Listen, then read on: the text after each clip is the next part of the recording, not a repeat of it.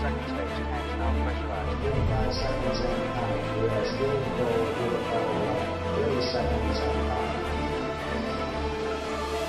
Astronauts reported fuel good. 35 seconds. 20 seconds on time. 15 seconds. 12, 11, 10, 9. Ignition sequence starts. 6, 5, 4, 3, 2, 1, 0. All engine running.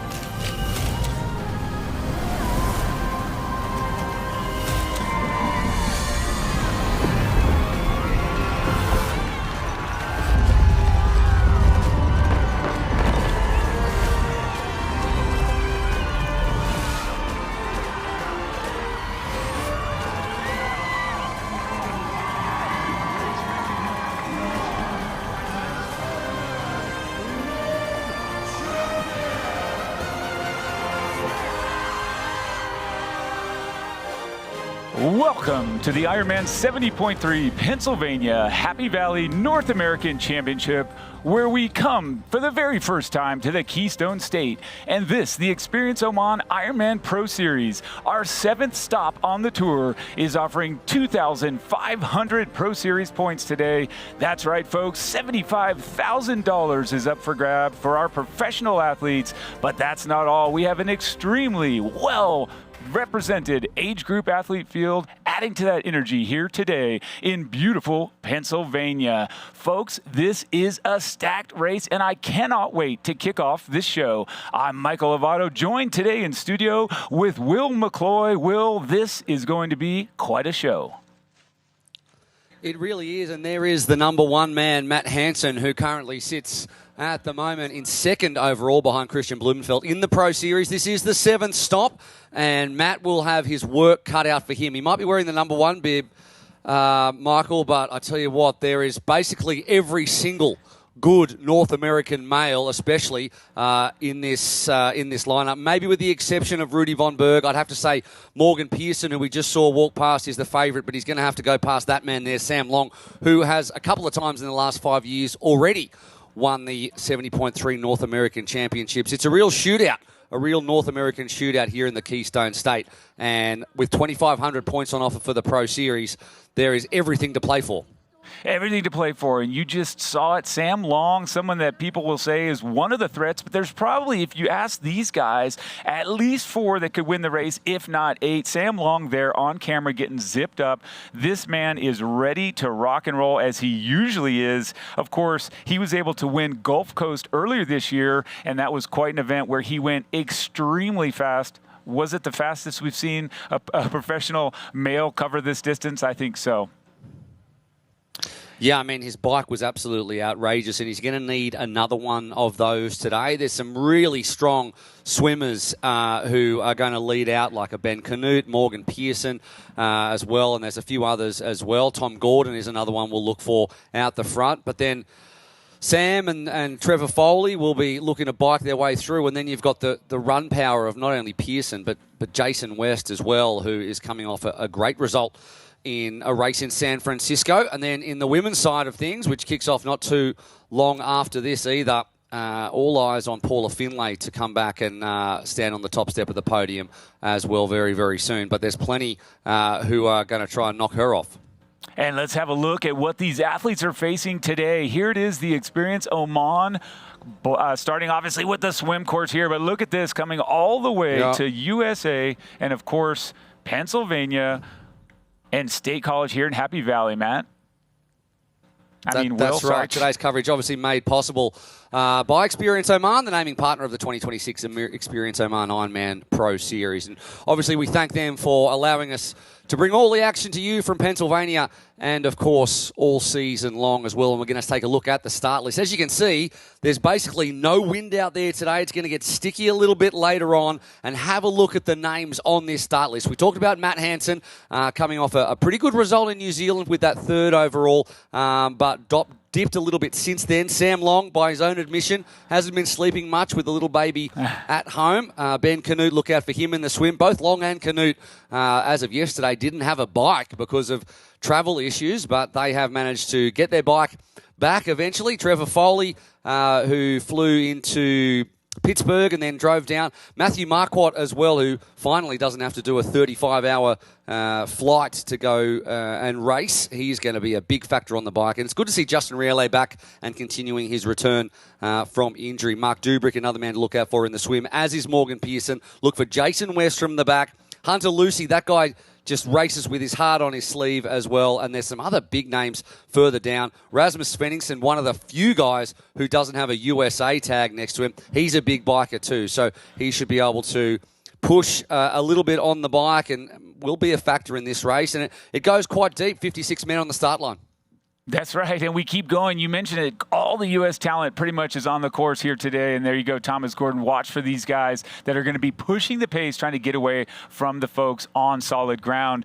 The swimmers, what about the women here? We've got our defending champ, the only one in the professional field who has won here, Lydia Russell. There was no men's professional race last year. Paula Finley from Canada. They talk about how she's been really kind of building for Ironman Lake Placid next month, and I think she's going to be in great form.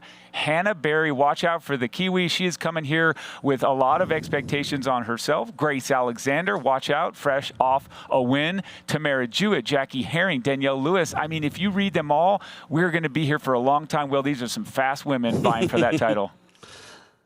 Yeah, look out for Jenna Campbell as well, former Div 2 college swimmer from the USA. She should be at the front of the swim. Not sure where she'll be on the bike and run. There's a lot of people who've qualified for Nice already for the 70.3 Worlds coming up in the middle of September. Hannah Berry, the biggest name that hasn't yet, and if she has the kind of race that we think that she will, because of the rest of the top 10 women around her have already qualified, it's going to roll down to 11th or 12th potentially or further. So names like Abigail Sullivan, Kristen Marchant, and Basso will be looking for one. Now, in the men's, there's a few more that haven't qualified yet. So your favourites, you'd think, were Pearson, Marquardt, and Hansen. However, guys like Matt Kerr, who came onto the start list late, they could be booking their way through to the 70.3 Worlds in a few months' time. So that is in the back of a few people's minds, and there are plenty of others, though, who know that that's already banked, and it's about getting major Pro Series points, or indeed just bagging a podium at a really hotly contested 70.3. That's right. As we come up here on Trevor Foley, who is strolling towards what will be a non-wetsuit swim. You can see those swim skins. Yes, warm water temperatures. Of course, we've also got pretty warm and humid air temperatures. But what a beautiful shot. You saw it. That's why they call it Happy Valley. I mean, what a gorgeous spot here. State College at Penn State University, a really beautiful part of Pennsylvania. A lot of folks outside of the U.S. are familiar with the other side of the state where Philadelphia is. This is, of course, not there. We are in a beautiful, beautiful spot. Very green, very lush, and we mentioned it well. I'll just keep saying it because I don't think you understand that humidity really creeps up here in this part of the world, and that will tickle them a little bit on the run, I would expect. Yeah, for those, I guess, less strong swimmers, if you're a Trevor Foley or a Sam Long or et cetera like that, or any of these many, many age groupers who are taking this race on today, a nice, flat lake swim with only a couple of turns is nice and gentle. And so they'll be very happy about that. But on the other end, without the wind, by the time they get in the second half of the bike and then onto the run, as you say, it's going to be 27, 28 degrees, but the humidity is going to be high, and being able to perform under those conditions is key. And when you look at a guy like Trevor Foley, who we see on the screen right now, he's only raced once, and it is June because of various different factors. So admittedly, what happened was he won Ironman New Zealand, and then he had to be a little bit more selective about his races because now he's going for the Pro Series. But when it comes to that knocking out a half marathon at the back end of the day in sticky conditions. That's still a little question mark for Trevor Foley and where he's at. So he's going to need a really big bike to be able to put some time into those super fast runners like Pearson and West. And we're going to see the course in just a second, but I can tell you it's hilly, it's hard. There's 3,500 feet of elevation on the bike, 500 feet of elevation on the run, and it's almost like a sawtooth. It's either up or down. You're in the biggest gear or the smallest gear.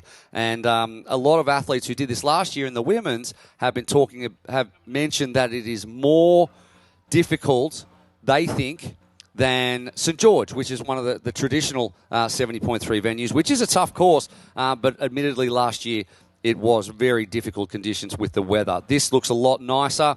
As you said, looks humid and sticky, but it's not raining like it was last year, and we're going to see the Roca race weather right now. Currently 17 degrees Celsius. That's in Australian terms for the Americans out there, and the bulk of our audience today will be from the US. 62 Fahrenheit. No wind to speak of at all, and already 86% humidity. So it'll be a bit sweaty under those swim skins, Michael. It sure will. I tell you what, a UV index of 0, though, that's very telling. Again, usually a light, high, overcast sky, just slightly. It's not a beating down harsh sun that we'll see at, like, for example, Ironman 70.3 Boulder yesterday, where you get that hot sun.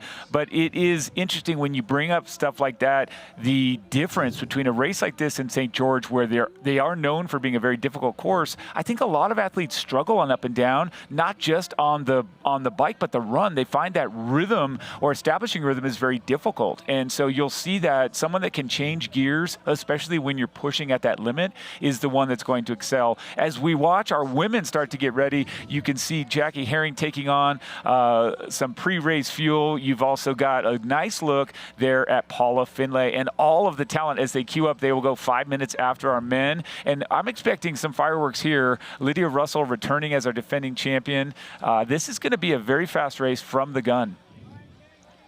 Yeah, Lydia Russell returning from injury as well. So by her own admission, she might not be where she wants to be at this stage of the season. Hannah Berry, you can see there on the left-hand side. Misconsistent, I would say. She's, a lock for me for a top 5 or a podium, if not a win, to be honest. She's always there or thereabouts. Her record is incredibly consistent, and that is why she sits so high up in the Pro Series, currently 4th at the moment. Paula Finlay, we'll hear from her later on. Some people said, with her honest reactions coming out after Chattanooga, where she had a second.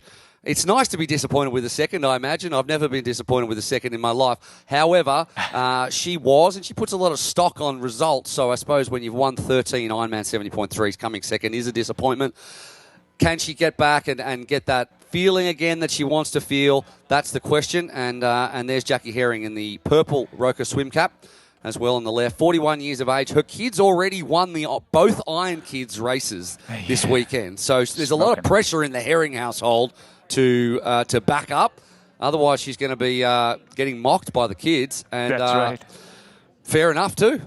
Fair enough. Well-deserved. And there's Danielle Lewis as well, someone that has been struggling a little bit with her form, her consistency this year, but very, very dangerous to count her out.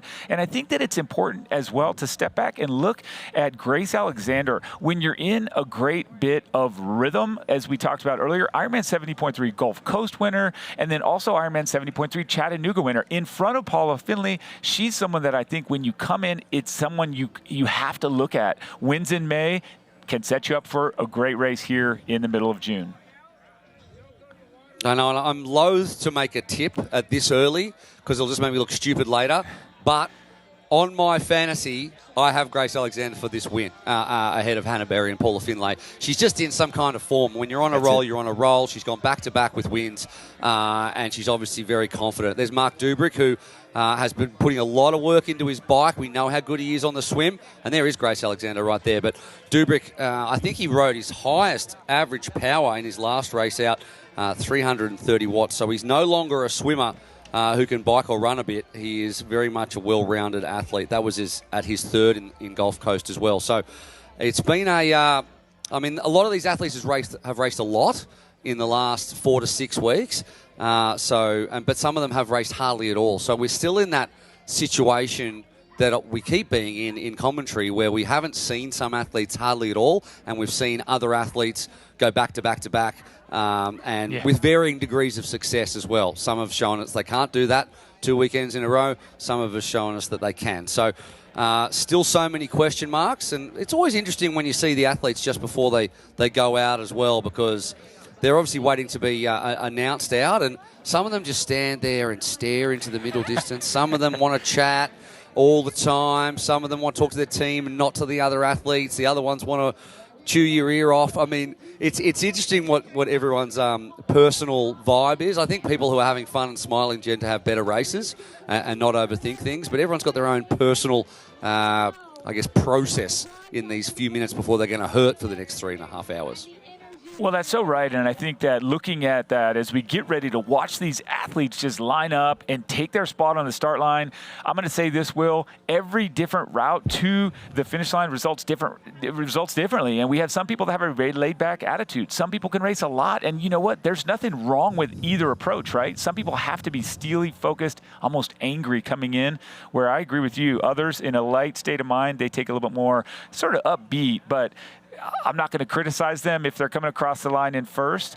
We love to sit here and talk about it. I see so-and-so smiling, and this one's very serious. Does that mean a good thing, a bad thing? And all we know now is that triathlon and Ironman 70.3 racing, it doesn't really respect what happened yesterday. It respects what happens today in the moment. So anticipating a great race.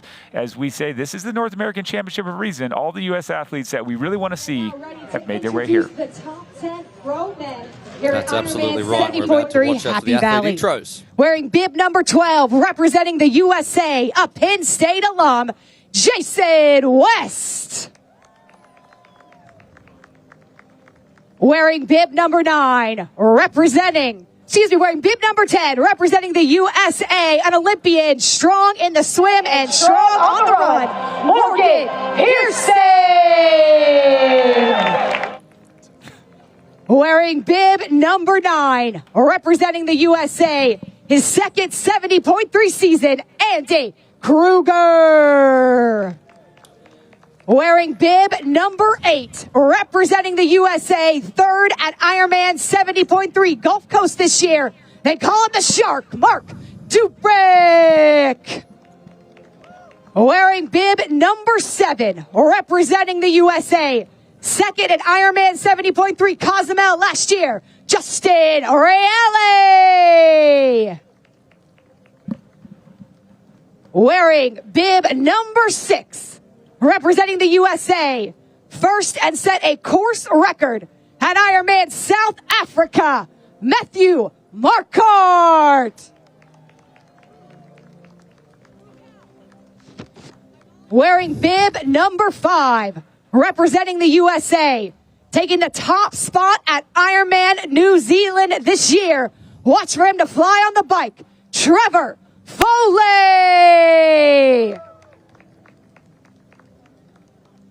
Wearing bib number 3, representing the USA, a U.S. Olympian and second at Ironman 70.3 Dallas this year, Ben Canute.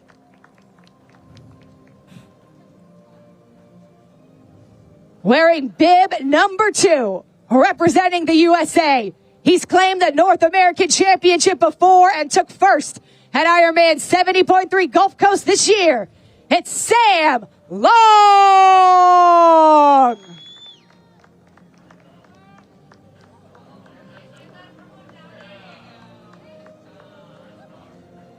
And wearing bib number 1, representing the USA, on the podium at Ironman 70.3 Chattanooga and second in the Ironman Pro Series standing, Matt Hansen. Let's hear it for your top 10 professional men.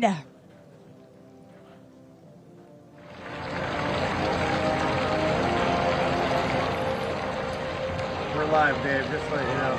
And there you have it. Those are the top-seeded men. That is not everyone they were expecting to factor in, but those are the top-seeded men. And it is fun to see every bit of personality comes out. What a cool feature. I enjoy that every time. Well, it's fun to see not just Sam Long and the almost wardrobe malfunction of the zipper. It's all fun. Yeah, I mean, if you're going to go out there and do the whole Rocky thing with the hood over your head, you've got to make sure you get the zipper right, Sam. Okay, so next time, let's work on that. But, yeah, I mean, that's a guy that's been through the ringer in the last couple of months and the last couple of days, but he hasn't ever seemed to let that get him down or stop the positivity, which is awesome to see. There's some great catch-ups with Sam on A Fighting Chance, which is our incredible behind-the-scenes series from Race Week. So make sure you catch a little bit of that as we wait for the women to be announced. Wearing bib number 12, representing the USA, second at Ironman 70.3 Peru, Kelly Barton.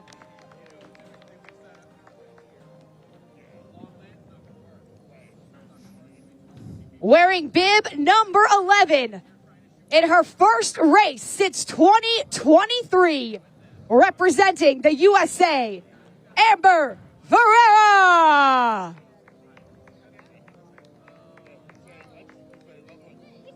Wearing bib number 8, representing the USA, third at Ironman 70.3 Gulf Coast this season, an Ironman champion, Danielle Lewis.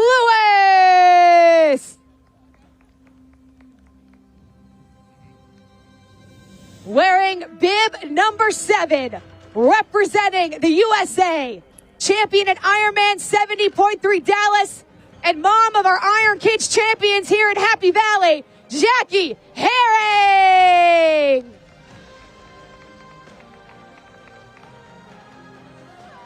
Wearing bib number 6, representing Canada, champion at Ironman 70.3 Santa Cruz in 2025, always dangerous on the run, Tamara Jewett.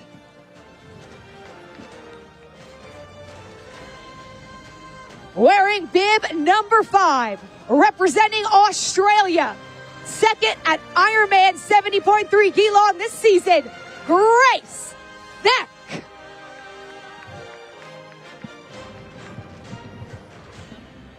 Wearing bib number 4, representing the USA, a champion of Ironman 70.3 Gulf Coast and Ironman Chattanooga in back-to-back weeks this season, Grace Alexander.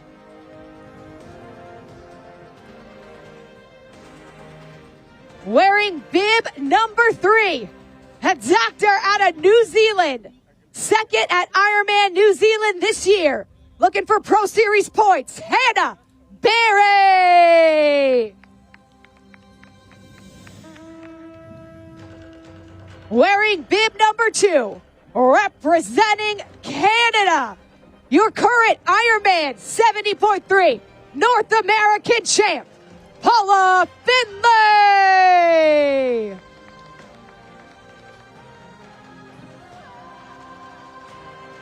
Wearing bib number 1, representing the USA, your reigning Ironman 70.3 Happy Valley champion, Lydia Russell. How about a big round of applause for all of our male and female professional athletes? They are prepped, they are ready, the field is stacked. The competition will be... Well, there you have it. We've got... Go for it, Will. Michael, I tell you what, I'm fired. I think Carissa Galloway, who was calling the athletes out there, needs to get a job in the UFC, because that was some outstanding calling out for our athletes. A couple of things I noticed just straight off the top. Morgan Pearson was wearing a wetsuit. I'm pretty sure it's not wetsuit legal, so I'm not sure what he's doing with that. We'll check in on that. He was wearing a wetsuit as he walked out. You can see how beautiful the conditions are there. And if you're watching on and you're wondering why we went from bib 12 and 11 in the women's to 8, that's because Anna Marie Strelo and Gabrielle Lumkes are out. They were scratched a little while ago, as is Annie Fuller from the women's field. And from the men's field, unfortunately, we're not going to see Matt McWilliams. We're not going to see John Colleen, Federico Scarabino, and the gorgeous Sam Appleton as well. And Vicky Holland told me to say that he was gorgeous. He's been scratched as well, so the Australian flavor's gone from the men's side. But all the great Americans are there, and they're going to take on what is an incredible course here in Happy Valley, Pennsylvania, 230 miles east of New York City, or west of New York City. We're going to see some fantastic racing. And I noticed that this place also, Michael, is quite close to Punxsutawney, which is where Groundhog Day is. That's right, and here we are. Anyway. Coming right in here at the swim. Good observation there. And we're looking at us diving into Bald Eagle State Park for the Roca swim course. This is 1.2 miles or 1.9 kilometers. It is one giant loop, a triangle. Great swim as you come out here, hit the beach, and run off into transition. Will, and then everybody's fun part here. That's right, the bike. After transition, the athletes take on 56-mile Zoot bike course. It's smooth, quiet country roads. There are some cracking climbs along the way too, really punchy climbs along the way to State College. It's a point-to-point bike. Beaver Bluff, Old Main Grind, and it is a grind, and Nittany Summit is the big one. So around 3,500 feet of elevation to test the legs, and then you get into T2 eventually, and you're going to take us home on the run after they leave Roovie T2. That's right, 13.1 miles or 21.1K, that half marathon here. The Hoka run course, 2 laps and a lot of climbing up and down, about 557 feet of elevation for the whole course. It is not easy, but you go through all the sites, Old Main, State College, you rip through a ton of spectators. It's going to be a beautiful, challenging course. They get you right here, what we're all looking for, the finish line. Look at that, the red carpet. A beautiful setting, as you can see here in Happy Valley, a wonderful place to come visit. As you said, not far from Punxsutawney, but here we are. A lot of great spots actually in Pennsylvania, this being one of them. Beautiful sunset, or sunrise rather, here as we get ready to watch these athletes tackle an incredible race here at the Ironman 70.3 Happy Valley. This is it, folks. Stay with us, and we are going to see all this action coming right up.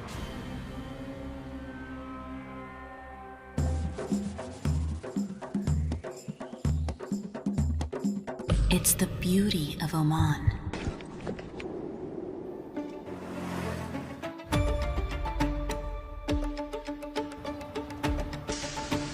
Our tradition, our hospitality, the sounds of limitless opportunities to explore. Listen, it's Oman.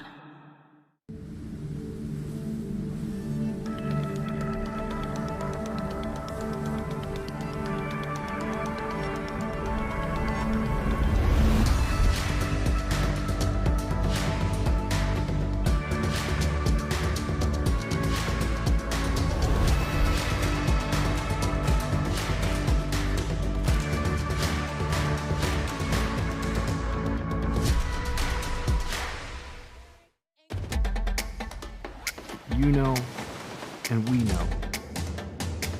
The thing about challenging yourself is, you're always looking for what's next.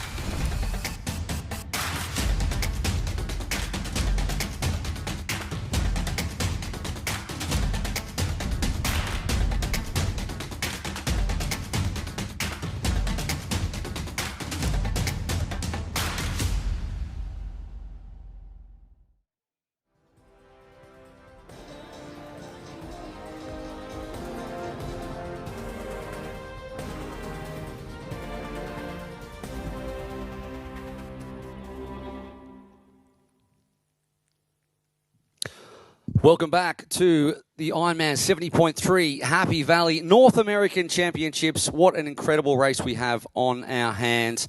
And as always, this broadcast brought to you by Roca. Find faster with Roca. And by Experience Oman. Beauty has an address, endurance has a destination. Experience Oman.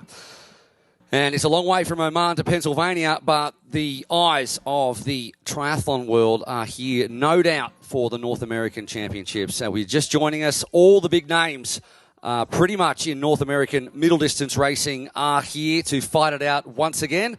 Paula Findlay returns as the champion. Lionel Sanders won last year, of course. He's not here this time around, and he's going to hand on the mantle to any one of a raft of different names who are going to really shape this race, because we have some excellent swimmers up front in the men's, which is not too far away.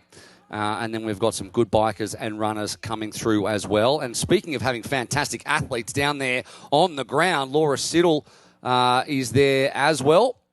and she's going to be bringing us some updates across the course of our race time. We're going to head down to Laura right now.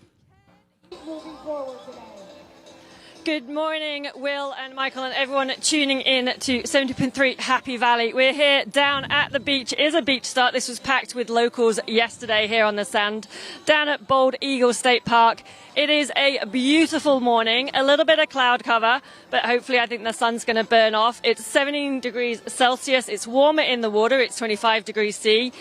Will, you're right. Morgan was warming up in his wetsuit. It is a little bit of chill in the morning, but now he's stripped that off. He's in his swim skin, as are the rest of the pros, all in the water warming up. Pancake flat swim, no wind down here at all, so pretty straightforward. The non-wetsuit swim, I think, is going to play into the hands of the like of Morgan Pearson, Jenna Campbell in the women. But yeah, I think it's a true championship course here. The bike course is amazing. Been really excited and happy at what I've seen, and Happy Valley living up to its name. So I'll throw back to you guys in the studio. Thank you so much, Sid. It's great to see you. Great to have that insight down on the ground. And it is a Happy Valley. It's beautiful watching that sun come up still here. The temperatures are going to rise right up here, but still a pleasant day. Take away that humidity, and it's really ideal racing conditions. And I'm just going to mention again how much I enjoy seeing a challenging course like this, elements and hills, for a North American Championship. It's a big race with big stakes. We're going to zip over and listen to the national anthem. Shane Line, Chief of Operations Paramedic, Goodwill Hose Company, and vocalist, who will be accompanied by Eileen Christman on the violin.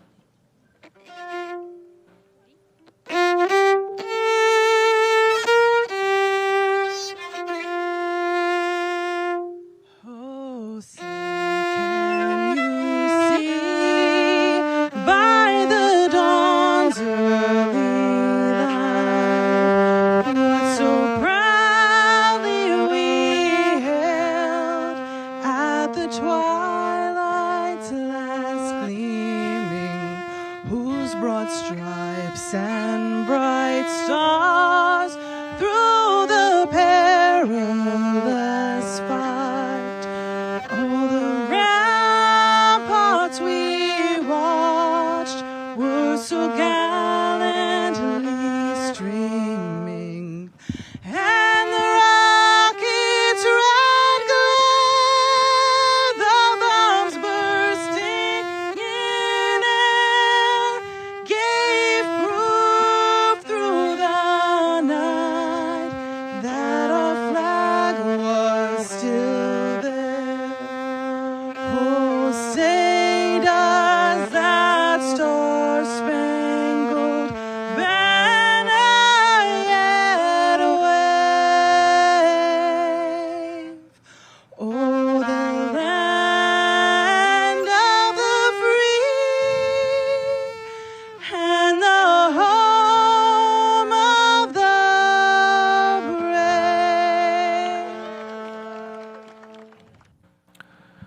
What a beautiful rendition there of our national anthem, as we are 2 minutes and 29 seconds away from kicking off this Ironman 70.3 Pennsylvania in beautiful Happy Valley. Yes, our North American Championship is offering $75,000 as well as 2,500 points in our Ironman Pro Series. Now, let's have a look at our precision fuel and hydration current course record times.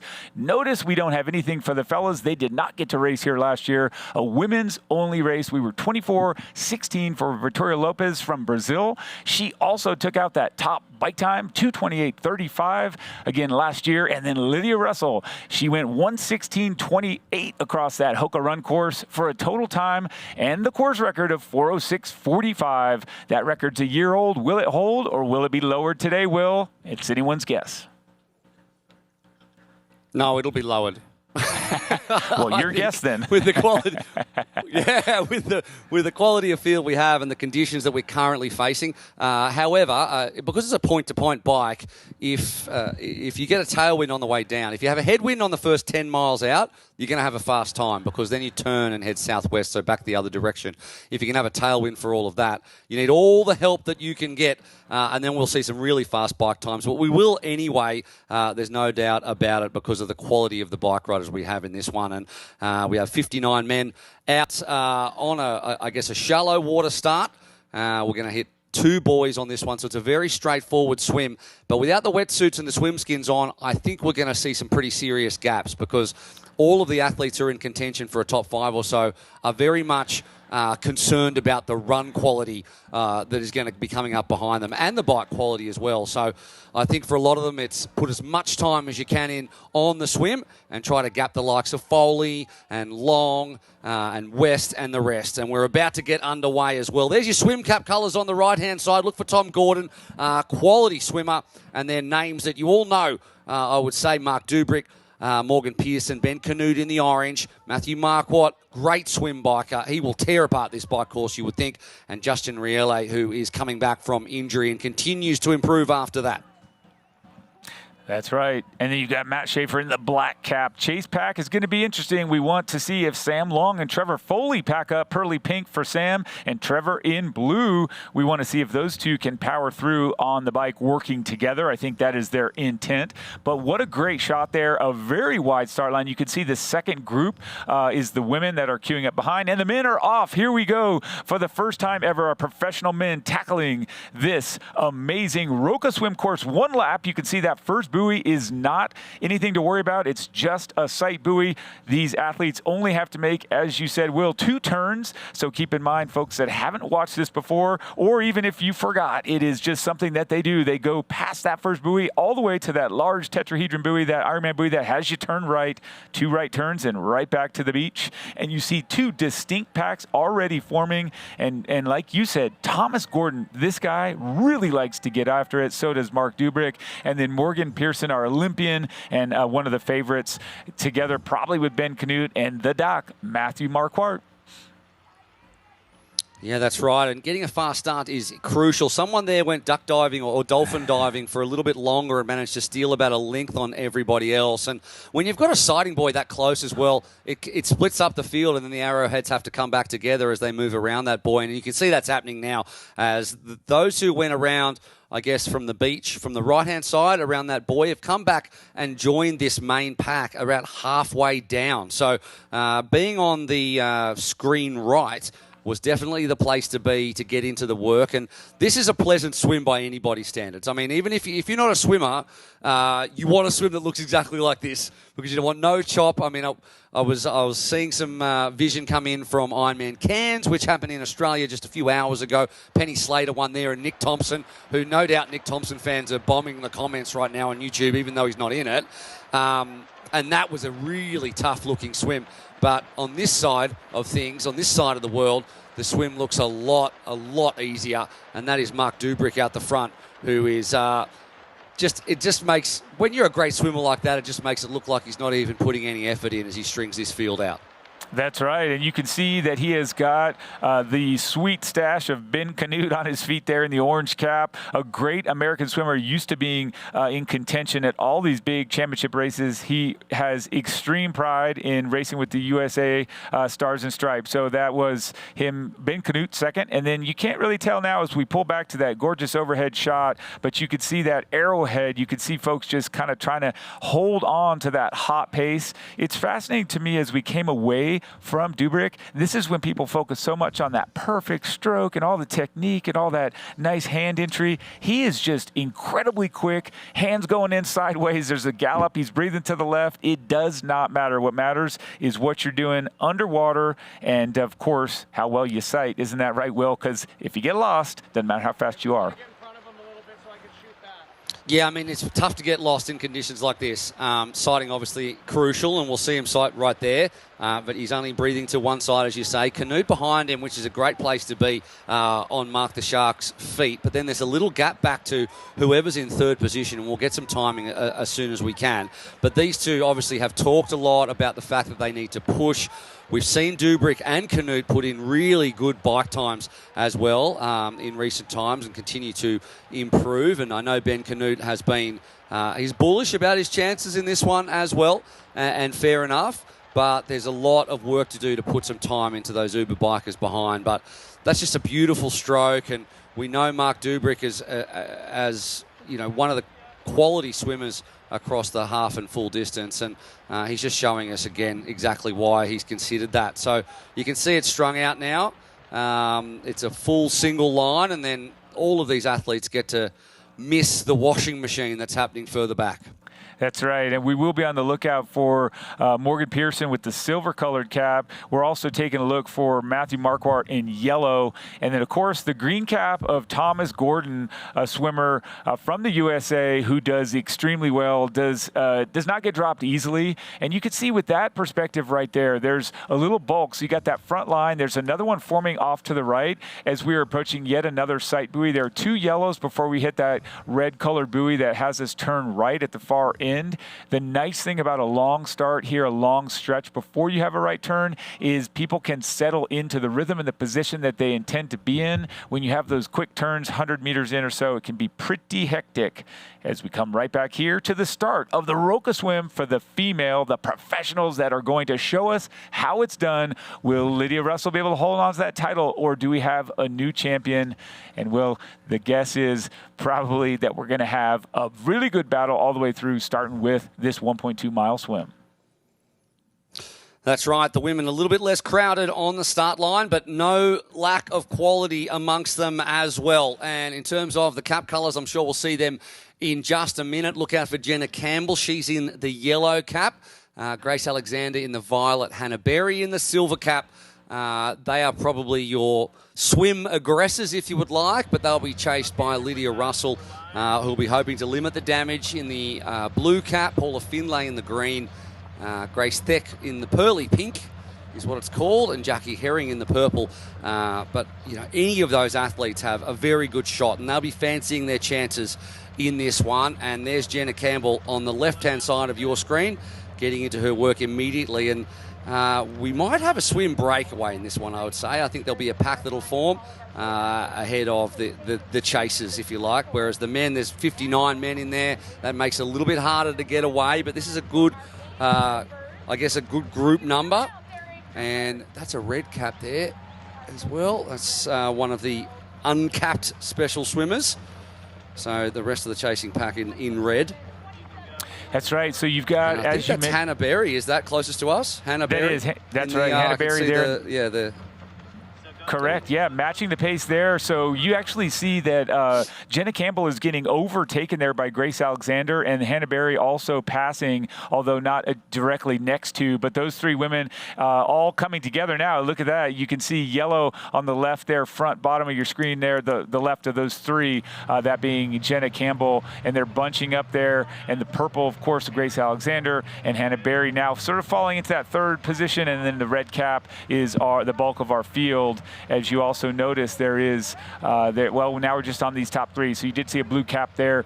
But this is a breakaway for sure. You can see that neither of these 2 women, Grace Alexander or Jenna Campbell, willing to let that front position go. They're both fighting for it side by side. This is why we call this a contact sport. It is assertive or even aggressive out there on that Roca swim course as they come by buoy number 2. It looks pretty quick to me, and as you said, a perfect swim, not a drop of wind, and of course not a single wave, no current, really a perfect swim. Maybe you would say, if there's something I'd complain about, a little bit warmer, 77.5 degrees is on the warmer side, so athletes will be sweating and working quite a bit in that water before they come out. Men on the left, women on the right. Will, you see anything exciting there on the left side of your screen with that men's race? It looks horrible in there, and I'm glad I'm not in there in that exact shot that we're seeing right there. It always is around the buoy for anyone who's done any type of triathlon. It looks a lot smoother in the women's for those out the front, but when you get bunched up around that buoy, what I can see, though, across these 59 men is some pretty serious gaps being formed, and there is your leaders, I think. And whoever was in 4th position there has probably lost 3 or 4 lengths and then did a little bit of backstroke to see where everyone else was up to. So I think that there, is that Morgan Pearson? That is Morgan Pearson in the silver. That's a silver cap. So now Morgan Pearson's taken over at the front. In the women's, I was noticing that Paula Findlay's just starting to lose the feet of those front 4 women. So it'll be important that she puts a little bit of a surge in there. And you can see we've got some of our swim splits coming up, which is something new to Ironman, to the Pro Series in 2026. Blake Harris out the front, Morgan Pearson, Knut Dubrick, and Matt McGoey, who's a former short course athlete who, he's still racing super tri-length stuff as well, and he raced in Anthony's, I believe. And so once he decides which distance he wants to go to, Matt McGoey's a real improver. That's right. You've got Morgan Pearson there. Bib number 10 was at the last check at 600 meters in second position. You can see him in first place there. That high recovery on the right arm, a very powerful stroke. That same gallop or rhythm on the right side for this athlete, for Morgan. And then right behind him, Ben Knut in the neon orange. So remember, it's a bright orange. And of course, you're getting a really good look at that white swim skin, that Roka swim skin, as Morgan Pearson is just churning it out. And I think he's so confident. I'd say really just a lively racer. He believes in himself. He believes in his ability, as he should. So good on the run. Really, arguably, he and Jason West have 2 of the best runs you're ever going to see here today. And he's up front also with a wicked swim. So those 3 men breaking away, as you said, Will, there was some backstroke. And that was the athlete that got dropped, looking around and saying, who is going to come with me? Who can I work with here now that we are not in the front pack? That's right. 44% of people on Pro Tri News on the Fantasy Picks have picked Mark Dubrick to lead out this swim. So at the moment, though, Blake Harris and Morgan Pearson are leading the way. In the women's, it remains Jenna Campbell out the front, as we said, former collegiate swimmer who is improving in other areas of her game, but her swim is absolutely elite. And sitting in there behind her, I believe, Grace Alexander, which is a good spot to be. And Hannah Berry in the silver. I'm not sure who is in that red cap alongside Hannah Berry, but those two not necessarily helping each other too much by swimming right side by side, but they will be helping Paula Findlay, who's dropped a little bit further, but there she is on the right-hand side of your screen in the green cap. So she'll be wanting to get onto those feet of those 2 athletes who are fighting together a little bit. And here's the rest of the women's field behind them. So there in the middle of your screen is Paula Findlay. Then we've got a couple more athletes and then gaps all the way back through. And this is still early doors. So the athletes who are at the front are going to get a nice buffer, you would think, as this swim continues over the 1.2 miles.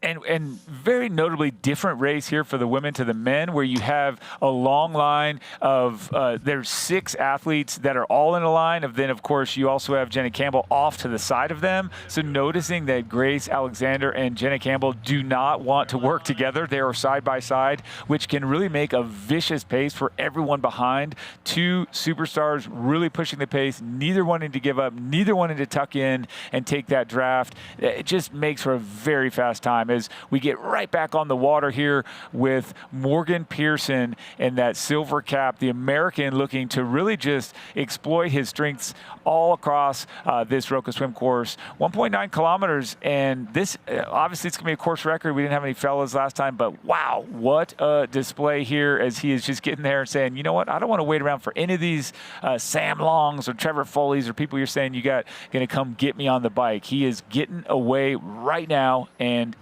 I mean, he looks fantastic. Yeah, he does. And what a great shot that is too. And it just shows you that you can sight every 4th stroke and not lose time if you've got the power under the water of Morgan Pearson. And I don't believe Blake Harris is out the front of Morgan Pearson. I think that timing was incorrect. I mean, Blake Harris is a fantastic runner. He ran a 58 mid in San Francisco, but he's not going to be leading this race, and I believe it is Morgan Pearson who is leading, and he's just making it look easy. Sighting nice and high, not taking, he's not slowing him down one bit. Beautiful stroke, and I mean, he's the favourite for this one. And I think it's not just me saying that. I do believe that most of the other athletes are looking at Morgan Pearson and going, "This is the guy to beat." I mean, he had quite a big gap between finishing his season last year in Qatar and then racing again this year, where he had that 4th last weekend. But he'll be one of those guys maybe who can back up and go week to week, and going from San Francisco to Pennsylvania, which is just from the west coast to the east. And there's Jenna Campbell on the left-hand side of your screen leading Grace Alexander. And our third place swimmer, who I still don't know who that is. So if you know who that is, anyone, pop it in the YouTube chat, and I'll go in there and dig it out, because that's a great swim from that athlete who's now got ahead of Hannah Berry. But 3 of our 4 main contenders there in the front. And if we can pan back to the right, we're going to see Paula Findlay there as well, just behind Hannah Berry. So the pace right on in this women's race as well. And the athletes who we picked to be up towards the front end are indeed there. And then there's big gaps back to the rest. This is a tough course, a beautiful course here in Happy Valley, but nevertheless, it's a difficult one. And we're going to be back with more straight after this.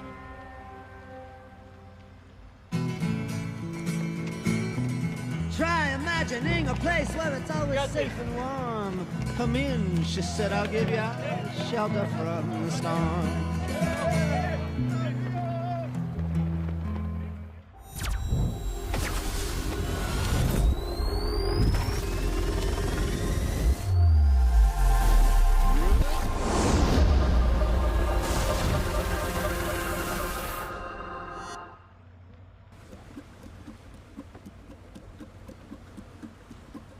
Just do it, be fine.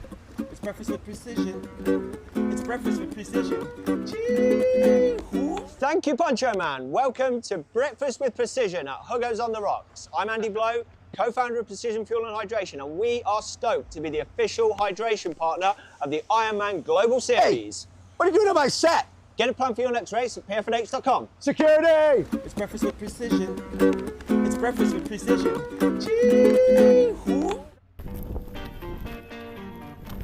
We're not here to sell you on this life. You already chose it. No shortcuts. No hype. Just work. Same as you. Built to outlast. Endure. 40 years in, and we're just getting warmed up. Welcome to the Ohana.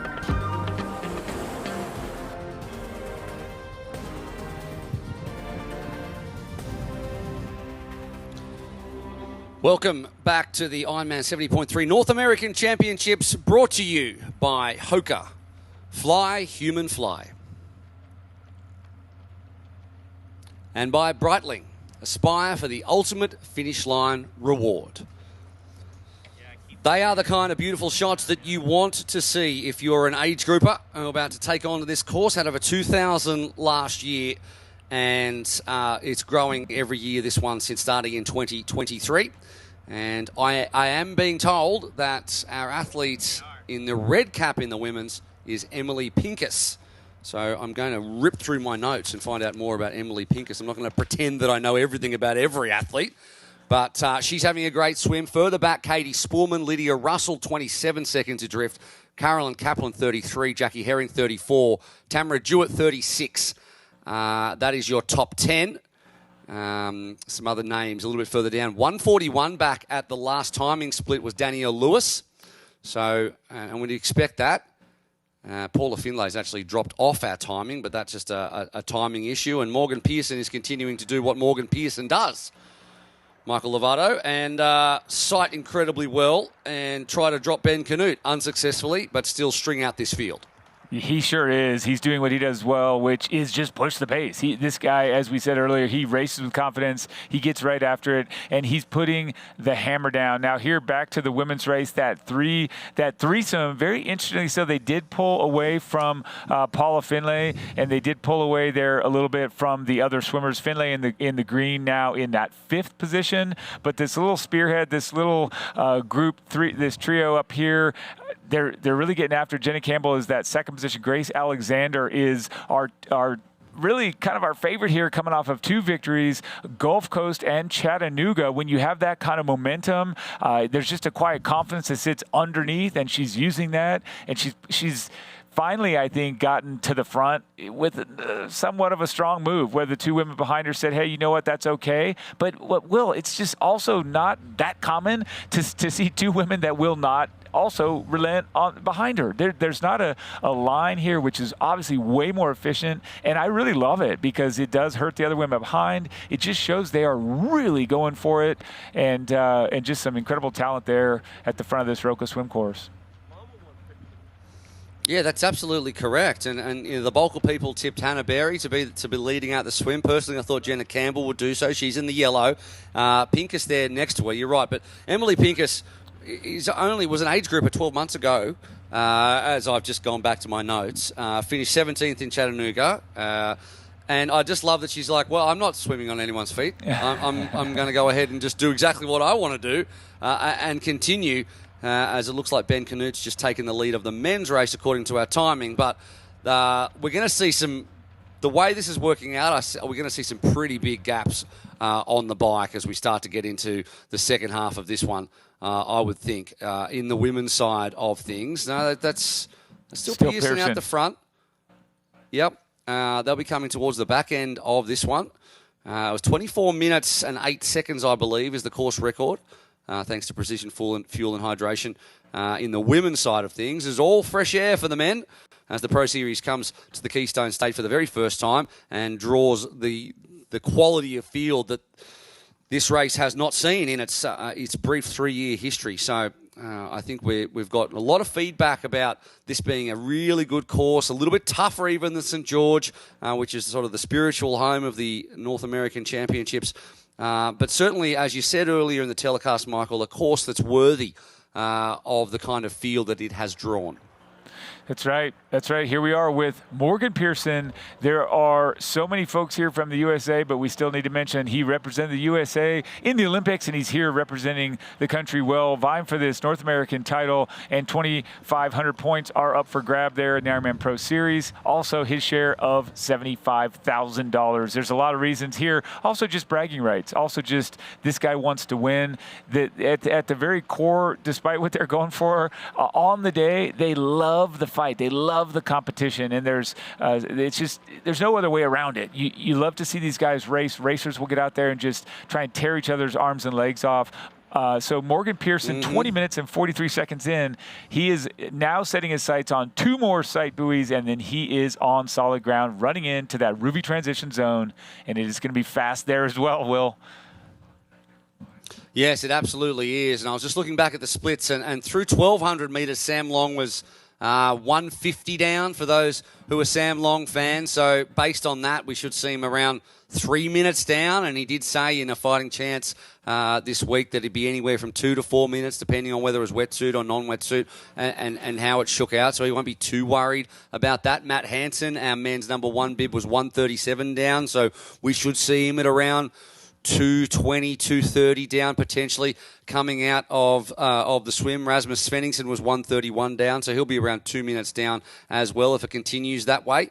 And we can't get a read on Trevor Foley at the moment, so I think there's an issue with his timing chip. So we will try to get an update on him, and we will when we come out of the swim very, very soon. So for some athletes, they'll be extremely happy. As you can see, the gap there between our lead 3 and the rest. But some will be very much happy to see the back end of this swim and get out on the bike. Such is the quality of our single discipline athletes that'll come to the fore at different points during this race.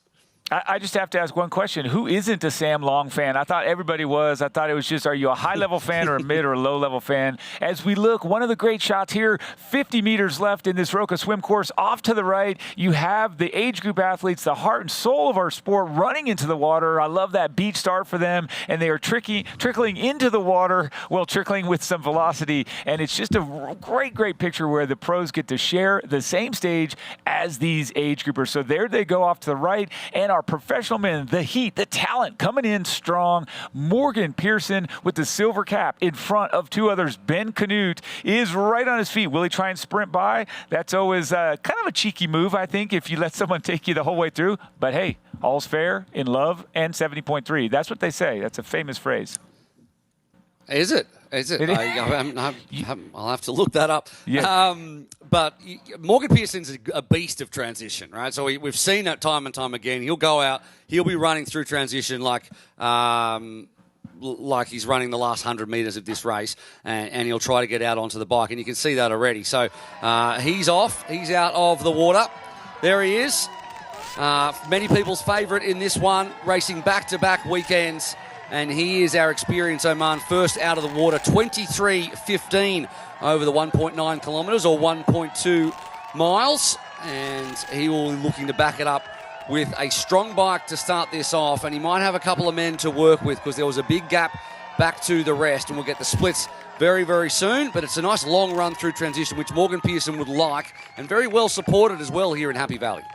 You said it, and we've got only 2 seconds back for Ben Canute, and then Mark Dubrick 4 seconds back. All three of those men registering 1 minute and 13 seconds per 100 meters on the average. That is smoking fast, and it's always fun for folks that aren't in tune to look back and see if you could swim 100 like that, get into your pool. Even 100 yards, you'd be doing pretty well. But those three men rolling through transition, what a gorgeous Ruby T1, that grass, that soft green grass here in Pennsylvania, tons of moisture, tons of precipitation, so a great, great surface. And it's worth mentioning that because it's not always that way. Sometimes you're on a carpet, concrete, whatever, but we're going to get it right down to Laura Siddall. Sid, take it away. What's on the ground?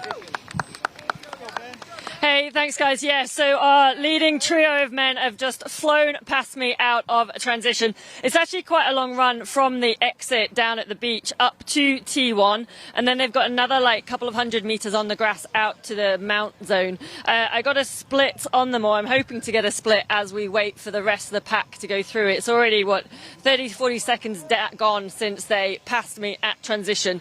They were not hanging around at all down here. Mark Dubrick, Morgan Pearson, Ben Canute, those three will really want to be getting ahead, using that swim to get ahead on the bike and get as big a gap as they can from the chasers who are going to be powering behind, so the Sam Long and Trevor Foley, as Matthew Marquardt now coming into transition behind me. That's a fantastic swim by Matthew, he said. Last year, Jason West as well, local athlete Jason West, who studied here at Penn State. Matthew Marquardt said yesterday in the press conference, last year dealing with cramps, but what it taught him is that he can race from the back and from the front. He's certainly at the front again today as Jason West and Matthew Marquardt head out onto the Zoop bike course. That's another great pairing as they chase. So they were about a minute 15 or so down, a minute 20 down from the leading three. As we see more of the pros now coming through, and this is where we get the big chase pack coming. Sam Osborne from New Zealand, Jason Reale, back from his crash. It took him out at Oceanside, actually, just a week after he went full-time pro and stopped his job. Super fast transition from Sam Osborne. These guys about 2 minutes down from our leading trio. We're still waiting, no sign yet of Sam Long or Trevor Foley. A couple of the guys putting socks on, getting their swim skins off.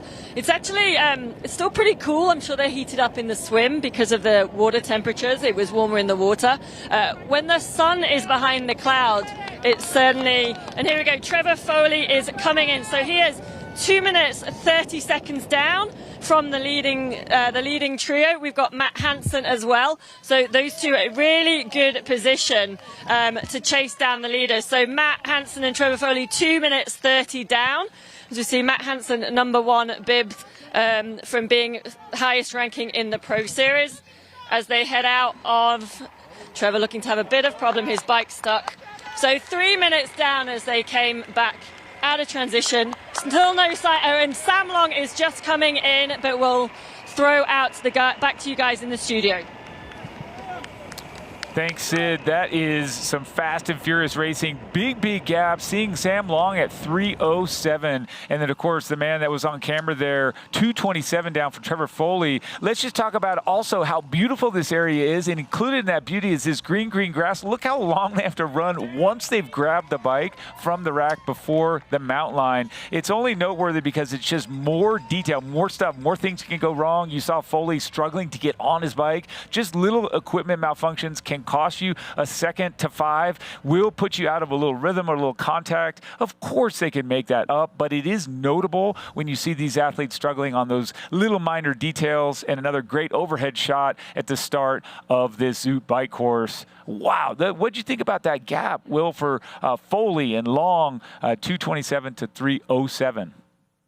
Let's look at this first. Well, our Ruby we'll get to transition that, one but let's times. have a look at the T1 times. Obviously, Mark Dubrick and Morgan Pearson. Sometimes when you're at the front of a race, everything's smooth for you, and you know you've got a little bit of a gap. As we say, slow is smooth and smooth is fast. So 2 of our top 3 at the front added that great swim with a great Ruby T1 time, and that's Dubrick and Pearson. Holmes in there as well. I think a great... Yes, he lost a little bit of time getting on the bike, but Trevor Foley had a fantastic swim when you think about it. 2:27 back to the likes of Canute, Dubrick and Pearson is great. Jason West hopped on the back of Matt Marquardt. They're a minute 6 back coming out. Jason West will be very much hoping to stay on the Marquardt train, which will be on its way to the front of this race, and try and drag him up there. So Jason West fans, he's coming off a great race last weekend. He's in a great position if he can hang on to Marquardt's wheel and get his way up to the front as well. Tom Gordon didn't have the swim we'd like. He's 130 out, or that he would like. Sam Osborne was 146. Justin Riele, 153 back going on. Matt McGoey, 211. Trevor Foley, as we said, 242. Sam Long, 307. So we picked him for 3 minutes. He's 307 back coming out of transition. And I'm just scrolling back through the rest of the athletes. There's probably no one else of major note in terms of Matt Kerr, 340 back. Andy Kruger. I want to say Freddie Kruger. I don't know. Yeah. I'll probably say that more during the telecast. He's 314 back as well. So a lot of athletes in front of Sam Long. We'll be hoping that they can tag onto that little train as well as we look at the women in the water. Yeah, you know what? And we've got Jenna Campbell there, and also, of course, Grace Alexander and Pincus. They're overtaking some of the men. Not abnormal, but that's what you're seeing on the left there. On the right side, the top right of your screen, those are the 3 women, the 2 men to the left getting caught, that 5-minute gap. Again, not uncommon. These women are that good. It does not mean the men are not excellent. But we're going to see Jenna Campbell from the USA hit the ground first, coming out of this Roca swim course with Grace Alexander on that hot streak with Pincus in tow. Those 3 women, Will, they really got away. And even now, you're still seeing these women are just doing such a great battle to just really distance themselves from one another. So Jenna Campbell, she's running onto shore first, stopping the clock, looking back to see where they are, and beginning to make use of this long Ruby transition zone, because even the fastest through were 2:03, 2:02. It's a long time. And then now, there she is, Grace Alexander. She's coming off a 270.3 wins. And yes, our experienced Armand first out of the water time is 23:52 for Jenna Campbell. I'm not surprised, and she looks fantastic here, just transitioning very smoothly up this hill and down the other side. Yeah, I'm disgusted actually, because I changed my swim tip from Jenna Campbell because I heard her say, or someone say about her, that she hadn't had a great lead into this one. Well, that's out the window now, because Jenna Campbell is our experienced Oman first out of the water. We'll head down now to Laura Siddle to take us through it. But before we do that, Laura, I will say we caught the end of Morgan Pearson having a little issue with his bike before. We saw a picture of him. He actually has now lost 39 seconds to Canute, so that's broken up that little group of 3. So just some breaking news there on Morgan Pearson out at the front of that one. We'll head down now to Laura to take us through it. Laura? Thanks, Will. Yeah, I can see Jenna Campbell coming up out of the water, just up past the age group bike. She's about to enter transition in first. Probably not got as big a gap as she was hoping, but she's got great company. Grace Alexander is right behind her. So these could be good, really powerful on the bike. I will tell Jenna and Morgan had a bet on as who was going to be first out the water, or highest ranking in their respective races. They're both first out, so I'm not sure where it goes down to time and difference to the rest of the pack. You see Grace Alexander, so there, Jenna Campbell first out on the bike. Great swim by Jenna, and she's really strong on the bike. She's had a bit of sickness and hasn't been doing as much running, but a really strong swim biker. Grace Alexander coming off the back of those 2 wins. now in second place. We seem to have lost the rest of the women. I thought they were further closer together out of the bike, so maybe taking a little bit of time. So yeah, Grace Alexander out. I was meant to get a split and I forgot to do my stopwatch with the excitement of seeing Jenna out of the water first. She is, I'm going to be my unbiased self of a training partner. I say training, obviously not necessarily for me anymore, but in Boulder, Colorado, with Julie Dibbons as her coach and a great swim squad there. So I know she puts the hurt on most of the boys on a regular occasion. As we now see the next pack of women. So this is a really good pack. We've got Paula Findlay coming in now, Hannah Berry and Grace Tech. So Hannah and Paula together on the bike, I think that's a really good combo to chase down Grace Alexander and Jenna up the road. It gives Jenna and Grace a bit of time to just get settled out on the Zoot bike course. As we see Paula, helmet on. She said she's been practicing getting that helmet on. She lost time in the previous race, but not this time as she heads out. That super nice bike. Grace Tech, Hannah Berry, Lydia Russell was there too. So our front leading women and main pack of women now heading out on to the Ruvi bike course. They're just hearing that Jackie Herring has now exited the water. As I said, it's quite a long run up to transition, so it'll be a few more seconds before she comes up. And I'll head back to you guys in the studio. Thanks, Sid. And I tell you what, Jenna Campbell, she had that giant gap of 1:11 out of the water on Paula Findlay, but notably she was putting things still in her kit, getting herself going, and Paula was able to arrive at that bike rack. That tells me, of course, we don't know what Paula was going to do at that bike rack, but really it speaks to that urgency of getting out. You said it's slow to smooth, smooth to fast, but I think there was a little time lost as we look at our defending champion here on camera right now, and she looks incredible. Well, you know, she's standing there. Of course she looks incredible. But let me just backpedal. We did not get a course record. I know everybody wants to see that. And Lydia Russell here on camera, but we do know that fastest time last year was quicker for those of you that are keeping record. I don't know if she was looking incredible. She was taking a long time there in transition, Lydia Russell, with a lot of athletes in front of her disappearing into the distance. Jenna Campbell had a great transition, though. She was 10 seconds on the way in, 17 seconds on the way out to Grace Alexander. Paula Findlay 1:05. As you said, there was some urgency there from Findlay, that's a great position for her to be in. And she's got Grace Tech with her and Hannah Berry. So that's a group that's going to work super well together. Here's our Ruvi transition 3 fastest times. And there you go, Paula Findlay on top. Grace Tech, Hannah Berry, all contenders in this race, all extremely well practiced and all within a few seconds of each other, which is when you consider exactly how far you have to run and what you actually need to do in this race through transition. It's to have them 232, 234, 237 just shows you they're all on the rivet. They're all on the button of wanting to get out there and onto this 56-mile course as soon as possible to make sure that the gaps aren't too big at all. But full props to Jenna Campbell. She was catching some of the men at the back there. That's a very Lucy Charles Barclay thing to do, to catch some of the male pros who've gone off 5 minutes earlier, which in a 70.3 is a significant swim when you consider how short the distance is. Maybe you start thinking about whether or not you should actually be a pro if you're getting caught up by the women after 1.9 kilometres in the water. But hey, I'm no pro, so I don't know. Yes. Hey, from having been one of those people caught by those women, I have a little soft spot for them. But no, ultimately, you're right. 5 minutes, I mean, that's a big gap. Sometimes you got a 1-2 minute gap. That's a different story. 5 minutes in 1.9. I agree with you, Will. Work on that swim. Or maybe they had a bad set of circumstances. But nonetheless, back up the road here to Jenna Campbell. She did, as we noticed, take a lot of time to put everything she needed inside the kit, inside those internal pockets, taking all of that fuel that she's going to need. And she's also got the 3 precision fuel and hydration bottles aboard. So she's taking in everything she needs, I think, that she's used to. She's not taking chance out there. She comes around this 180, and you hear those squealing brakes, and you can always check people's bike handling skills on a good 180, and then you have to accelerate out of that. And yes, right on her heels, my guess is that's Grace Alexander as we get close. and we did have Pincus there, who appears to have been dropped. But yes, Alexander in a great position.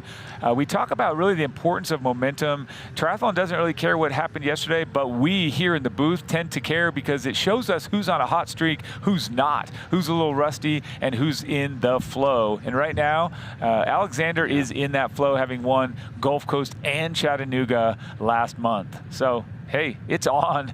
Campbell, you got to get on it. If she passes you, I'd say go with.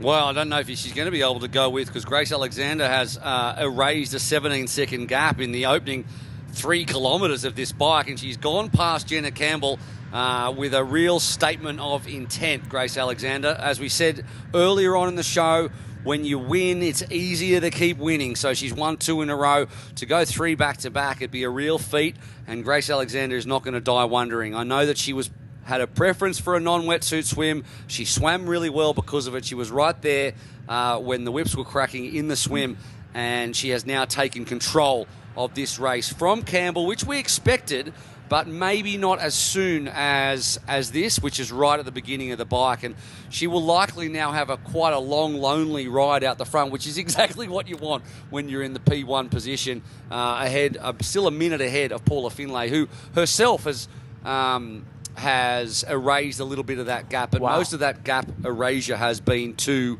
Jenna Campbell, and now Alexander's probably travelling at a similar clip to Paula Finlay. So the first half of the bike is interesting. It gets really tough in the second half with some really punchy climbs, but there's a long climb all the way up till about let me just check, about 13 miles, and then they turn around, and then they hit the peak of the first long climb at 24 miles, and that's like a 1 or 2% grinder that you don't really notice how hard it is until it's over and you realise your legs are a bit gassed, and then there's 2 or 3 really proper climbs after that. So measuring your efforts, I suppose, is something that everyone is going to need to be doing, and Grace Alexander, if she is doing that, she's also taking the lead of this race and taking it right away from Jenna Campbell.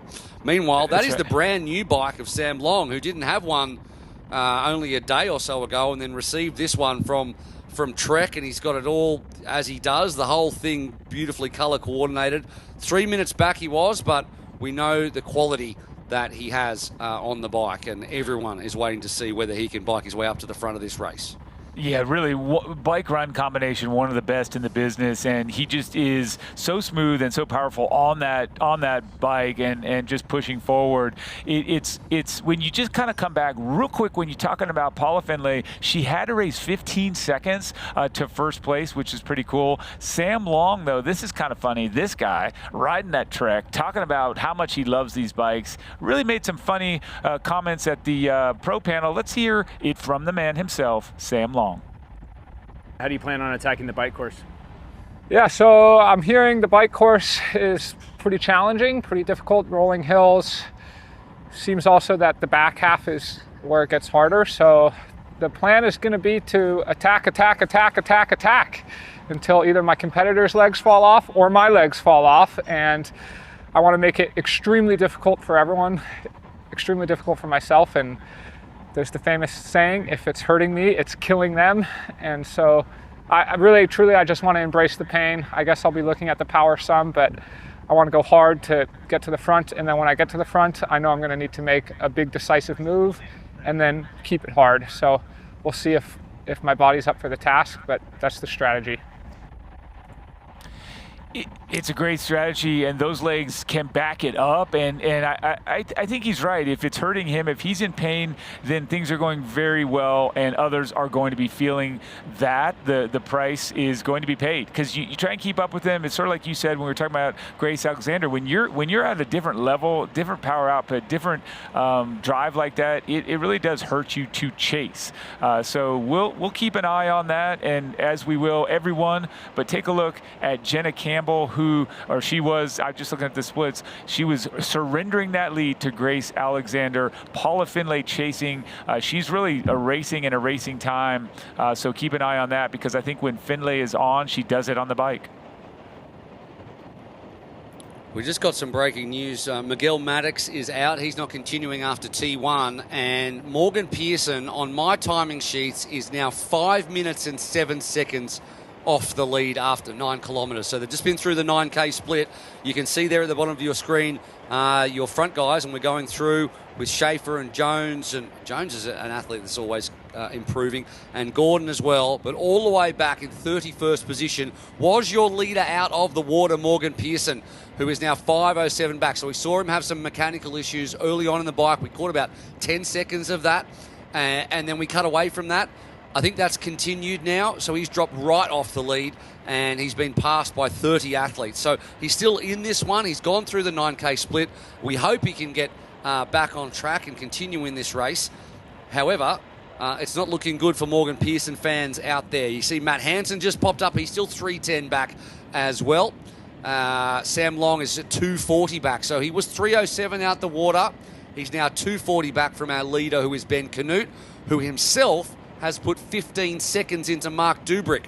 So Canute is out the front on his own, and they're both, well, Canute at least is 1:10 ahead of Matt Marquardt, and Jason West has jumped on the Marquardt train. 1:10 and 1:11 back in 3rd and 4th. So Jason West will be very happy with his run legs to see that Morgan Pearson's out the back, and Jason West will back his run. He's in great position at the moment. Good news for Justin Riole too. He's in 7th position overall, 2:02 back. We like to see that after what Sid said, what happened to him in Oceanside, and then the issues since then for him. And Trevor Foley, 2:35 back. So if Sam Long and Trevor Foley are 5 seconds between them, they're our 2 Uber bikers. Foley, it's good. He had a good swim, so he has a chance to ease into this bike and then get picked up and swept along by Sam Long on the way to the front. And we hope that's exactly what happens in terms of the way this race shakes out. But Morgan Pearson lost 5 minutes, so disappointing for many was the race favourite. Yeah, it's a shame to see that. You hate to see a mechanical or some sort of issue take a contender out. When we're looking at Ben Canute on camera, this is an American athlete that has had a lot of success at the World Championship at this distance, but he's also seen some highs and lows. And I'll make mention that he did change things up dramatically last year and hired Neil Henderson to coach him. And Neil Henderson has an extensive background, obviously, across the sport, but certainly with cyclists in general. I think that Ben's idea was, let's get us back to where we used to be. Ben used to be someone that we talked about as one of the absolute best on the bike. He's getting there, and I think that being in front, he's going to be very encouraged. He doesn't know why Morgan's gone. Maybe he thinks he drops him. So Ben Canute in a very good position as we zip back down to the chasers. Legg, Riale, Osborne, Romano. You can see him across the bottom there, and Sam Long just rolling through those competitors. I would say at the next time check, we're going to have a dramatically different story as the American here is really driving the pace. And you could see he's making it hurt. Look at his face as he just rips past 3-4 miles an hour difference on the pro field. Man, he is embarrassing people out there, Sam Long. He is going deep. He said attack, attack, attack, and that's exactly what he's doing. He looks like he's going past Sunday cafe riders. Look at this. Absolutely crazy from Sam Long. He'd be putting down some insane watts. And it was Trevor Foley as well who was doing the same thing before we panned back to Sam Long. So the two of these men, like we thought they would, are absolutely hooking through this field. And meanwhile, Grace Alexander is out front. She's got a great position on the bike. Her arms out nice and long, which is excellent. Long has actually gone past Foley, I'm being told right now. Wow. So it is crucial for Trevor Foley to follow him up to the front. But that was Grace Alexander out front and looking very strong.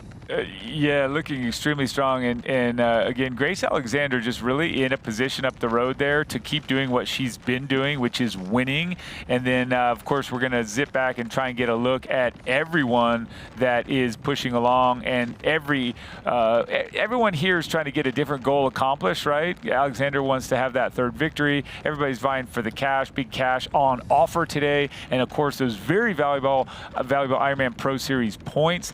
Getting to Nice is on the radar for some athletes as well. So much at stake. As we were 41 minutes into this women's race, Will, the drama is served up. Absolutely it is. And that's Jackie Herring on the bike there we were just watching, and she's looking strong as well as she tries to track down, I believe, Tamara Jewett. Oh, I'm going to see who this is. But Jackie Herring talked a little bit about getting stuck in Ironman mode on the bike and not being a wuss on the bike. You can get used to, if you do a lot of Ironmans, I imagine, just this is my bike power and my bike output, and then coming back to a 70.3, you've got to try and, she wanted to talk about pushing through the mental barrier of going up a gear and knowing that you only have to go half as far. But there we go, the battle between those two. That's a battle for 10th and 11th, but plenty to go in this bike course as we continue the 70.3 North American Championships. And there it is, the Ironman World Champion.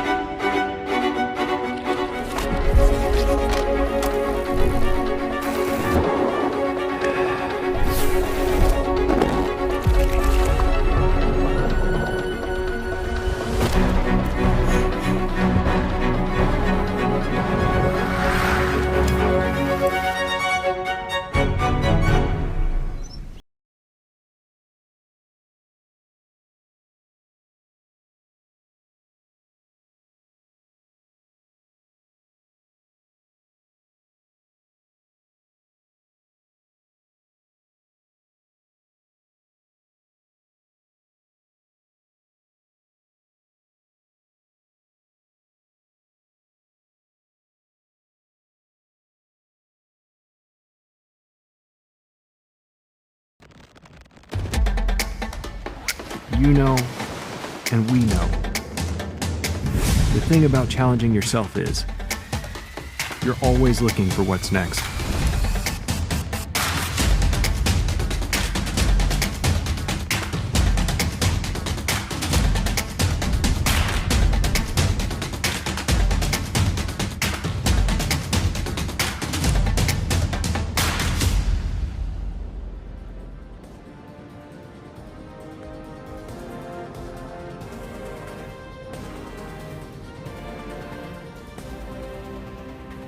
You by Oman. Beauty has an address, endurance has a destination. Experience Oman. And by Roka. Find faster with Roka. And undoubtedly, and you'll agree with me, Michael, this is the biggest sporting event going on in North America at the moment. Forget the Knicks winning in Game 5. Forget the World Cup where Australia dominated Turkey early this morning. This is where it's at here in Pennsylvania.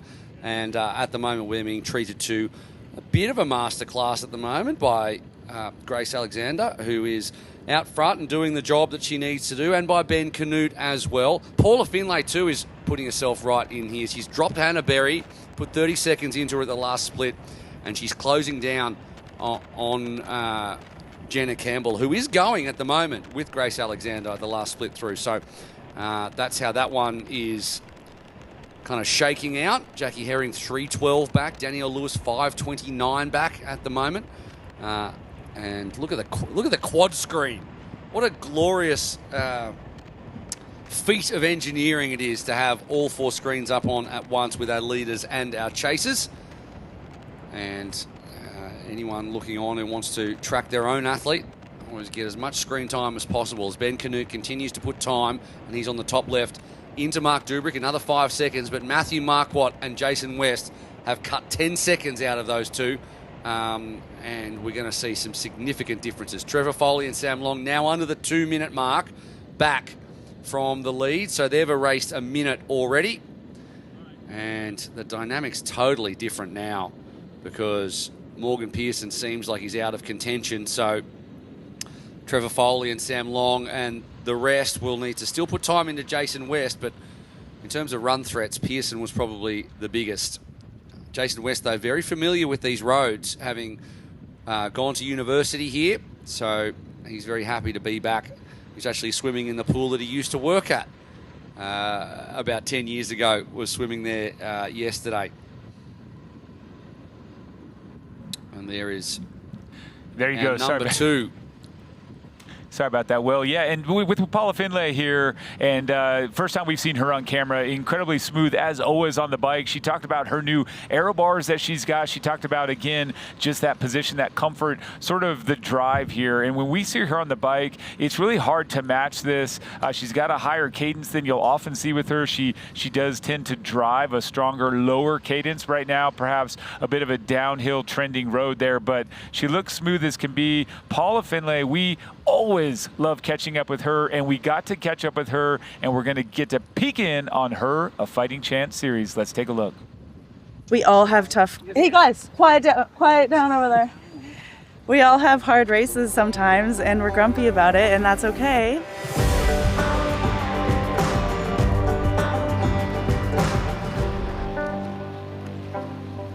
Hi. Good morning. How are you guys? We're straight to work. Straight to work.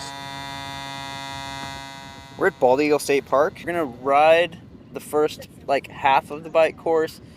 Paul's gonna do a little swim, and then we're gonna drive the second half of the bike course. So how's your prep been going, Paula? Oops, sorry. Wow. Yeah, I raced Chattanooga 4 weeks ago, which was not the best, but since then I think I've had some good training and excited about this course and a place I've never been before. I'm excited for it. Yeah. I feel healthy. I'm coming into this race without any concern about, is this going to hurt? Is this going to hurt? Everything feels good. So that's a big win for me. Yeah, I have these Spico bars now, which are, how much should I gush about these? I've been riding my TT bike 6 days a week in the last month, attacking the course. If I can have a good swim and get out with at least close to the front, I know I can ride well on a course like this that has a lot of ups and rollers, and I don't know a lot about the run course. Is it flat? I feel like it's kind of rolling. When I was recovering from my hip injury, all I was doing is uphill running. Who are you excited to race against? I'm excited to race Hannah. She doesn't really come over to North America too often, and she's one of the best to do it, so it's cool that she's here. Grace Alexander again, she had an awesome 2 races in Gulf Coast and then Chattanooga, so she's getting faster and faster. It'll be fun to try to take her down after the last race. Jackie's coming. Yeah, it's a good field. It's a solid North American field. A couple internationals, but mostly the standard North American people. And here we are watching the exact same kit, the exact same bike as she was training in, warming up in, preparing in, and attack the bike course is, I think, what we're seeing as she rolls through and continues to eliminate time. The last time check, 19 seconds, Will, and that means she is really feeling good today, because the hard thing is when a mechanical sets you back, but I think even worse is when you show up and your legs aren't there. The body just doesn't agree with the taper, with the travel, or whatever. Just those odd days. And every pro athlete, probably every athlete across the board, has experienced that at one time or another. It's awful. But right now, Paula Findlay does not have that. I would say she is rolling well. That's right. I mean, people were quite quick to counter out. I suppose she's very honest on her social media and on her podcast, etc. And so if she says she's not enjoying a race, everyone's like, has she fallen out of love with triathlon? Well, she says she enjoys the process. And if you're results-oriented, when you don't have the result you want, obviously you're going to be down. But if you love the process, and the process is hard. I train 12 hours a week. That's hard. These guys are doing three times as much as that. And if you don't enjoy it, then it's difficult to get up in the morning and do it. And so, and if you're going to have white aero bars, you need to know you're going to have a good race, okay?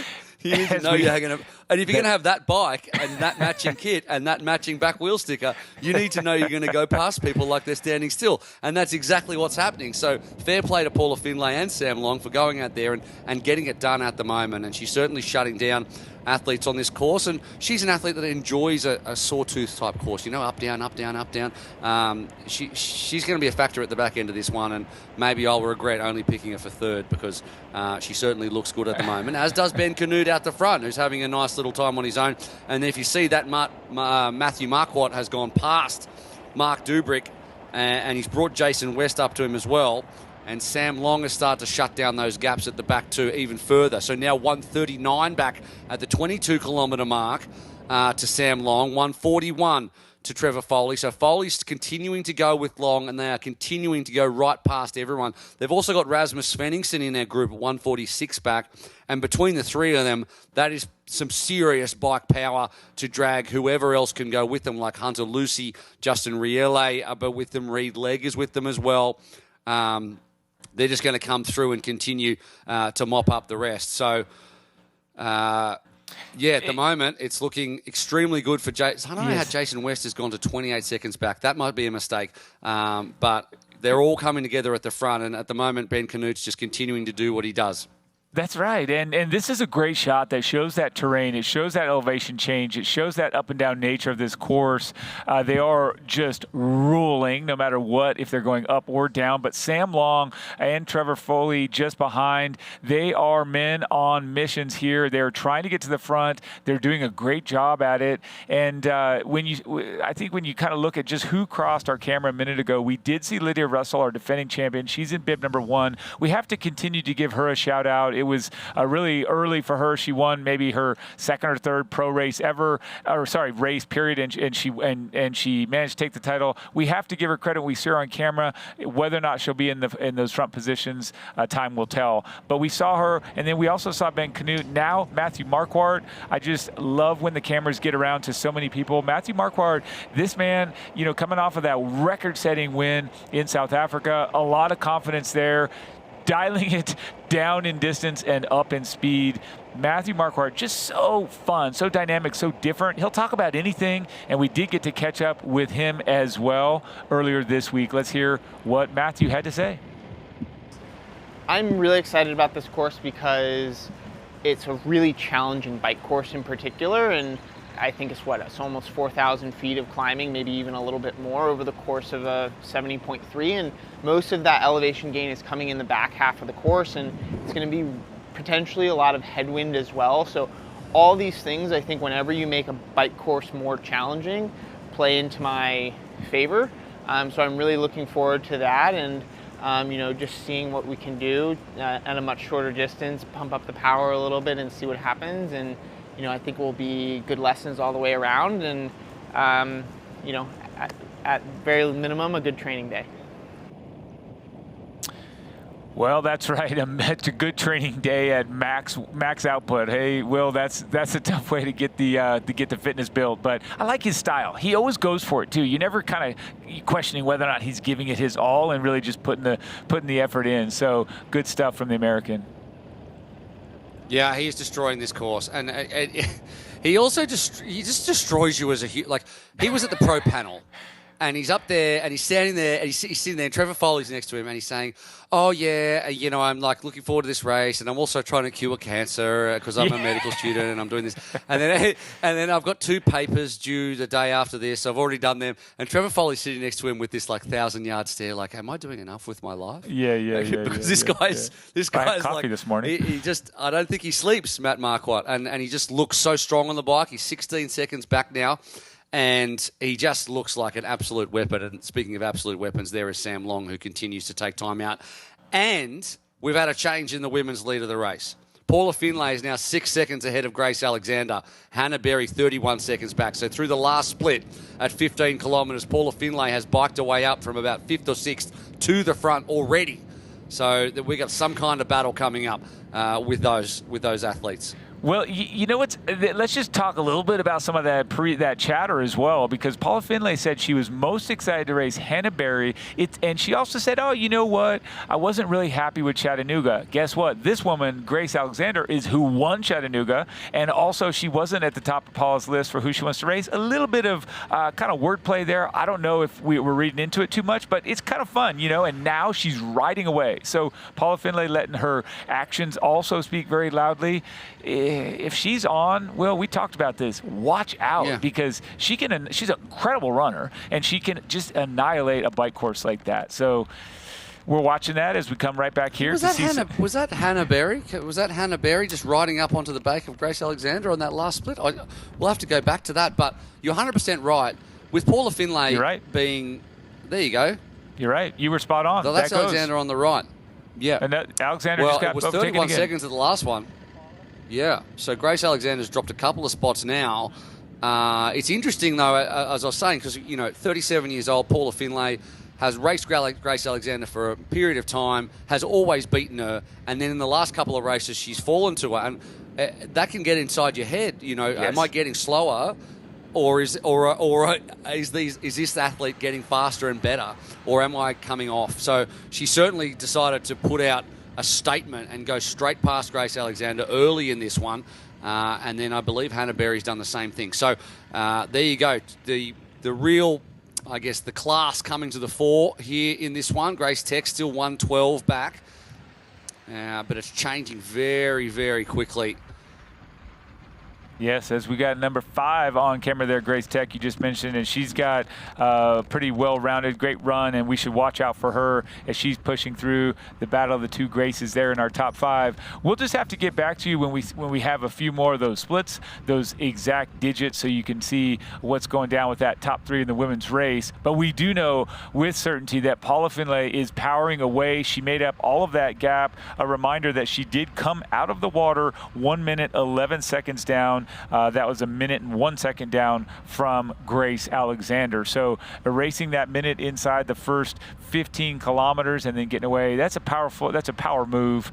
Same way we're seeing the fellas, just power moves, erasing those deficits early on. And it's also, as you just referenced, we often talk so much about who's stronger, who's putting this power out, but that mental component within the race, if you're not operating the way you want to or the way you should, it can be very damaging. You have to put that behind you. And so on the flip side of that, it can be very encouraging. So a Paula Finlay or a Sam Long, when you get in and the legs feel great and you're executing the way you want to, it's very affirming. It's very empowering, and that's a massive thing.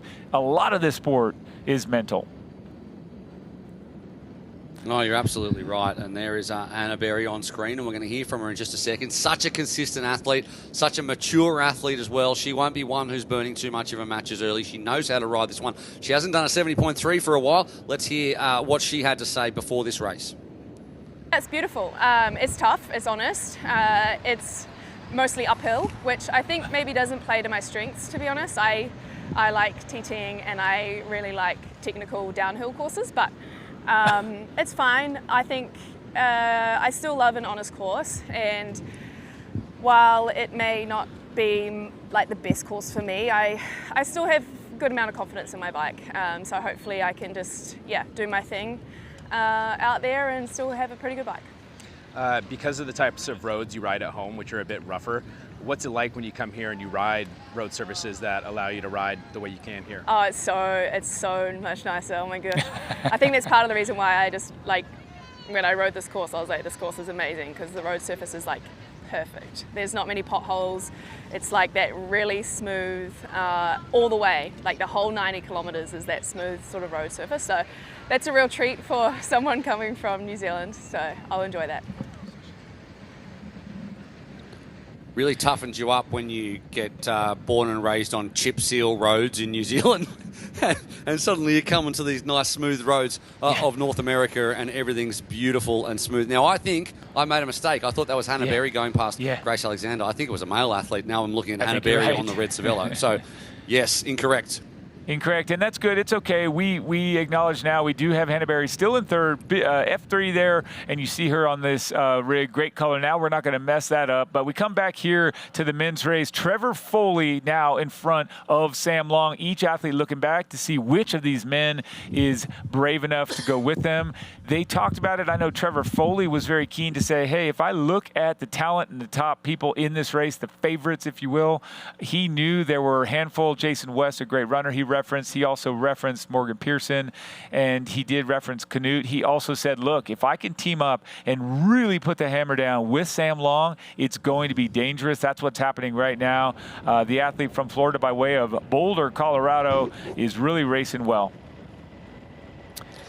I think that we're going to see a pass right here, and it's going to be Marquardt overtaking Ben Canute, I do believe. and it's going to happen very, very soon. And Matthew Marquardt has ridden about 120 into the leader since he came out of the water, which just shows you how strong he is on the bike. He said he'd been dealing with some cramping issues. I remember all the way back to the first race that I did for Ironman was Ironman Cairns, and I was standing there when he had these horrendous cramps in T1 coming out of the water, and then he went on to win that race. He's an incredible athlete, but then it turns out that the cramping issues that continued through that year was down to doing too much of a carb load in the 24 hours prior to the race, and then some nerve issues that were resulting of that. If anyone is going to leave no stone unturned, it's Matthew Marquardt, who's going to test himself until he figures it out. So he hasn't done a 70.3 in a couple of years. So I think he ran a 1:15 in the last one that he did. So it'll be interesting to see cramp-free and in the kind of form that he is, what he can run. But he's now at the front of this race. There you go. You can see the timing at the bottom of the screen.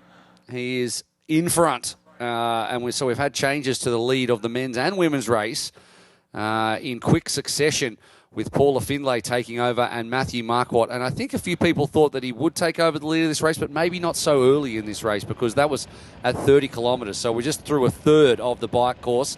And there you can see Canute now tucked in behind Matthew Marquardt.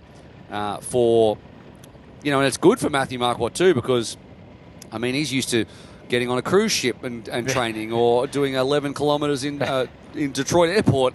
He didn't even have to fly anywhere to go to this race, so he's basically on a home race now. And Trevor Foley coming straight through as well. That's right. Here we are with Trevor Foley. He is pushing the pace with the American Sam Long. And this man, we caught up with him, and we can't wait to share his A Fighting Chance. Let's see what Mr. Foley had to say earlier this week. We're on the street in Boulder. We're me and you are losing 5 minutes in the swim, and Sam goes, "All right, time to start the rumor. They're losing 10 on the bike." I said, "All right, I'll let you start that one, not me."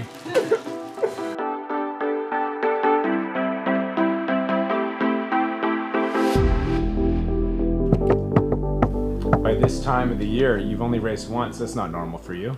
I was planning on racing a lot, many more times this season, but I got lucky and was able to win my first race of the season. Won my first race of the season, which I wasn't 100% sure I was gonna focus on the Pro Series, but when you get perfect 5,000 points, it makes it kind of pretty appetizing to want to continue to chase the Pro Series. So really just had to temper my efforts of, if I want to put together 4 more really good races to be in the mix for a top 3 of the Pro Series, I really need to be selective. So here we are, second race of the season in Happy Valley, a Pro Series race number 2. Well, how's your confidence going into this weekend? It's 50-50, we'll see. It's been a long time since I've put together a 70.3 that I'm proud of or ran to my capabilities. I think when I first started, I did 70.3s, and I ran quite a bit of 109s, even a 108. That was pretty regular for me. And then as I've gotten older and committed more time to the full distance, it's just kind of zapped my speed a little bit, if you want to use that word, if speed's the right word. Fighting for a podium, I think that's going to be a really good day for me. It'll be really good Pro Series points. There's some really good middle distance athletes here that I'm going to have to compete against. I think, I got really nothing to lose here. As I get older and more experienced in the sport, I consider myself more of a full distance guy, I suppose. So the 70.3s are just kind of checkpoints along the way, if that makes sense. Not too much pressure. How do I look? Do I look good? If you want to see more from Trevor Foley and these other superstars, I encourage you to check out Ironman Try and YouTube for these A Fighting Chance presented by Precision Fuel and Hydration. I love diving in there and seeing behind-the-scenes stuff. I love when you get to have the personality. I even love when you get that realness and the humility that you see out of Trevor Foley. He's not coming in here to say, I'm going to crush everyone's souls. He's like, hey, I really want to get back to what I think I can do. I want to get back and be competitive and get a podium. Great, great stuff, Will. And he's doing it now, just steadily moving through the field. Yeah, the humility of what he says balanced with the absolute outrageousness of his current hairstyle, you know? Yeah. So, I mean, it's a real juxtaposition for Trevor Foley. He doesn't know where he wants to be. Does he want to be a humble athlete, or does he want to look Correct. like David Bowie? That is the question. If you watch that Fighting Chance, you will hear him go on to say he just finished watching the David Beckham documentary, and David Beckham had a ponytail, so he's going to grow it out to a ponytail. Now, I'm not making that up. So that is the situation. We'll keep you updated on Trevor Foley's hair as the season progresses here at the Ironman Pro Series. Stay tuned. Stay tuned on that one. It's very slow breaking news as it slowly grows out the back of his head. Hannah Berry, that is a beautiful TT position, just nice and streamlined. And we talk about her incredible consistency. I'm going to go back and have a look at what her results have been. So, second in the Tauranga half to start the season, second in Ironman New Zealand at home. So she had 2 great results at home to start the year, which is kind of it's nice if you're an Oceania athlete because you're coming off a summer, you get to bank some nice points early on, where the Northern Hemisphere athletes are coming off a winter. And then a 7th at Ironman Texas, but she barely fell below the top 10. She had 1 result outside the top 10 last year, and she raced 9 times. And that just shows just how consistent she is. And consistency wins Pro Series, you know, and that's why Kat Matthews is sitting at the top, and that's why Christian Blumenfeld is sitting at the top, or Solveig Lofseth sitting at the top, because they never have a bad race. They very rarely have a bad race, and they're smart enough to have a backup plan race if they're going for that incredible top prize as Ironman Pro Series champion. We've still got 10 more races to go as well, which is outstanding, and cannot wait for that. But right now, Paula Finlay on top. There she is.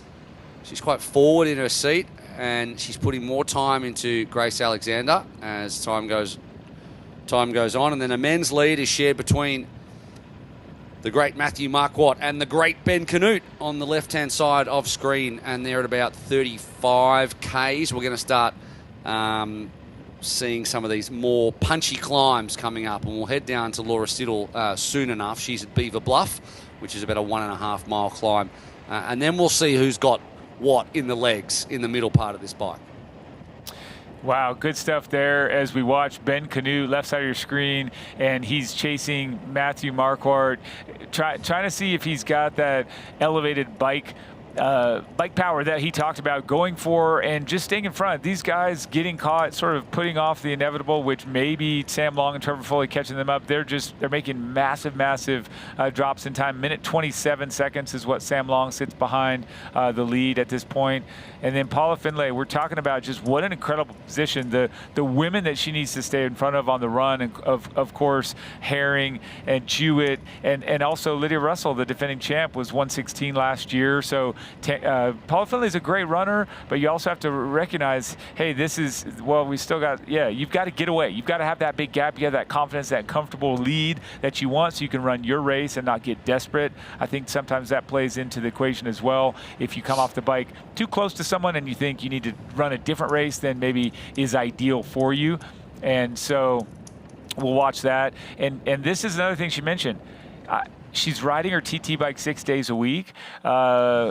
Okay, does that mean she's on the road bike 1 day a week? She's probably riding every single day, but that tells you, look, she's really embracing that. She's really getting into that position, loving it, and I think that's a good thing. That's a great thing, in fact, and it's I think paying dividends today.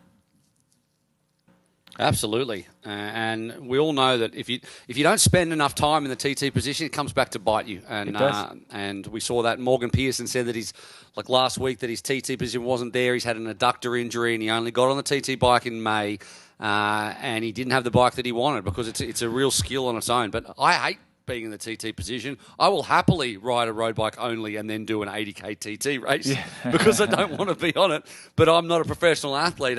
And there's a guy on screen right now who has done so much work on his TT position. He actually posted a photo from a few years ago and a photo now to really show the difference and what it takes to really get a quality aero position and still be able to put down the power. And Sam Long has been working on that immensely, and he's now 122 back. Let's not forget he was 307 coming out of T1. So he said he was going to attack, and he's doing exactly that. Is he going too deep for the quality of the runners that are still ahead of him? Let's not forget, there's still plenty of good runners ahead of him. Jason West is probably the standout there, and he's still got to do work, but he's gonna soak up Mark Dubrick and Jason West, I would say. But Ben Canute has not been shaken off by Matthew Marquardt, who came through from 120 down to take the lead. So Canute's digging deep to stay with the front of the pack. Meanwhile, Paula Finlay and Grace Alexander only 5 seconds between them at 30 Ks. Well, Ben Canute, I'm not going to say he's ever a dark horse, but he's that guy that you can kind of just sort of underrate for a minute and then you regret it, because if you don't pick him to go well, this is the guy that's been second place at the Ironman 70.3, toe-to-toe with Blumenfeld, toe-to-toe with Javier Gomez. You think back to his past, he gets into those fights, he gets into those battles, and he really rises. And is he consistent every single time going to be there? No, but he does love the race. He loves the fight on the big stage. And the Ironman 70.3 North American Championship, this is a big, big deal for a lot of reasons. A guy like that wears the stars and stripes, he wants to see and he wants to have that honor. As we're with Paula Finlay representing Canada, also going for that North American title, talking a little bit there to the folks on the side of the road. That might have been her man, Eric, but she's going through, rolling, and we have so much action to watch. Will Paula Finlay hold the lead? Will she hold off those faster runners? We're going to have to wait to see.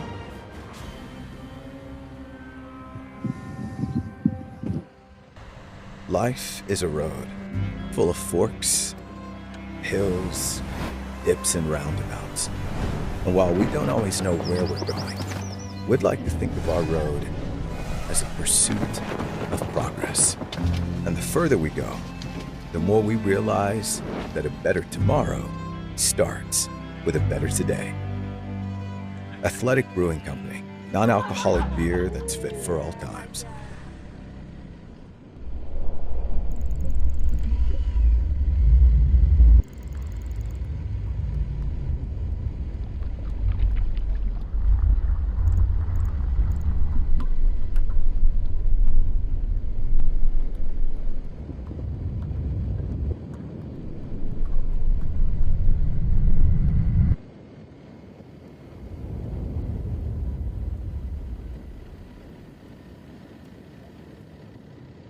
Ironman is the journey of a lifetime that begins long before race day.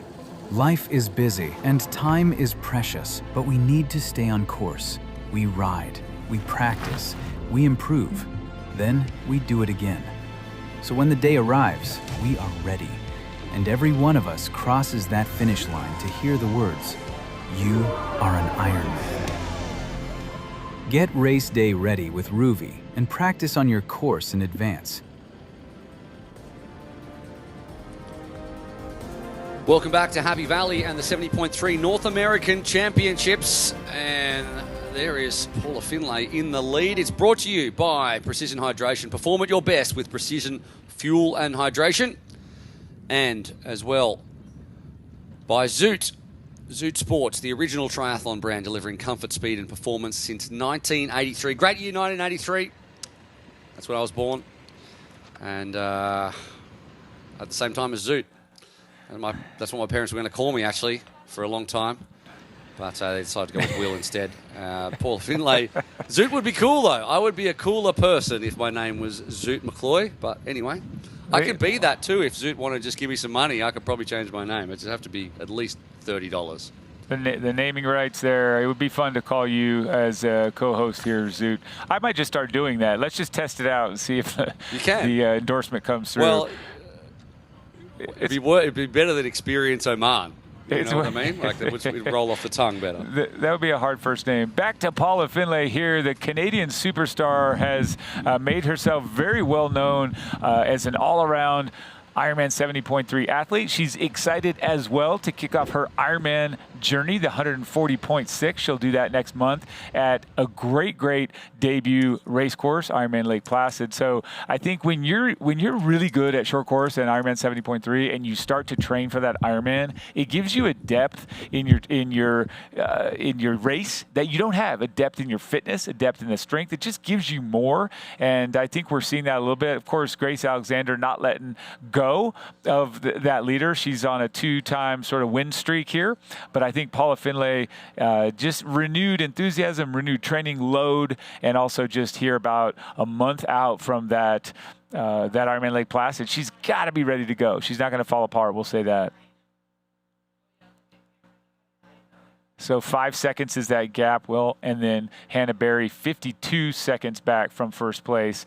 So a little bit of back and forth there. We saw that down to 30. That says Grace Alexander came right back from getting a little bit gapped. Yeah. And there we have it, a quintessential shot of the Amish there running the buggy and giving a quick wave as they roll through, and the kids taking a peek as well, which very good camera work there, and we do love this. This part of really all over Pennsylvania, the Amish, and you get to see them out there. Really, that's their mode of transport too. It's no joke. You do not see them in vehicles. They have no modern technology. It's really a great aspect of culture and here in Pennsylvania.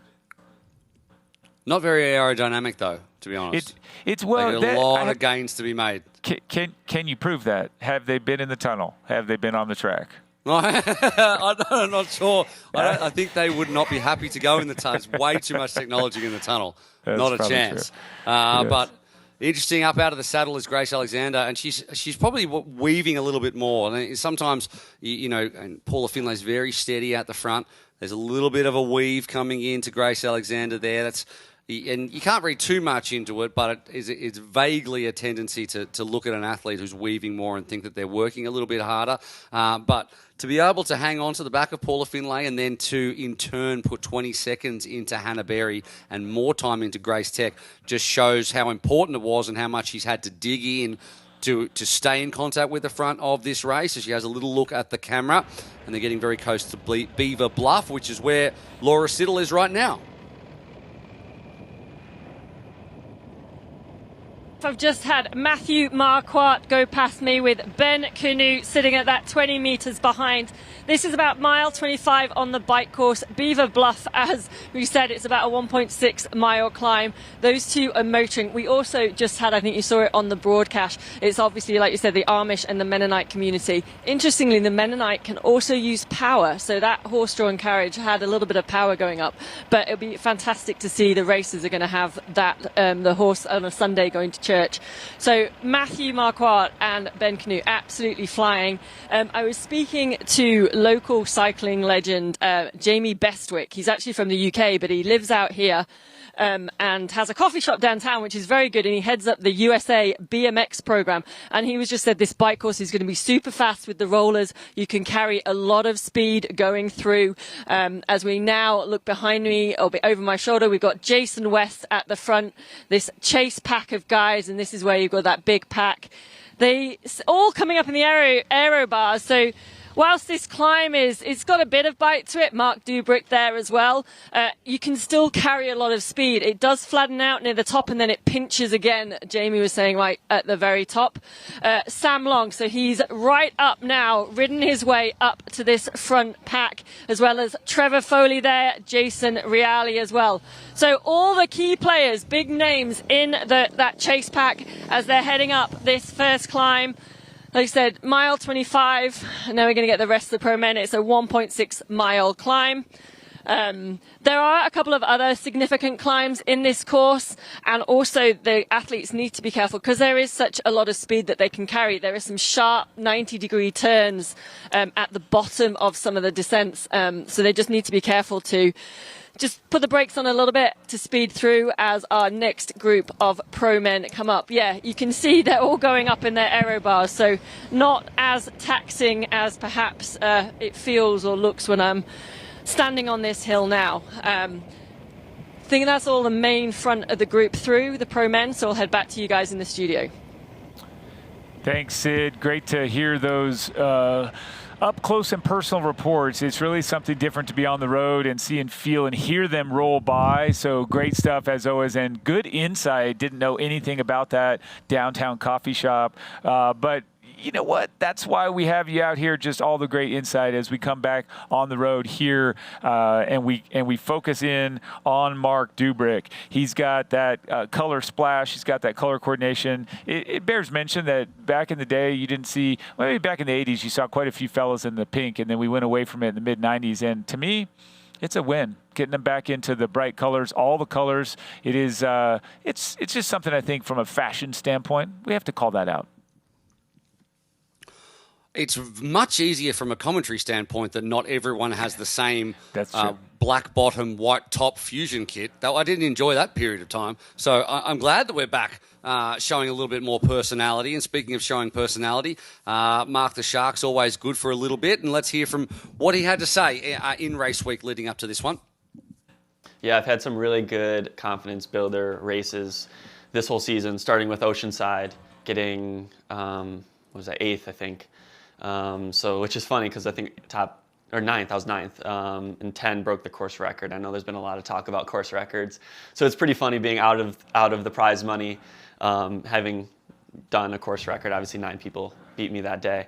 But just the power numbers and how I rode, I was really happy with it. And then the 3rd place at Gulf Coast behind Sam and Seth was a huge confidence builder as well. I pushed around 3:30, which is like an all-time power record for me. And then I still ran really well.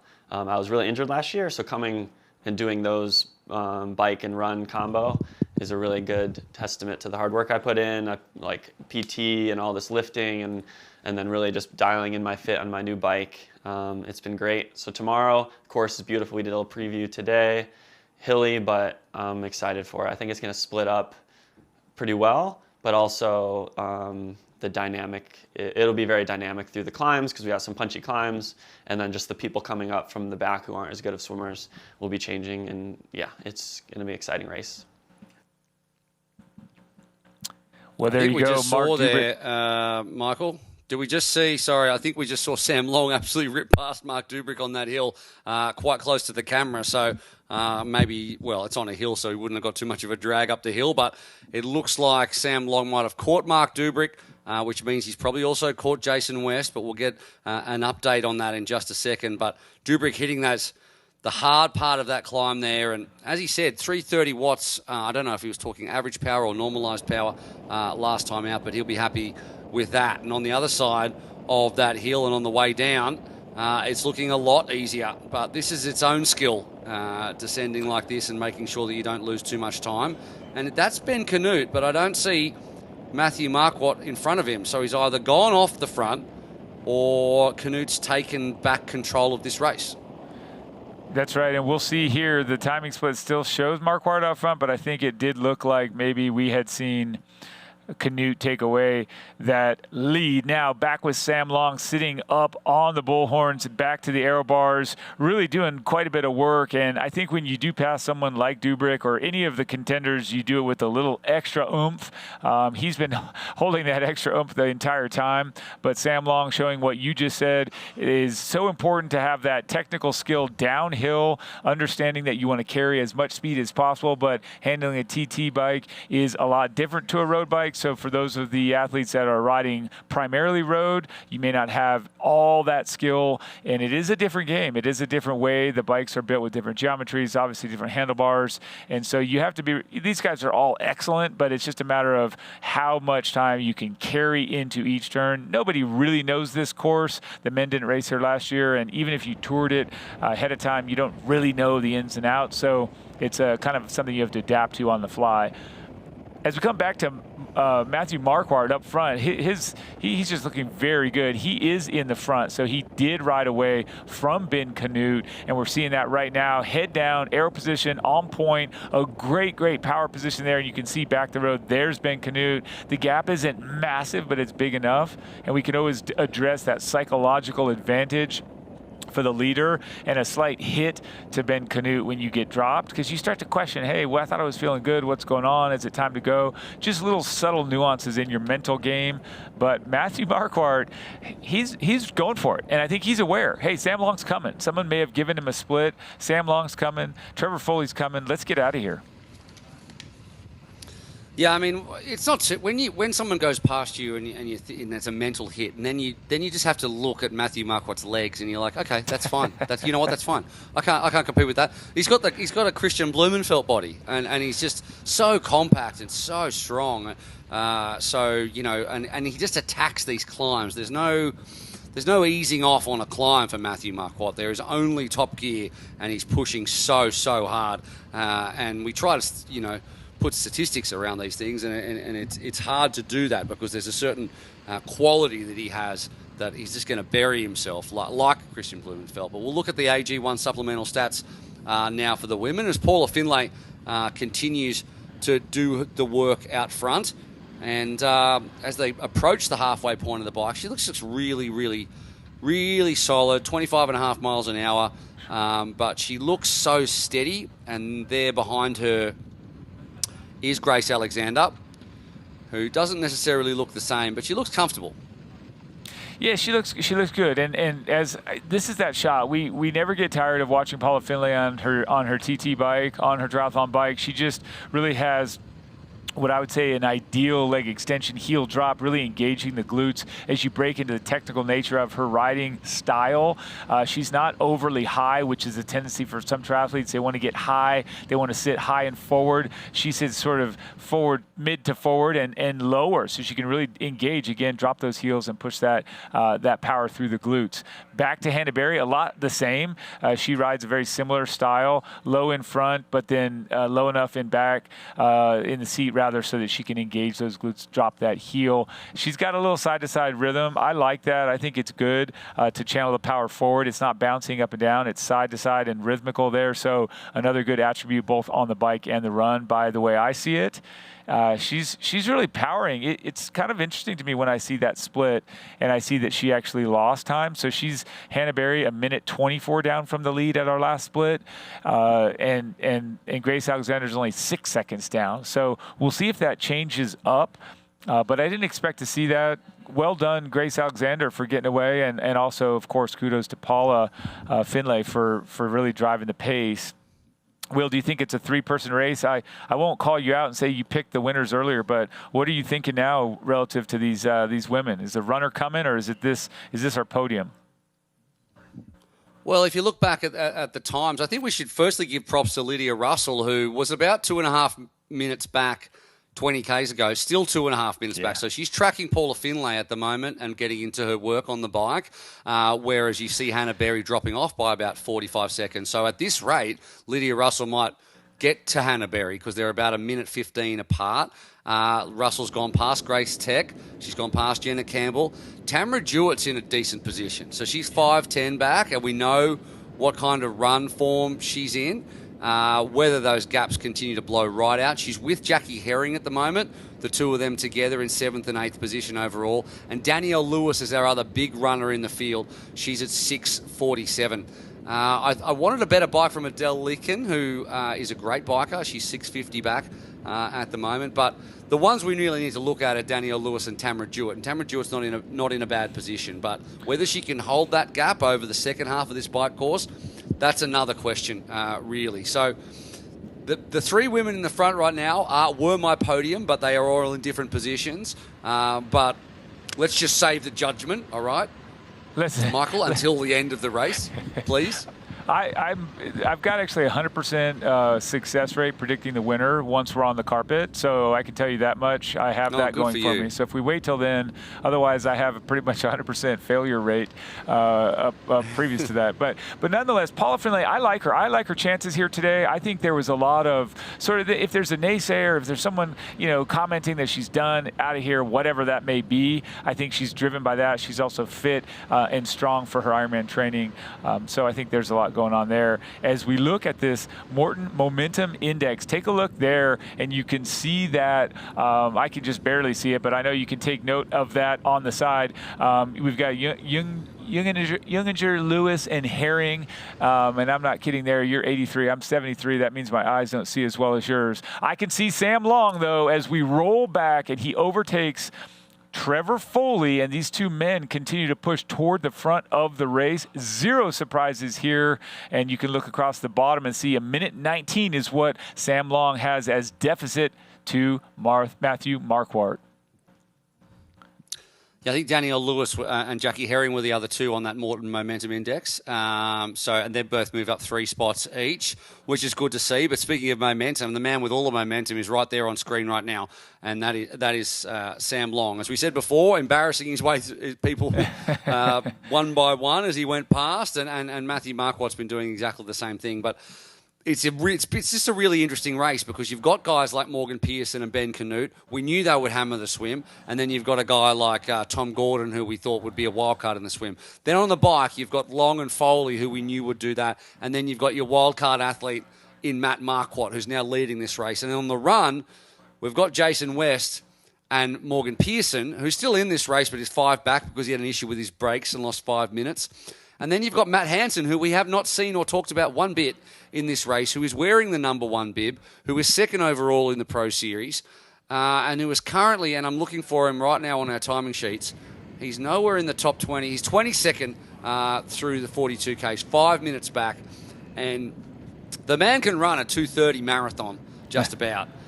He can run an insane, probably 1:07 half, but he's 5 back now, so we'll just see whether that gap is too big, because when you look at someone like a Jason West, who is in 3rd position at 1:21 back, he's in a very good position at the moment. But Canute's still hanging with Marquardt at the front as the females now take on the Beaver Bluff climb. And that Beaver Bluff is tough. The road surfaces are incredible, so they've got great speed, very low rolling resistance across those smooth surfaces. But these hills are no joke. You do get the benefit, of course, on the other side, carry that speed down and around to the next hill rather. But I will say that that is a tough bike course, and I think that when you talk about Hannah Berry using the word honest, it's an honest course. So there's no faking it. There's no getting around the fact that you got to get up and over these hills as we come back to these incredible women here, and we watch Grace Alexander look to the side and kind of take a peek at the camera, look down at her gears, sitting up out of the saddle. Very nice, up out of the air bars. Very smooth cadence there, turning them over pretty well. We've got a great race here between 1 and 2 on the road. Absolutely, a little back and forth, a little tit for tat there. Some punches being thrown, and another one of our men riding by, trying to get away from this women's race, which is good. You need to do that. You need to stay clear, and these women don't want him in the mix, and vice versa. Paula had a little look at the camera there and a little smile, and why not? She's out the front of this one, and there is the athlete she is trying to shake in Grace Alexander. And we've talked about it before, like it's a generational thing. You want to stay on top, and you want to show the younger ones who's boss. I get that. But on the 42, they're the only two that have been through the 42K split, and they're 3 seconds apart, and we're still waiting for Berry, Russell, and the rest. So nothing between these two. Grace Alexander, if you're just joining us, she took the lead from Jenna Campbell early on in the first 3 or 4 kilometres, but it wasn't long before Paula Finlay decided to take over at the front, and you can see that there's not much behind them. There's the two of them together. And back again, Paula Finlay taking that lead in the air bars as Alexander pops up out of the saddle briefly. I think it does. I think you're right. Show the younger generation who's boss, but Paula also has that high level of pride in her own cycling ability. Not many stick around her when she comes through, so there's some of that. We're going to jump right down to Sid on course for another live update. Sid, what have you got for us? Hey, yeah, so literally now is Hannah Berry coming past me. She's in 3rd place at the moment, about 90 seconds down on the leaders, which we had flying up the hill. Grace Alexander was at the front, Paula Finlay behind. Those two really going for that battle head-to-head. The fact that I think Paula Finlay is at the front of the race with Grace shows that she is on good form, and I think dangerous to watch on the run. There's something about the North American Championships and Paula Finlay, who she just raced as well. The rest of the women we've got coming up now. The other thing about this bike, it's pretty cool. I'm standing on this hill. I mean, obviously the races will get hot. It's pretty cool, but it is quite muggy, obviously, here. There's no wind at all. This course is exposed. It does go through a lot of farmland, so it can get quite exposed. As we see Lydia Russell now coming up, our champion from last year, riding well. First race back for her after her a broken collarbone, which was pretty significant. I think she had to have 2 lots of surgeries, and she just said she's super excited to be back. She also, I think, comes from not very far away from here as well, so kind of classes this as a local race. It is our only champion racing, seeing it was a pro women's race only last year. But as I said, I think Grace Tech now coming up, so she was about 100, 200 meters behind Lydia Russell. So the women a little bit more spread out. But as you can see, I don't think all the pros, the men and the women, are making this hill look super easy. They're all going up in aero bars. It's a lot steeper than it looks. They are just absolutely crushing it. And as I said before, like, the rolling nature of this course means it is super fast and you can carry a lot of speed. There is a lot of the course also through farmland, which is very exposed. So if it is windy, like I said, there's not a breath of wind here, but we are in the trees. But when it is windy, it kind of swirls as it comes through the valley. We've got another couple of pros coming up. But yeah, I think that front of the race with Grace Alexander and Paula Findlay, obviously Grace coming off the back of 2 wins and getting one over on Paula, which Paula wouldn't have been used to having that situation. And I think Paula's been really excited about the training she's been doing for Lake Placid. And so that's been motivating her. As we see our swim leader, Jenna Campbell, first year pro, riding really strongly. Obviously just dropped back off those leaders out of the water. Jenna has been a bit sick this week and has had a bit of a running injury, but a super great performance by Jenna in her first year as a professional. We've got a bit of a gap, so I'll head back to you guys in the studio. Thanks, Sid. Great, as always, to hear those on-the-ground reports. So much good content there. So much good info as we come back to a nice tight shot of Paula Findlay. A little bit of back and forth between her and Grace Alexander. These 2 women really dispatching, at least for now, Hannah Berry. And Paula's speaking with the camera. She's getting quite a bit of conversation. We can't pick up exactly what she's saying, but she is conversing. I think she's in a fairly comfortable spot. The time to turn it on, an hour and 37 minutes into this race. Could be about now. I think it would be wise to continue to turn those screws and try and dispatch everyone, including Grace Alexander. What a fun battle. In Chattanooga, we had Grace Alexander in first with Paula in second. Now here we are again. Will we see that same result, or will the tables turn? Some downhill, twisty, fun descending is happening right now, and you get to see the way these women handle the bike. It's a thing of beauty. Yeah, I just love to watch races that have features like that. You know, it has a little bit of everything. And we saw Paula there climbing and chatting when she was probably at 6 or 7%, and then being able to go straight into a lovely technical downhill. And there's Jackie Herring as well into her work with the Black Rudy Project helmet on. She's still back in 8th position. We're just waiting for them to go through the 49-kilometre split time. So her and Tamara Jewett are together.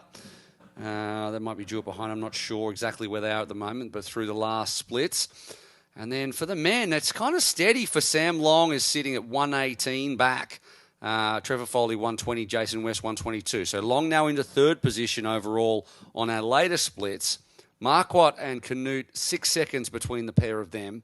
And then Long, Foley and West together in a group with Dubrick and Justin Riella as well, between 118 and 128 in arrears.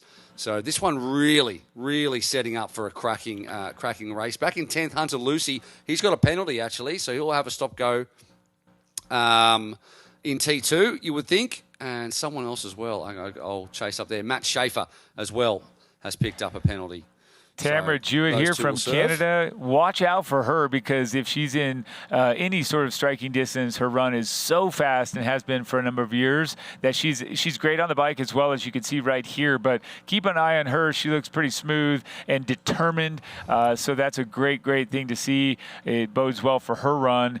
And just as we look at this women's race and we think about both of these incredibly tight competitions going on, Will, I'll say this. When you look at Sam Long really hovering around, let's just say 80 seconds for quite a while now. He's been plus or minus 6 or 7 seconds, but he made it up quick and then he's sort of stalled there. And so is Matt Marquardt really pushing it, or is Sam just stalled together with Foley? We will find out if this American men's battle is shaken up, and we will find out if the Canadian on camera can stay close enough to run through to the podium.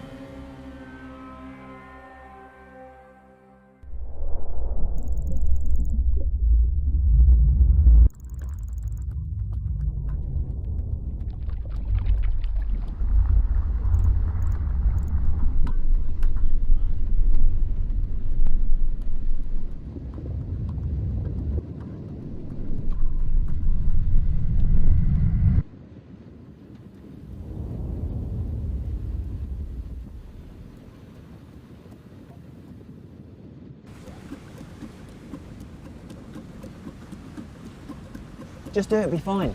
It's breakfast with precision. It's breakfast with precision.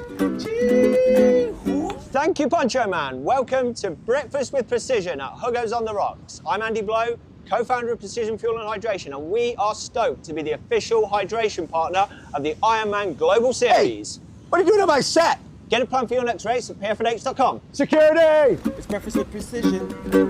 It's breakfast with precision.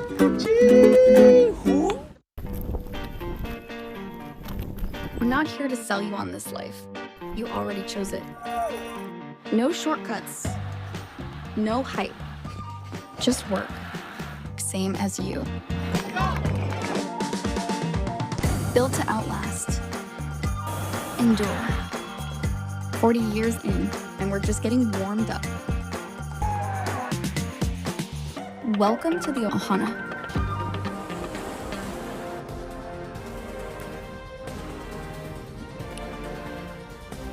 Welcome back to Happy Valley and the 70.3 North American Championship. Sam Long on screen, as we said, stalled a little bit in his chase. This is brought to you by Experience Oman. Beauty has an address, endurance has a destination. Experience Oman and Athletic Brewing. Brew without compromise. And there's no compromise coming from Sam Long. He in the first half of this bike was speeding past people and attacking, but I think it's probably showing how strong Matt Marquardt is in the second half of this bike so far with the hills that are coming up, because that gap has been around 20 kilometres. It's been stuck there, Michael, and you mentioned it before the break, to Long, Foley and Jason West, Mark Dubrick, Justin Riello. They're all stuck around 120 back on Marquardt, and then Canute 6 seconds back. So maybe with the change in the second half of this course, with the greater climbs, and Marquardt's just so strong on the climbs, we're not seeing Sam Long eat into that, and he'll start to get splits out there, and people will be yelling at him. It's the same, and we're hearing the same numbers, and that's kind of disheartening, I suppose, for a guy that is not necessarily, like, he needs to be at the front of the race if he's going to run away from a guy like Jason West. That's very important. But he's had a really tough week, Sam Long, and a tough couple of months. New child, and his bike was lost, and he was delayed. But he's always positive, and let's hear a little bit of Sam's positivity right now. You might as well, make lemons out of lemonade, I think is the expression. Maybe that's the other way around. Whoa, who you know that get it jumping like this? Look, anything I touch is good, they call me Mightis. Live view, what are you checking, Sam? I am checking the bike here. Still in Chicago.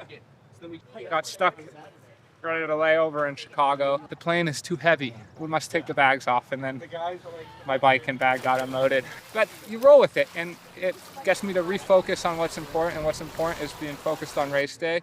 The job on Sunday is to go out and be a savage. The plan is going to be to attack until either my competitors' legs fall off or my legs fall off. There's the famous saying, if it's hurting me, it's killing them. We'll see if my body's up for the task, but that's the strategy. After your last race in Chattanooga, is this going to be a little bit of a redemption race? Silence the haters? Yes, it will be. The biggest hater is probably in my own mind, though, right now. The sport's always crazy, highs and lows.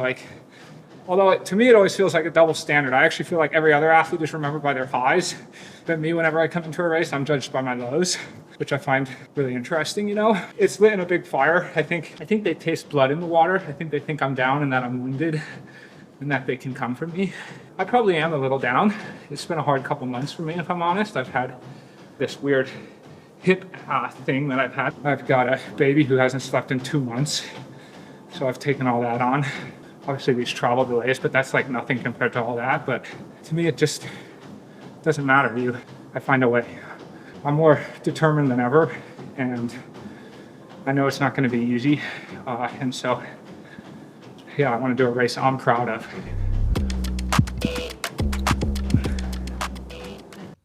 If you'd like to learn a little bit more about what's going on in the life of these athletes, you should rush on over to Ironman Try or YouTube and pick up some more of Fighting Chance presented by Precision Fuel and Hydration.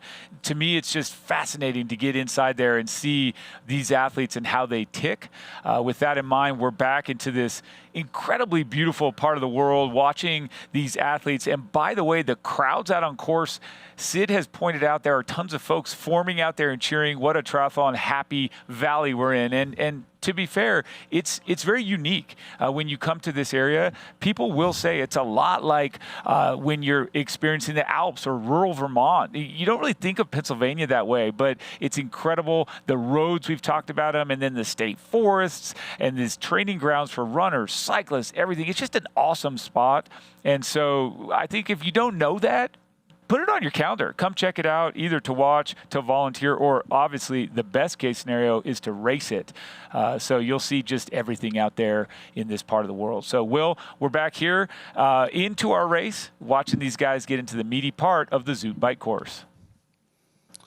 That's right. I mean, to be fair, like Beaver Bluff, it could be the new Hippie Hollow in terms of places.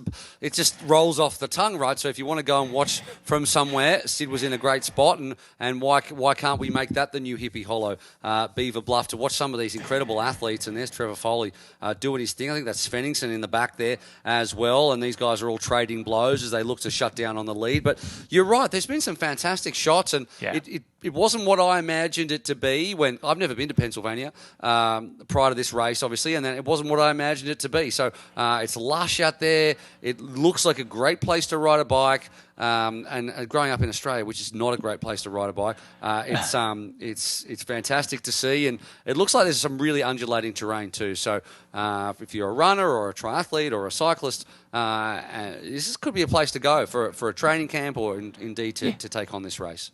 Yeah, for sure. And funny enough, a lot of triathletes, you talk about Jason West, I mean, I think back, a lot of folks have been churned out of this State College area, including Paul Fritchie was the top U.S. competitor back in the day. But let's not mess around. Let's talk about what's going on here and dive into these AG1 supplemental stats. Yes, we do see Rasmus Svenningsson not on camera at the moment, but we see him at 27.67 miles per hour, that average speed through that last split, 159 we're at the next split. I mean, that's Svenningsson. He's racing for a knee spot. He's racing with a lot in mind. He wants to be a competitor across the board, but obviously thinking about snagging that Ironman 70.3 World Championship position. That's on his mind. But the stats are fun, and take the stats and then apply them to what you're looking at with Marquardt on camera, grinding it out. I mean, you can tell if he's that much out of the saddle. You can tell for sure that we are in this section where it's the longest climb.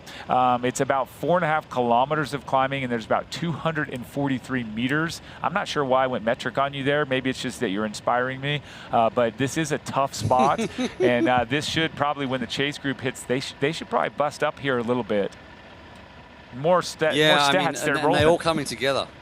Yeah, sorry, there's all those stats. Read them out. They're all coming together too, and there's another one for Trevor Foley. But there's a section of this bike course, and I think we're just about there right now, which is around 3 miles from mile 38 to 41, and you go up 800 feet just in that section, so it gets really, really steep. Right, as you can see how hard this is for Trevor Foley, and then Sam Long behind. Rasmus Svenningsson is down the back there as well. I think that's Justin Riele in the yellow as well, in this group of Uber bikers that are now taking on what's called Nittany Summit. which is I guess we sort out the men from the boys in this part of the course. Canute's dropped 10 seconds back on Marquardt up that one, and it's still sitting there at around 117, 120-ish for that group. So it just shows you that Matt Marquardt by himself and this group of Uber bikers are all moving at around the same speed, and pushing insane watts to get up this hill. The question mark now we start to look forward to the run is what kind of run these guys can have off a bike that's quite tough, and they've been pushing really, really hard. Trevor Foley, we don't know.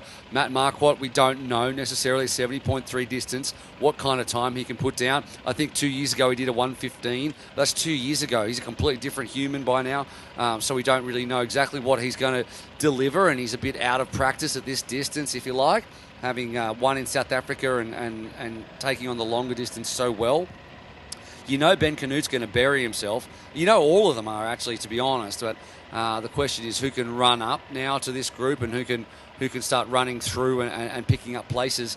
And those knee slots, which you mentioned. Yes. So Marquardt doesn't have a knee slot just yet. Matt Hansen doesn't have one either. Andy Kruger, Morgan Pearson is not going to pick one up, you wouldn't think.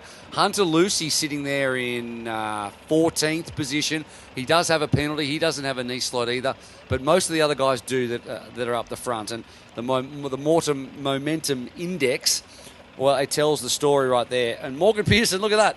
He's got the momentum back. Luke Jones and Freddie Kruger are all picking up 5 to 6 slots each. That's right, and when you see they've each jumped those spots, it's great to see Pearson doing that, because we talked about it from the beginning. He wanted to lead the charge. He wanted to exploit his strengths. He wanted to go hard in the swim, wanted to go hard on the bike and the run. When you lose all that time for whatever reason, go 5 minutes down, and then to stay in the hunt, that is unique.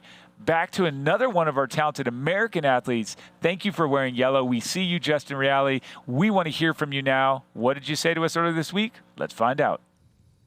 I think so. I don't want to underestimate the power of that front group. I think Matt Marquardt is going to be a surprise threat on the bike. He goes under the radar quite often, but he, I believe, is the single strongest cyclist in this field, maybe with the exception of Sam Long and Trevor, who are both going to be coming from behind. But I think if you miss the Matt Marquardt train on the bike, you could be in for a tough day of chasing and never being connected to the front. So I think he's actually the guy to watch for on the bike, setting the pace, setting the dynamics, and making sure you're with him. So as long as I can get out of the water with him, even if we have a gap to the top swimmers, I'm pretty confident that I'll be able to get up to the front. I'll just have to make that tactical decision on race day where to push on this course, because it's tempting to go out really hard in the first 10 or 15 miles of this bike course, but I think this course will reward patience and being really composed and then hammering the climbs on the back half and not fading. And there you have it, patience. And it's funny when you talk about patience and then you see this massive output and you see how well Justin Reale is racing. But it's really true. And I think when we stepped away to listen to him talk, we were addressing who can run well. And it bears mention that it's not the same thing to run well on a hard run course after riding well on a hard run bike course. So today we have both. When you have to go up and down on the bike, and you're pushing a massive effort, and then you have to do that same thing on the run, it takes a unique set of fitness and skills. It's not for everyone, and that's maybe that's an understatement, but I think there are certainly people that do better off of hard bikes running on hard run courses. So a lot of times we'll see a very flat course off of a hard bike. I mean, Nice is a great example, flat run, hard bike. This one, you have both,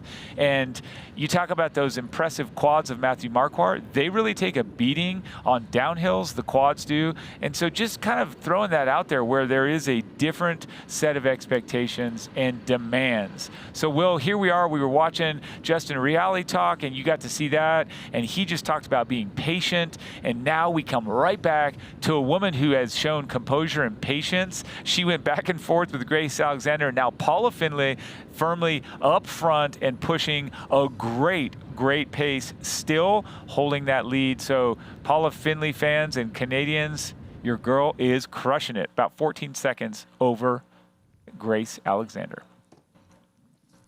Yeah, it's good to see her look strong. It's good to see the 13-time Ironman 70.3 winner back on top. She's won here a couple of times before. In fact, she's going for a three-peat here. Well, not here in Happy Valley, but here at the North American Championship. So she won in 2024 alongside Sam Long. She won in 2025 alongside Lionel Sanders, who I wish was here because we all love Lionel. Jason West is the previous winner here before in 2022. Jackie Herring has won the 70.3 champs before. So, you know, it speaks to the experience of these athletes that they can put it together on a day when all of their peers are also there, and it's important to do that. And it's not that easy, to be honest, and we see it sometimes with athletes who are less experienced to be able to do it on the big day. As we see Jenna Campbell there, still in her work and still in and around the mix. She's sitting at in sixth position through 50Ks, 5:27 back at this point. So I guess, you know, every time I watch one of these races, I get in the mood to do a 70.3. I mean, not right now because I've had about 6 cupcakes while we've been commentating. But it does get me fired up. And if you want to do one, there is plenty everywhere around the world for you to do. Forget 70.3. Let's go straight to the full distance and discover the meaning of Northern Grit in a city that's steeped in triathlon history. Of course, the Yorkshire city of Leeds, famous triathlon city, home to England's only Ironman race as well. Brings the energy like nowhere else. The people of Northern England, lovely humans. You start with a swim in Waterloo Lake, very English-sounding lake, before the bike course through all these picturesque, beautiful little villages, and then you run around Roundhay Park. It's on August 16th. You've still got time to do some panic training for it. One of your last opportunities to race in Europe in the summer. So make sure, don't miss your chance. Go to ironman.com. Learn more. There's a code on the screen down the bottom left. Just do it. Just back yourself. And then get out there and start training because the experience is like none other. And forget even starting with the half distance. Just go straight the whole hog, and then you can get the tattoo. You don't have to pretend like you did an Ironman when you did just a 70.3. You don't have to worry about any of that. You just go straight the whole hog. And speaking of that, Paula Finlay is just soaking up some of the men at the back and continuing to be super strong on the bike. And she loves a hilly course, and she certainly. And this is the same guy that ripped past her actually. About 10 kilometres ago, and now she's got him back. And he gave it a thumbs up, and I love that. I mean, here's the thing: we all have to start somewhere, right? So, and sometimes you have something else going on, but good, you know, sportsmanship there, and also good support of Paula Finlay. If I'm even in the same screenshot as Paula Finlay, I'm excited. I'm happy for myself. So 100%, right? That's probably most people. But Paula is I'm excited because you see that she is having a good race. Yes, there's tight company, 16 seconds at this point, 14 seconds earlier. She has not dispatched Grace Alexander, but that's not a surprise. Grace Alexander came into this as a known factor in this race. Of course, Paula took second to her in Chattanooga. For those that aren't keeping score and need to be reminded, that battle is back. We're seeing it again, and it's going to be exciting as we transition onto that Hoka Run course. And the left side of the screen, Matthew Marquardt, he's fresh off of that South Africa win where it's a totally different race. Other side of the world, completely different pace, completely different terrain. Other side of the road, by the way, but here he is in Happy Valley, and he is just going for it. So yeah, he's doing a lot. His plate is full, but one of his items is coming in here and saying, I don't care about your pre-race plans or pre-race favorites. I am taking this thing, and you've got to come get it from me. Yeah, that's right. I mean, and he's racing without fear. It's been a while since he's done a 70.3, so he's just going out there and sometimes I think and I've heard, and I'm not saying this myself, but I've heard the athletes talk about it, is that you have a strength, right? And sometimes because you want to work on your weaknesses, you can neglect your strength. But the strength is what gets you to the front of the race. And that is Matthew Marquardt's bike. I mean, he's got a great swim, but he's got an Uber bike. So he's obviously been working on that, and he's using his strength to get to the front where he wants to be. Grace Tech on screen right now, and. Yeah. Marquardt, not only is he doing research papers and he's training for a 70.3, he's leading a 70.3, he's also doing a Lego Notre Dame, which is like a massive project at the moment. So in his spare time, he's doing a gigantic Lego project. The guy's mind just must be running all the time. I think he probably puts those pieces in. He puts those pieces in his brain, right? He's doing all that in the background. He's positioning Lego. Totally. But here's Can't, where I got to finish now because I got to get home and do the Lego. Exactly. Yes, it's in his mind. I like that. Well, a little distraction. But what you said, and I think here's where I would look at it. You absolutely train your weaknesses, but you race your strengths. So if you've got a shortcoming, get after it. Prepare yourself. Build it up. Train it. But if you're not exploiting your weaknesses on race day, you're doing it wrong. Paula Finlay is doing that right now, trying to get away. Again, a little lead change, a little back and forth. She's going ahead. Smooth. Cadence is up. These roads this is about as rough as it gets here in Happy Valley. There's a couple of cracks. It's still perfect, pristine asphalt as they rock and roll. She's really only getting past more men that have gone out too hot, and so 2 hours flat into this race for the women, and 2:05 for the men. Reminder: this is no longer a 4-hour event. We're under 4 for the men, often by a lot, even on a hard course. So we're over the halfway mark, and the Zoot bike course has still good action to come, and then that beautiful 2-lap Hoka run course is going to test these athletes and see what they have done with regard to pacing, hydration, fueling, and of course, just how their feet feel, right? Gosh, running, you feel it all. Absolutely right. And as we look at Paula Finlay, we should mention again Lydia Russell, who we said was going to go past Grace Thick and Jenna Campbell. She's done exactly that. She's in 4th position. She's 40 seconds ahead now of Grace Thick. So, I mean, the chance to go back-to-back and defend here is not over because there's a 21-kilometre run and anything can happen, as we know. But she certainly put herself in the mix for a podium at the very least. She's 40 seconds behind Hannah Berry now, who's dropped over 3 minutes to the lead pair, which is really interesting. And as they get through these, and we talked about it before, once you start hitting these proper climbs, you start to really know who's feeling the pinch and who isn't. And in the men, it's kind of devolved into a bit of a stalemate in terms of the gaps, but the women's is changing all the time. So even as I say that, the men's chase pack is breaking apart a little bit. Yeah, so Foley and Long now down 46 seconds. So they've caught and passed Ben Canute is what we're hearing. And they've distanced Jason West. So our two big bikers, Jason West managed to go with Matthew Marquardt and drag himself up to the front, but he hasn't been able to stay then with Marquardt and then now with this group. So he's still wide up there, but now that rubber band has snapped between Foley, Long, and then West, we might see a big gap now back to Jason West, depending on how deep he's gone. That's right. So then he's going to really need that 106, 107, and that hometown support, that kind of alma mater support from State College, Penn State University. But you saw Svenningsson just focused as can be, and now we're rolling through that chase group. That was Svenningsson. Now we've got Reale and then Foley with Long, the so-called Uber bikers that are all great runners, by the way, and it just depends. These, I think, are the types that can really torch.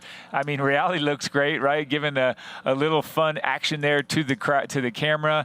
He's also breathing. You can see he's also managing the effort. So it's also hard, but again, keeping that levity is something that I always enjoy seeing. And there they are. So these guys, when you have a hard bike course and you just put out that massive power, it just destroys some people and they can't run. These four, nothing doing. Trevor Foley on camera now, and he actually looks a little bit more comfortable. You see a tiny bit of work in his face, but maybe he's happy to be in that second position, and he looks, as I said, he doesn't look like he's overdoing it at this point, fairly smooth, very fluid, and kind of just looking down a little bit at the power meter, keeping that head arrow, and then we'll jump right up the road here to Sam Long, admitting that he's had a hard couple months. It's not easy when off course things are coming at you, injury or niggles, and also that sleep interruption. But man, this guy soldiers through, and I'm so proud to see him to watch. You get proud of these kids that come up and they just continue. They show a little sign and they just boom. You're like, this is our future. And he's been racing so well now for so long. So it's cool to see this guy at the front of that pack. Michael, when you reference veterans as kids, that means you've been in the game too long, my friend. So it's break time? Is he not a kid anymore? I feel like they're all kids. You're right. That's true. I don't think he is. He's been in the game for a long time. You're like, Yes. this kid, and I saw him Yes. come up, and Yes. I feel like the same way about kids in short course before I came over to start doing long course. But I want to. I mean, we look at Point those. taken. We look at the front three, and at the back of the bike, we've got the three biggest bikers are at the front of the race. But the one who's managed to go with them is Justin Riele, and we should give more props to Justin Riele for being where he's at. I mean, he raced last weekend in San Francisco. He's only 10 weeks post-surgery. But the fact that he had surgery because he came off in Oceanside, obviously, but he only had 5 days off training after he had surgery. And the whole time, the one thing that he could do was ride indoor one-handed because he had a busted collarbone. And he was doing 20 hours plus indoor one-handed on the bike. And you can just see that that's paying off so well now. The swim is tough for him because he had 6 weeks off swimming. He's only been swimming for 3 weeks coming into this race. And so he said in an interview earlier this week he was going to bury himself on the swim, try to make the front pack. Didn't quite work out that way. But the way he's been able to bike his way through this one, tag onto the back of the big bikers coming through, and put himself in a really good position here. I don't know where his run is at. He says it's okay, but considering like what he's been through, and Sid said it earlier on too, because he went pro. He got rid of his job like a few days before Oceanside, and that was his first race as a pro, and then immediately had a crash without any other source of income. So you can see how mentally difficult that would have been to be able to come back and put himself right in contention here, and to ride with Trevor Foley and Sam Long back to the front of this race is impressive. For sure. Well said. Well said. And as we look here at Paula Finlay over to the side on the right side of our camera there, on the screen there, she's out of the saddle and overtaking athlete Matthew Marquardt. On the left side of your screen, the men's lead. And if we really just kind of dive in, you're right. Now Sam Long's 30 years old. So really, once you hit that 30, I mean, you know it. He's old. I won't call him a kid anymore. Only if you're in your 20s can you be a kid, is what you're saying. So no, fair enough. Did you just Google Sam Long's age to find out how old you were in respect to that? Not just his age. Every single person at the front, I could rattle it off. There's a serious Gemini search there. But never mind. I'll save that for later as we watch this 28-year-old man here go down the side of the road on the left. Matthew Marquardt. No, but it's interesting when you bring that up, because I think that to be at the top and still have some freshness and still have some improvement, I think that's why you kind of look at these athletes where, gosh, that we were talking. You brought up Lionel Sanders, someone that's still trying to hone the craft and still getting here and fight it out, and truly properly a veteran now. But ultimately, it is tricky to assess where you have that balance of a little bit of experience and a lot of youth here at this distance in particular. But back to this guy, just took on some fuel, washing down that Morton gel with a bit of water, we would assume, or maybe some more electrolyte beverage. But Marquardt, he's dialing it. He is on form today. I give him a lot of credit for what he's doing today. Yeah, absolutely. He still remains 46 seconds. Well, it was 46 seconds at 68. It's now 41 seconds as Sam Long has just gone through the 76K. So 41 seconds back to Sam Long. So he's only taken about 5 or 6 seconds out over the last 8 kilometres. The two of them are so evenly matched. And then Foley, Riele, Svenningsson, Dubrick, and Canute are all in the group together. And then a further 30 seconds back to Jason West. Luke Jones has ridden his way through the field as well. He's still 3 minutes back, but he's made up a lot of time. Blake Harris, Reed Legg, Hunter Lucy, Nick Holmes, Matt McGoey, and Morgan Pearson, who dropped that 5 minutes off the front just out of T1 with a mechanical that we believe was something to do with his brakes. He's now 7:52 back, so he's made quite a bit of time up. He's gone past Matt Hansen, who is our number one bib holder, who is in 16th position at 8 minutes and 5 seconds in arrears at the moment. But 40 seconds and holding reasonably steady between Marquardt, which is on the top left of your quad screen, and Sam Long, who leads a group of about 5 or 6 athletes right there on your screen right now. And anyone who's had a newborn who just does not want to sleep, it messes up your whole life, let alone if you're trying to train 25 to 30 hours a week. Sleep, as any athlete knows, is incredibly important for recovery. And Sam's not a guy who'll shirk all responsibilities at home. I've seen him out there running with the pram and doing what he's got to do. So it all comes down to what you place your importance on. And the first months of a child's life is super important. So he's making it work, and he's certainly making it work out there on the course with Justin Raleigh now in third position behind him. That's right, and as we segue back to this great shot of these 4 chasers, they're 40 seconds down now, and you have to call attention again to the beauty of this area. Wow, what a great country road there. Narrow, great pavement, but the narrow tree-lined road, green as can be. June in Pennsylvania, humid, but that's because you have all that great precipitation and the beauty of the greenness. It's just so lush and wonderful, and these guys are getting to experience it as it flies by on the side there. But Sam Long, it's almost like, hey, they decided that, just at the last 11K to go, they're going to really light it up, and so, or thereabouts, right? Gosh, I'm impressed. They're closing that gap 41, 45, 46, and 48 seconds down from Marquardt. Sam Long, a renewed bit of pressure on the pedals, and Foley just still in that sweet spot. Actually, he's third wheel now. But Will, it's getting good. These guys they're really trying to erase that deficit that they've been looking at all day long. Yeah, I mean, that's what you want. You want to come back to the back end of this one and have a proper running race, which I think everybody thought was going to happen, but it is certainly happening at the moment. And when you look at we got to start looking ahead at the relative speeds of the runners out there. We've mentioned Jason West. He's starting to lose some time. He's 1:43 back through 76-kilometre split. But Mark Dubrick, is in that group, and Sam Long knows he was outrun by Mark Dubrick in Oceanside and Gulf Coast, actually. And the foot injury that Mark Dubrick had earlier in the year, and then the stress reaction he had in his leg over the summer is, in the past, and he's back in form and getting back to where he was maybe 2-3 years ago, where he was finishing top 10 at 70.3 Worlds and stuff like that. So... And then when you look further back, Morgan Pearson, people might be wondering why Morgan Pearson doesn't go, well, I've raced back-to-back weekends. Do I really need to run a 21K if I'm way back and I've had a mechanical? But, he's in 15th. He's 7:52 down through the last split, so he's actually taking a little bit of time back.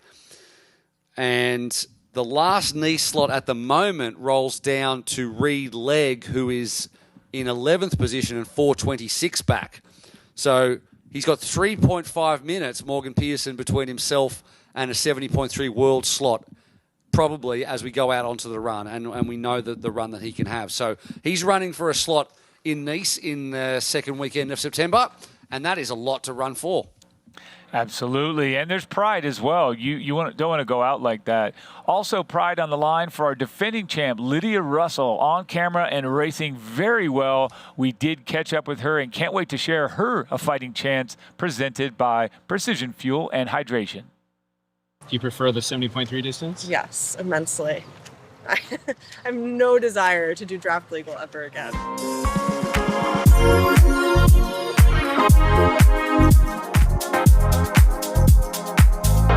Hi Lydia, how are you? Good, how are you guys? Doing well, thank you. Well, you came out swinging last year and put your name on everyone's radar, having a race here, beating Chelsea. What was it like racing here and finding that top step? It was really fun. I mean, it was just a great course. I was just having a good time. It ended up being a really good day, but I wasn't counting on that. In the swim, I was like, oh, I'm out of it. I don't have it. And then I was in that big front pack, so, well, 4 of us, but it was a small race, so. How has the training been with all that being said? Good. I mean, aside from the fact that I couldn't swim for a little bit, I'm really happy with where my bike and run are at right now. I'm happy with how my swim is feeling, honestly, too. I've mostly just been going off feel and not paying too much attention to the clock and just trying to be one with the water again, but it honestly feels good, so I'm happy with where I'm at. Awesome. First race of the year.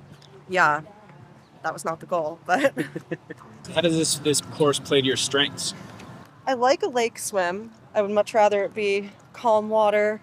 Also not much sighting required. You just kind of go out, turn, back in. The bike, I like when it's rolling because there's no St. George where you're just massively descending for such a long distance, because I can see the bottom of the descent. So I'm like, okay, just make it to there, send it, and then we're going back up.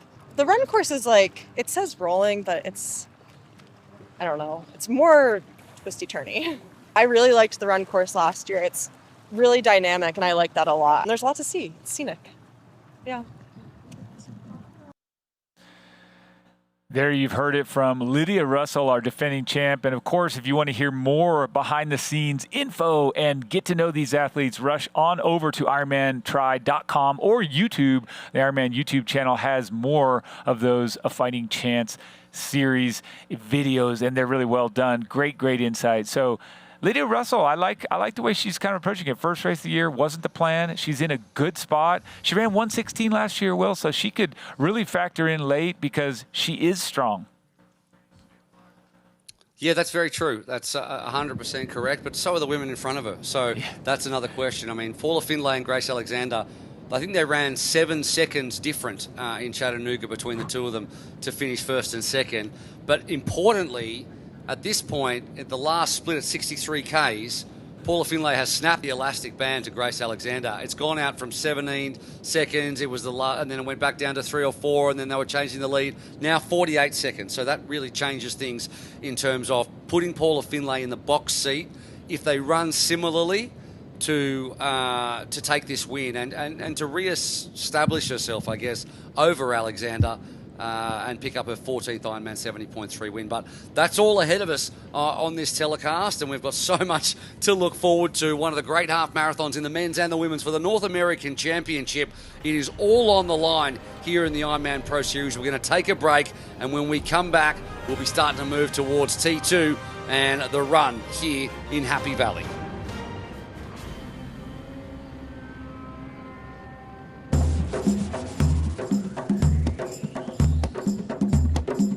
It's the beauty of Oman.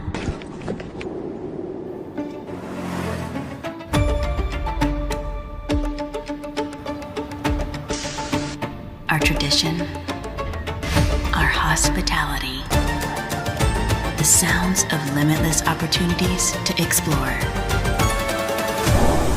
Listen, it's Oman.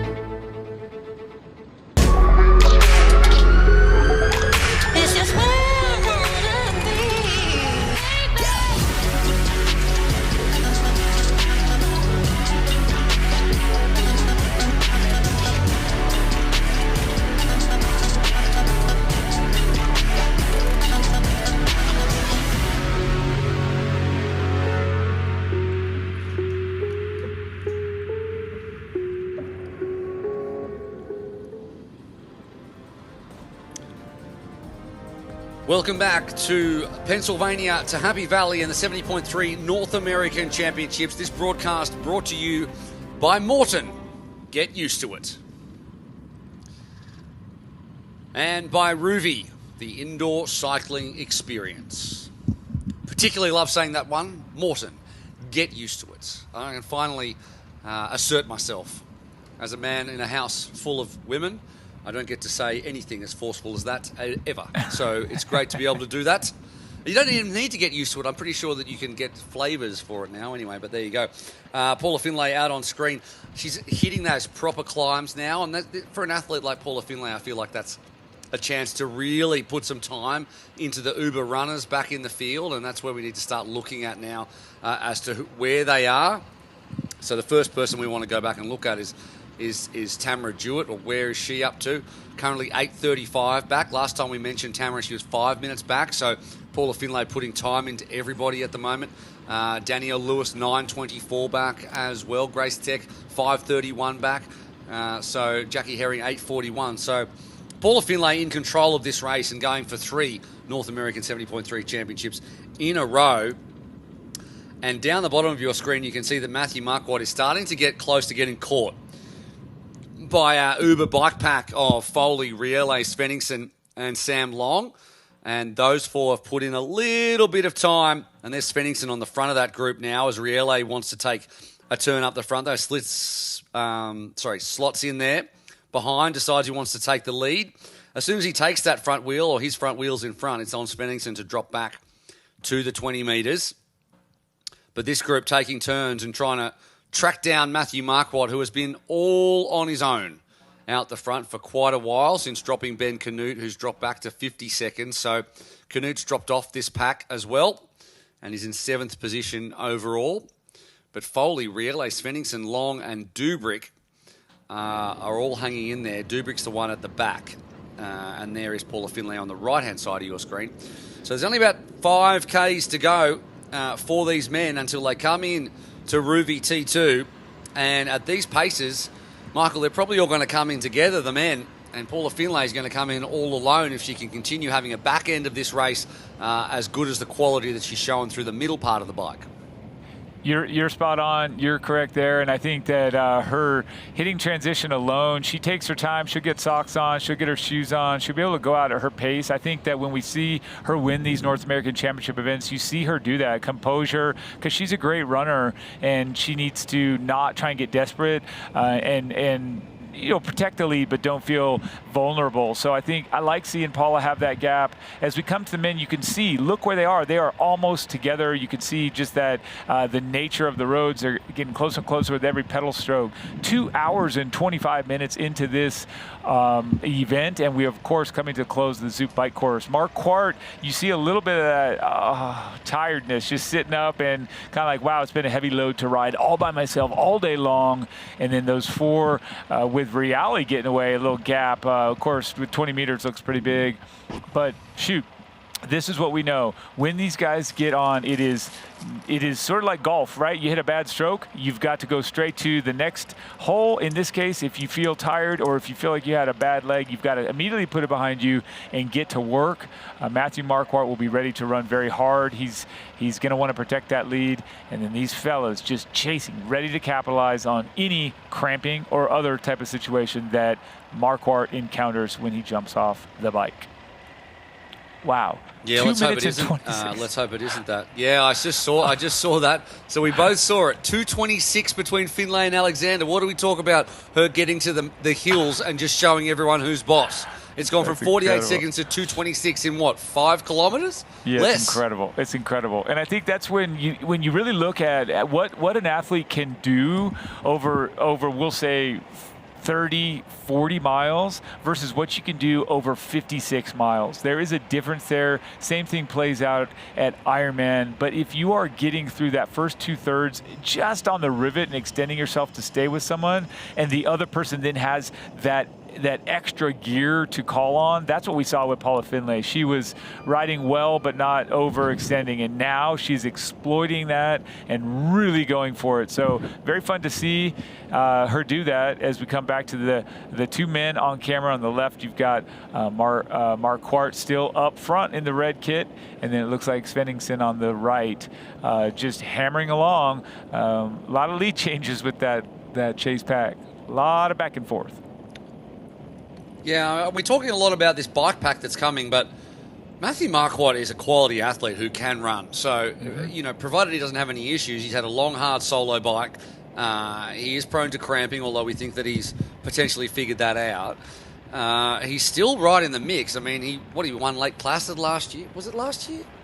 Not sure, but he's certainly a serious contender. He's absolutely a contender, and again, coming off of victory at South Africa, course record. That's. Are you talking about Svenningson? You're talking about Marquardt. So Marquardt, I mean, again, buoyed by a great start. Marquardt, sorry, not Lake Placid. Yeah, Lake Placid and Cairns last year. I mean, he works well in humid conditions. Yeah, that's right, and I think that we know he is a strength athlete, and this is a strength course. So for what that's worth and for what that means, you hit the hills, this guy's going to be able to back it up. But it's starting to get exciting, folks, here as we're 2 hours, 28 minutes in to the Ironman 70.3 North American Championship. Yes, we are in beautiful Pennsylvania, Happy Valley to be exact. A gorgeous spot, great triathlon history here, and State College, Penn State University here. And these spectators, these volunteers, and these athletes are very fortunate to be here in this wonderful community. Thank you for having us. And look at the overhead shot. You can still see that. I'm going to say I could just see the humidity. Is it wrong to say that? I could see they're going to be facing a little bit of a battle there with the elements as well. Nice temperatures. We are expecting to see them climb a tiny bit here more, but just beautiful race weather for these guys. 28 seconds now, Will. 28 seconds. Yeah, it's a lawnmower's delight, this place. I love it to mow a lawn. I don't know what it is. It calms me. But, like, everywhere around Pennsylvania is an absolute... And then you know they're getting close because we run through Penn State's incredible grounds, and we're getting very close now. But I would love to mow the lawns in Pennsylvania. I know that's probably not everyone in the world needed to know that, but there you go. Well, I was thinking about whether or not Grace Alexander, whether or not Grace Alexander, because she lost 1:36 in 5 kilometres, did she have an issue, or was Paula Finley just going ballistic up a hill? It was the second one, because then Hannah Berry came through, and she'd also lost the same amount of time. So that is all Paula Finley just absolutely destroying everyone up the climb, which we thought might have happened. So that's exactly what has happened. And then when you look towards the run, because we're about to hit Ruby T2, I mean, Foley, Long, Canute, Dubrick, they're all 110 athletes on a good day. Who's going to go aggressive? Here we go into transition. It's Matthew Marquardt first off the bike. Thanks to Experience Oman. 2:04.28 for the 90 kilometres, if you don't mind, with those hills. Let's make sure he looks strong coming off the bike, doesn't have any issues with his quads. We've seen it happen time and time again. Let's go down to Laura Siddle. She'll be there. Hey guys, right by transition, Matthew Marquardt getting his socks and shoes on, but the chase packer here, Sam Long, Justin Reale, Mark Dubrick, Trevor Foley, this is going to be on for the run. Also Rasmus Svenningsson. So they've really made up time in this second half of the bike, all coming in. Marquardt is out on the run. Interestingly enough, you were talking about, so Marquardt hadn't won a race until last year, and then he won Ironman Cairns, then the floodgates opened and he got Ironman Cairns, Placid, and then won South Africa. He hasn't won a 70.3 yet, so I'm sure he'll be keen to do that. Sam Long is out of transition, charging after him. He's also going to be wanting to, he came so close in Oceanside, really attacking the bike and racing hard there. He'll wanting to make sure he gets on the podium at least. Trevor Foley, of course, winning Ironman New Zealand earlier this year, is also out, as all of our top pack of men are out on the run. Mark, like I said, Mark Dubrick, Rasmus Svenningsson, and also Justin Reale. Wow. We have a little bit of a gap now. Here we go, Ben Canute coming in. So dropped off a little bit over the last half of the bike, but still Ben can run, and we know he can run. He's in great form this year. He was really excited to race, so I'm hoping he can get in and out of transition quick. He's not too far behind those runners. The bike course, Hoka Run course, super cool. We are right here in Penn State on campus. The stadium is behind transition. They actually run into the stadium on the Hoka Run course. Transition is also on a bit of a slant. Ben is just getting his stuff sorted out of transition. Transition is also on a bit of a slant downhill. So the athletes have to run slightly then uphill. And they actually do that 3 times before in the 2-lap course, if that makes sense. And now we just see Jason West coming into transition. The local boy, studied here at Penn State, studied kinesiology. Super excited to race. I know he's had a great week with friends and family. And we also know, obviously, that Jason West can run. He's about 2 minutes down. So we've got all the main guys through. The running race is on. It's going to be an epic foot race. They've all got their own drive and desires to win. Obviously, all the pros want to win when they're racing, but there's certain scores to settle and battles to be had, as we see. And that's it. Jason, he is looking fierce, determined, and there he's gone. I'll throw back to you guys in the studio. Thank you so much, Sid. Great stuff as always. Jason West leaving the Ruby transition to zone here, a man on a mission, buoyed by his alma mater, the Nittany Lions. But guess what, folks? The race is on, as Sid mentioned. We can always critique, and we'll do so now, retrospectively here. The transitions. Okay, let's just say, if you're in there, folks, and you're trying to learn from the pros, follow the lead of some of these athletes that put their race belt on while they're running. Sorry to be the bearer of bad news, Mark Hart, but you lost some time. You got to put that race belt on while you're moving. Everything you could do while you're moving, you do. Really, socks and shoes, that's all you want to do stationary. Meanwhile, right in here into the stadium, Sam Long has his sights firmly set on Matthew Marquardt. He wants to get that job done, pass and get in the front and take everything that goes with leader status. He's chasing, and Will, I tell you what, they're going to leave this stadium in a different order, it feels like to me. I think so. He's gone out hot. Now, he's done this before, Sam Long, and he's fallen apart. And he's done it before, and he's held on. But he's certainly a guy who likes to attack. He spent the last 2 hours attacking on the bike, and he is not wasting any time. He's going to try and affect this pass. He's not quite going to be able to do it in what is the fourth largest stadium in the world. Seats 106,000, a record here of 111,000 for a game a couple of years ago. But it is quite the atmosphere here in Beaver Stadium. Even though it's the Lions that play there, the Nittany Lions, it's Beaver Stadium, but it's named after a governor called James Beaver. That's which right. Which is probably the same as Beaver Hollow, whatever it was called. Where did we go? Beaver Bluff. Let's take a look at these Ruby T2 fastest times. Sam Long, 58 seconds. No socks got him to that title. Jason West in 102 and Trevor Foley 108. The Ruby T2 fastest times. Now that set, Long up to do just this, make an early pass on Matthew Marquardt for the lead. This man is on a mission, and I think you have a tactic, and his is to go out strong, go out hard. Yeah, it works sometimes and it doesn't work other times. You don't change the tactic. Sam Long does what he does. He races with confidence and he goes for it, and he's done just that. That pass could be forever, or we could see him pay the price. But I like what I see as Sam Long rolls into first place. First time we've had someone in the lead other than Matthew Marquardt for most of the day. So, Will, the race is on as an understatement. Yeah, Marquardt trying to tag onto the back of Sam Long, but he's definitely made a statement here, Long.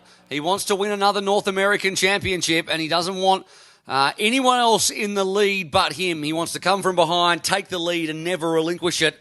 And Sam Long, after as we keep saying, a difficult period of time for him, is in the lead and has the best chance of anyone of picking up a North American championship here in Pennsylvania.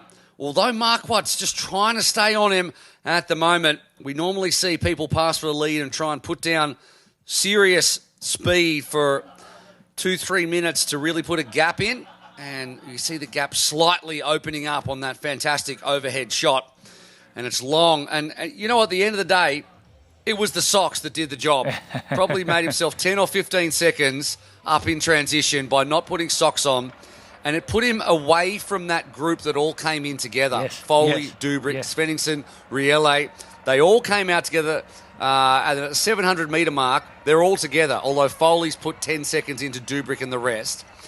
But it's Long that decided he didn't need him, and he's going away with it. It's a comfort thing.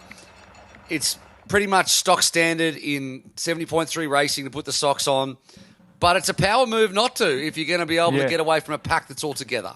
Well, I give a nod back in the day to a man named Richie Cunningham. He was the guy that used to win races in transition. This Australian athlete used to say, if you're putting socks on, you're making a huge mistake. Just put some Vaseline in your shoes. Yeah, you're going to get some blisters, but who cares? And this was one of those original tough guys that could just dominate the 70.3 circuit. And I think that you do see, like you said, stock standard is socks. But I honestly feel like when you're in there and you could save that time, and be out of sight, out of mind, because yes, Foley can see him, but there's a huge gap. They were together, so I'm a fan of what Sam did there, and we'll see. I don't think it materially affects the race when they're running, but what's really going to affect it is who's got the goods. We do know that on humid day, you've got to tend a little bit more to the fueling, the hydration, electrolyte balance. You got to keep that going as well. Sam Long, of course, trains in a very hot environment in Tucson, Arizona. It's very hot and dry, and this time of year, it's very different. You come to a cooler but more humid environment.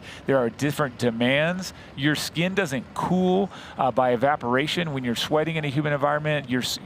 That sweat just sits on you, feels like a heavy blanket. Whereas in Arizona, even though it may be 100 degrees, you're getting a little cooling effect as that sweat evaporates. But look at that. Just in another snap of the fingers, Sam Long has gapped Marquardt even further, and you could tell he's running into it, breathing hard, a glance over the shoulder, a tiny peak, and he's just off to the races. Yeah, I mean, our spies down in transition tell us that there is nothing left in Sam Long's box, so therefore he never intended to put any socks on. Yeah. And to be fair, he was getting around State College here for 2.5 days with only one T-shirt and one pair of shorts that he was training in, going to lunch in, going to dinner in. He wore on the plane because his bag didn't show up. Now, I'm not saying that's why he doesn't have any socks on, because he did eventually get some other clothes, but he's a madman, and he decided he wasn't going to wear socks, and look at it's paying off for him as well. At the 1.6 kilometre mark, it's 17 seconds between Marquardt and Foley. 3 seconds is the gap between Long and Marquardt. And then it's another 18 to Dubrick, and then 22 to Svenningson and Riele, who are together, and then another 48 seconds back to Ben Canute. Now, Jason West, what did he come out 2? He came out 2 minutes. He's still at 2 minutes at the moment, but it's a 21-kilometre race. Meanwhile, over in the women's race, let's have a look here. 2:43 the gap, Paula Finlay. Back to, here it's almost like I planned it. Back to Grace Alexander, and then a nearly 3-minute gap to Hannah Berry. Grace Tech has gotten back on and just in front of Lydia Russell at 7:21 and 7:32 in arrears, and Jackie Herring has finally made the pass on Tamara Jewett, and they're both 10 minutes back as well. Danielle Lewis is 9:24 back, so we'll just see how that one shakes out, but Paula Finlay getting very aggressive. And there is Matt Hansen and number 1, bib holder, who has some kind of gap to run down. We know how good a runner he is, but if he can run at 70.3 speed, I mean, his speed in a marathon is incredible, but we'll just see what he can do in 70.3 land at the moment. The guy who's really looking to bank a Pro Series 70.3 score at this stage in his season. Yeah, he's a competitor. The dude loves to run. He goes for it, and he's someone that races so consistently and well that he could be a contender always for this Ironman Pro Series. I like the chances of Matt Hansen to just continue to move up the ranks. It doesn't matter. He's used to being a couple seconds down. He's used to being a couple minutes down. He's used to being a couple miles down. It doesn't matter to him. He does it all. He does it well. The question at hand is, does Trevor Foley catch up to Sam Long? Does Sam Long hold that lead? Matthew Marquardt, can he pull back in front? We don't know, but we know there's a lot of unanswered questions. The Hoka run course just heating up. Let's find out who's at the front when we get to the finish line. And there it is, the Ironman World Champion.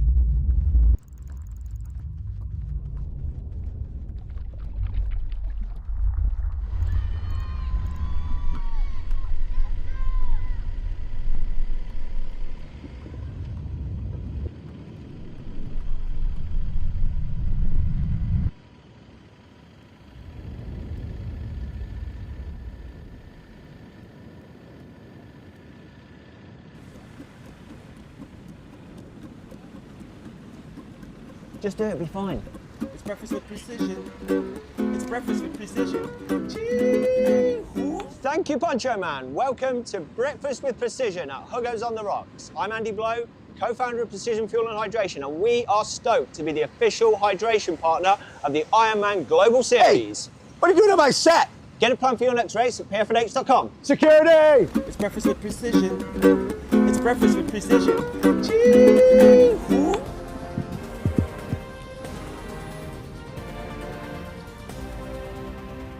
Welcome back to the business end of the North American 70.3 Championships here in Happy Valley, brought to you by Factor, the official performance meal of the Ironman North American Series. Use the code Ironman50 to get an exclusive offer of 12 free meals plus breakfast for life. Factor, let's eat real. Wow, and Experience Oman. Beauty has an address, endurance has the destination. Experience Oman. And I want breakfast for life. Anyway, Paula Finlay dominating out the front of this 70.3 after some questions around her desire to continue in the sport, which really were a storm in a teacup, you'd have to say. She's reminding us all just how good she is and has been for such a long time over short course, and then now in long course racing. She is such a force, and she remains, well, she's just gone through 83 kilometres on the bike, so only 7 Ks to go. And she was 2:43 at the last split, which was 7 kilometres previously. So we'll find out what her gap to Grace Alexander is very, very soon. And I have no idea how far Wisconsin is from Pennsylvania. Absolutely no idea whatsoever. But I can tell you that it's one of Ironman's most popular races in Madison, Wisconsin on September 13th, 2026. Heaps of time for that. You don't even need to start training for another 6 weeks, I've decided. It's one of the longest running events in North America. It's the same distance as all the others.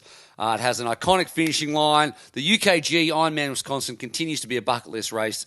Fills up quickly, register soon, and experience your capital moment by just that QR code down there on the bottom left of your screen. How far is Pennsylvania from Wisconsin, Michael? I've got nothing. It's going to be about 1,000 miles. I mean, that's just roughly. It's in the Midwest. It's a great spot. No, maybe it's about 850 miles. It's a ways. You could drive it. But I'm just going to say I'm really happy that an Australian has a very sort of low-level geographic knowledge. Like most Americans, we go outside our country. We don't know anything. We don't even know where you are. So good job. No. That's not like that is no way the same. That is no way. What you're saying is we go outside our country. We don't know anything. What I'm saying is I know a lot of your country and the rest of the world, but not the distance between Pennsylvania and Wisconsin. I'm just messing with you. That was a low. Look at this. Look at this. That was a low blow. Look at the screen. Trevor Foley. It is a low screen. Trevor Foley now in front of Matthew Marquardt. He has capitalized on that as well. Now 2 men have rolled past Marquardt. Marquardt working so hard through all of that Zoot bike course to stay in the lead and to get away, and now he's seen that lead evaporate. Again, don't count him out. This guy's a fighter, and he's a strong athlete. You mentioned Wisconsin, hilly, hard run course. This one as well here in beautiful State College, also hilly, hard run course, up and down, 500-plus meters, 800 feet, more than 800 feet, 1,000 feet of climbing. Trevor Foley rolling down one of those hills now, chasing Sam Long up the road. Yeah, Trevor Foley looking very, very good. And I've been watching the splits come down. It went down to 13 seconds, and then it went back out a little bit to 17 seconds. So Sam Long's responded. But he's a tall guy with a long gait, and they're running downhill. So that will help, because running downhill is a skill in itself, it has to be said, to be fast downhill. But Sam Long, we cannot put this in any way to bed. I mean, there's a long way to go anyway, and it's only 16 seconds. But Sam Long goes out hot often. And that does not mean that he's going to run away with it necessarily. So there's plenty to go in this one. Foley, let's not forget, he's taken the full 5,000 points. He's going to be a force in the Pro Series. I mean, in the fighting chance, he was like, I hope to get a top 5. If I can put myself in the top 5, that would be amazing. Right now, he's in second position, and he looks great. Now, Sam Long's a question mark always. He can run really well if he has a good day, but he can also go out a bit too hot early. So the question still is, like, who's going to pace this well and who put more in on the bike? It's exciting. Whoa, and then you come back to Paula Finlay, and if that doesn't tell you how hard this course is on the bike, nothing will. She is straight up a very, very tough climb here, out of the saddle, moving pretty slowly in a beautiful way. She looks strong, but wow, what a great shot to really give you all a picture, all of us a picture of how tough this Zoot bike course is.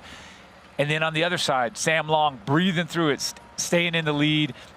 You can look all the way behind him, and there's Trevor Foley in the white kit, not too far apart. One thing that our spotters noticed, and this is a pretty cool little tidbit, gives you a little bit of an insight into what Trevor Foley is actually feeling.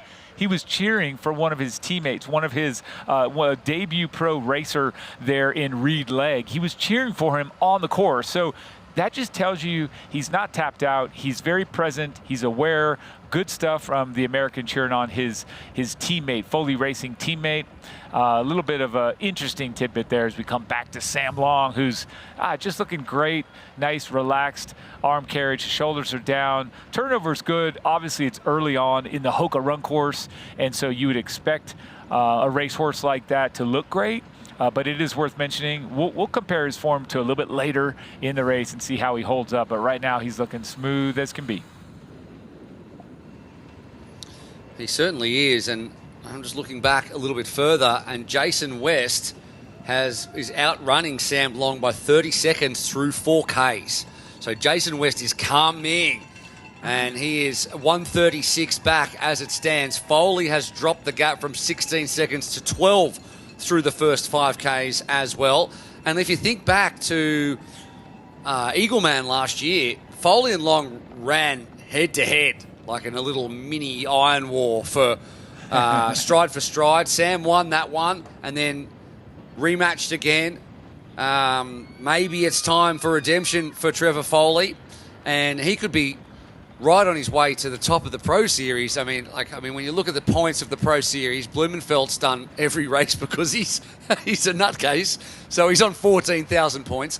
But Trevor Foley will be on 7,500 from a possible 7,500 from his 2 races, whereas Christian Blumenfeld's done 4 races. So completely different lead into this one, but he'll be very happy regardless of whether he finishes first or second in terms of the pro points.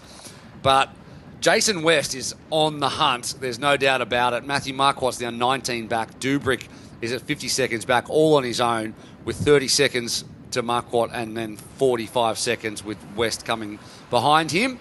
Justin Riole, 148. Rasmus Svenningsen, 151. And we are very close now because we saw Paula Finlay going up that last little climb. That climb is just before T2, so she's not too far away from transition 2. And what was she? 243 last time. And I want to get back and have a look. So it went out from 243 to 255 between 67 Ks and 83 Ks. And now she's just gone through 88 Ks, Paula Finlay. So she's got 2 Ks to go. We'll see her in Ruby T2 in just a second. But she'll be more than 3 minutes ahead of Grace Alexander, I would say, by then. And more than 5.5 minutes ahead of Hannah Berry. And that's how it stands with Grace Theck and then Lydia Russell rounding out the top 5. As we have very impressive indeed, as you will continue to see her, I think, have just her day. Looking down there on Paula Finlay, it's worth mentioning that this area, State College, exists purely because of Penn State University.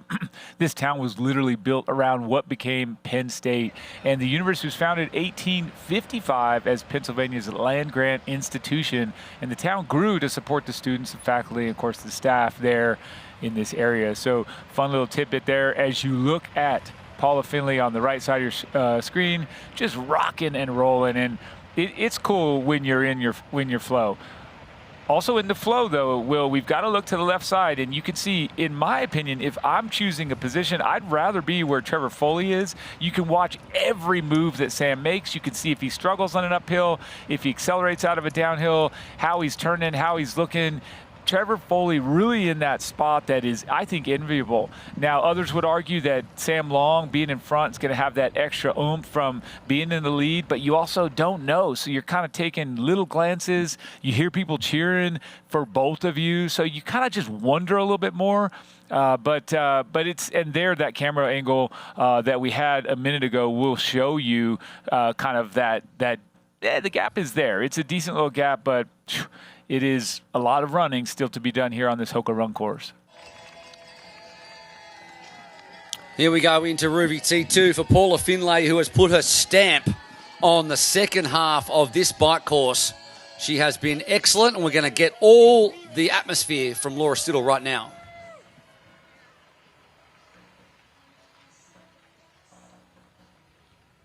Finlay coming into transition right now, having absolutely stomped the second half of that bike course, putting herself well ahead of the rest of the women, which gives her time she can put on her socks, she can just compose herself, and also just settle into her run at her own pace without having the pressure of all those other, as the men did with so many people in transition together.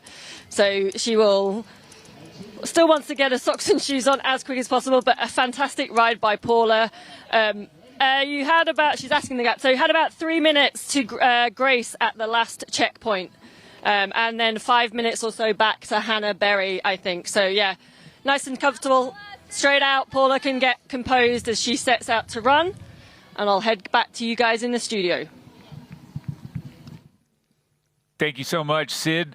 The Experience Oman first off the bike today. Yes, in fact, Paula Finlay from Canada, 2:19:11 for the 90 kilometers, 56 miles of biking. What a show. And then you saw her with composure, sit and take her time, sock, shoe, off and running this Hoka Run course. 2 laps of it will challenge her.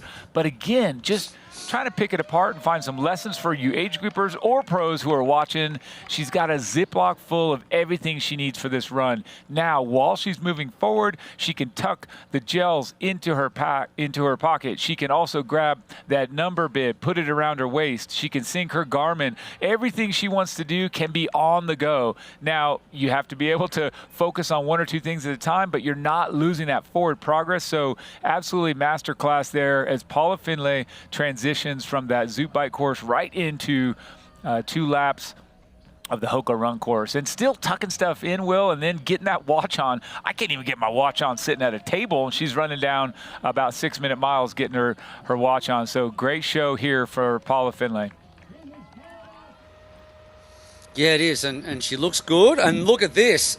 Sam Long, Trevor Foley, we're about to see the pass. Now, if you look back, and I look back at their head-to-head on the Pro Tri News website, they have shared 13 races together. Trevor Foley has never beaten Sam Long, and he has run out the 20-second gap now to run it completely down over the last kilometre or 2, and this is the pass. So Sam Long may have gone out too hot. Trevor Foley, little fist bump on the way past. Let's go head-to-head like we did at Eagleman last year, but this time Foley says, I'm going to be the man who's going to lead. I'm going to be the man that takes the tape. I've won already once this year. I want to keep my perfect record. But 13-0, will that change? Well, this is great. So a couple things just of note there. Trevor Foley, he was able to come up, give the high five, like, look, I'm not worried by this. I'm not stressed. I'll give you a high five. Let's race. That's one little indicator that he feels good. Sam Long, of course, matched that pace when he came through. He jumped right on. This is what you have to do. I'm a firm believer that if you get passed, you have to jump on the shoulder of the passer. Back to T2, and we are here watching our second off the bike. Grace Alexander, 2 times she's won out of the last 2 races, and now she's coming off the bike a massive 3 minutes and 16 seconds down from first place. Let's get over to Sid as soon as we can to have her bring Grace Alexander off the bike and onto the run. Sid? Yeah, thanks, Michael. Yeah, Grace Alexander about 3 minutes 15 down from Paula Finlay. But again, as you said, putting their socks on, shoes on, gels in pockets, getting herself sorted for the run. I can definitely say it's definitely heated up down in transition. We still got a bit of cloud cover, but it's definitely a lot hotter and muggier than it was out on the bike course. There is a bit of a breeze, which is lovely standing here, but I'm sure the runners aren't going to feel that much difference with the wind. But yeah, when the sun comes and breaks through the clouds, it does get pretty hot. So hope they took care of themselves on the bike course, because this run is going to make them pay if they didn't in this heat. Back to you guys in the studio. Thank you so much, Sid. Great stuff as we watch Grace Alexander roll out of the Ruby T2 zone under this arch and onto what will eventually be this Hoka Run course, 21.1 kilometers. And everybody at home, we want as much as you do to see that shoulder-to-shoulder battle. We'll come back to it here momentarily, because as we cut away to capture this live action of these incredible women, we had Trevor Foley from USA side by side, shoulder to shoulder, mano a mano with Sam Long. Those two guys, they have, as you said, Will, raced extensively. And Trevor Foley looking to take that top spot between the two for the first time. Here's something I'm going to throw at you, Will, just as a question. Coming off not as much racing for Trevor Foley, one big Ironman win. Do you feel like he has an advantage in freshness and strength and really no disappointment? Does he hold the advantage, or does Sam Long? Well, there's a case for both, isn't there, really? Because on one hand, Sam's raced a lot in the last 6 weeks, and he did Gulf Coast and he did Chattanooga. And he's only raced, this is his second race of the year, and he hasn't raced since New Zealand. That was in February. So on one hand, yeah, he's been really fresh, but on the other hand, you can't replicate race fitness. But if it came down to a sprint finish, and we wish it did, between Trevor Foley and Sam Long, I'd back Trevor Foley based on that alone. But obviously other factors come into it, and how everyone's feeling at that moment and how good your kick is. And to be honest, I don't know exactly, because I don't think I've ever seen either of them it's been a long time since I've seen either of them in a sprint finish. However, this might be a moot point, because Jason West is arriving. He's still coming for these two. He's now 1:21 back, so he's taken another 10 seconds out of the last split. And based on these times, he should catch them up by about 17 kilometres, if my maths is correct. And when I say if my maths is correct, I mean if the guy who's sending me WhatsApp messages maths is correct, because I'm not smart enough to do that.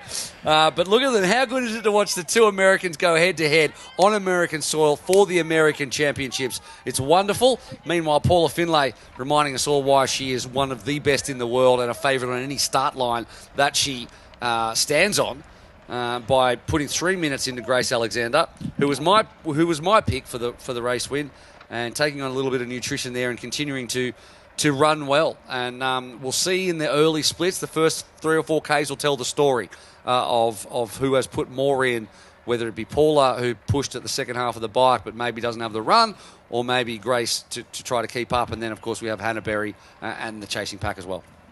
I think it's an appropriate time for me to weigh in that all along I had picked Paula Findlay, now that she has a 3-minute lead and she's on the run. But, that's just, I like to share that with them. My kids do that. They pick the winner. Where do you think I got the strategy from? Kid strategy. No, it's a good strategy. We come back to the fellas on the left side of your screen, this is the battle that we love as triathlon fans. When you talk about the good ones, it's always a good shoulder-to-shoulder battle by mutually respecting athletes. Here's where I'll put a little bit in favor of Trevor Foley as well. He came in here truly saying, hey, you know what? I'd be psyched to get top 5 in this field. I haven't raced in a while. It's been forever since I did a 70.3. So you got to give him a little oomph there, saying, hey, I'm exceeding my expectations. There's gratitude. There's sort of a little bit of a, hey, it's all gravy from here. I'm in second.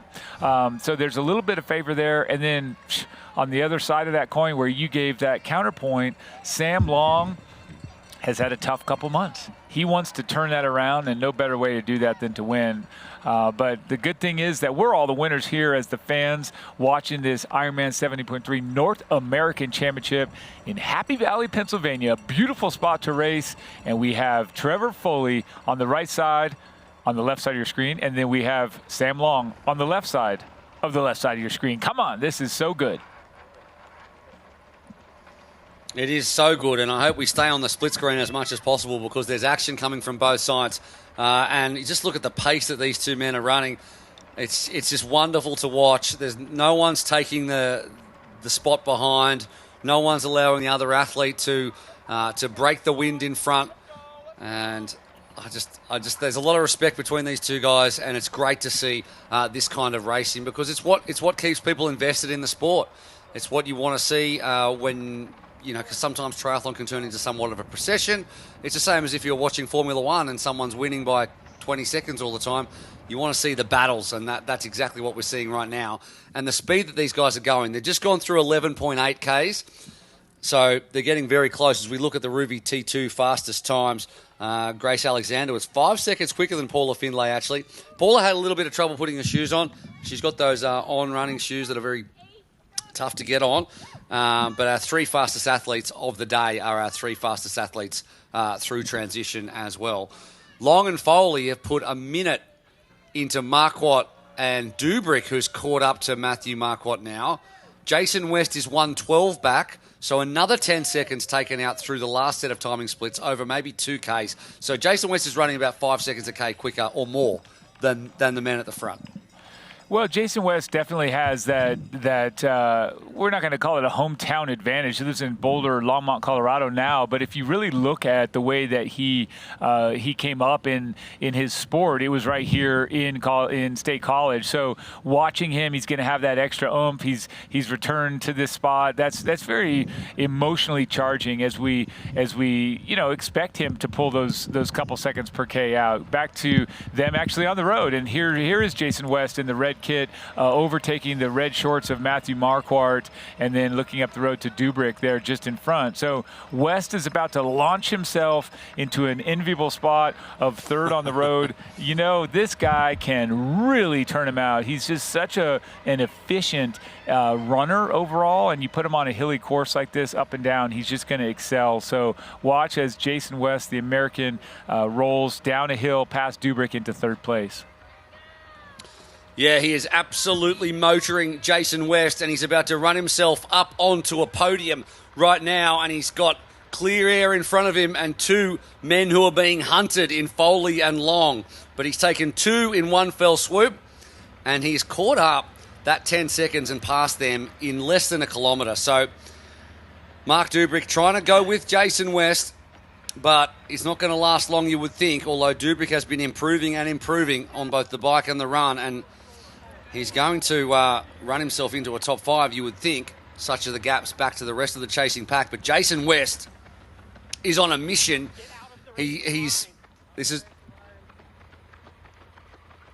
out of the racing line, he says.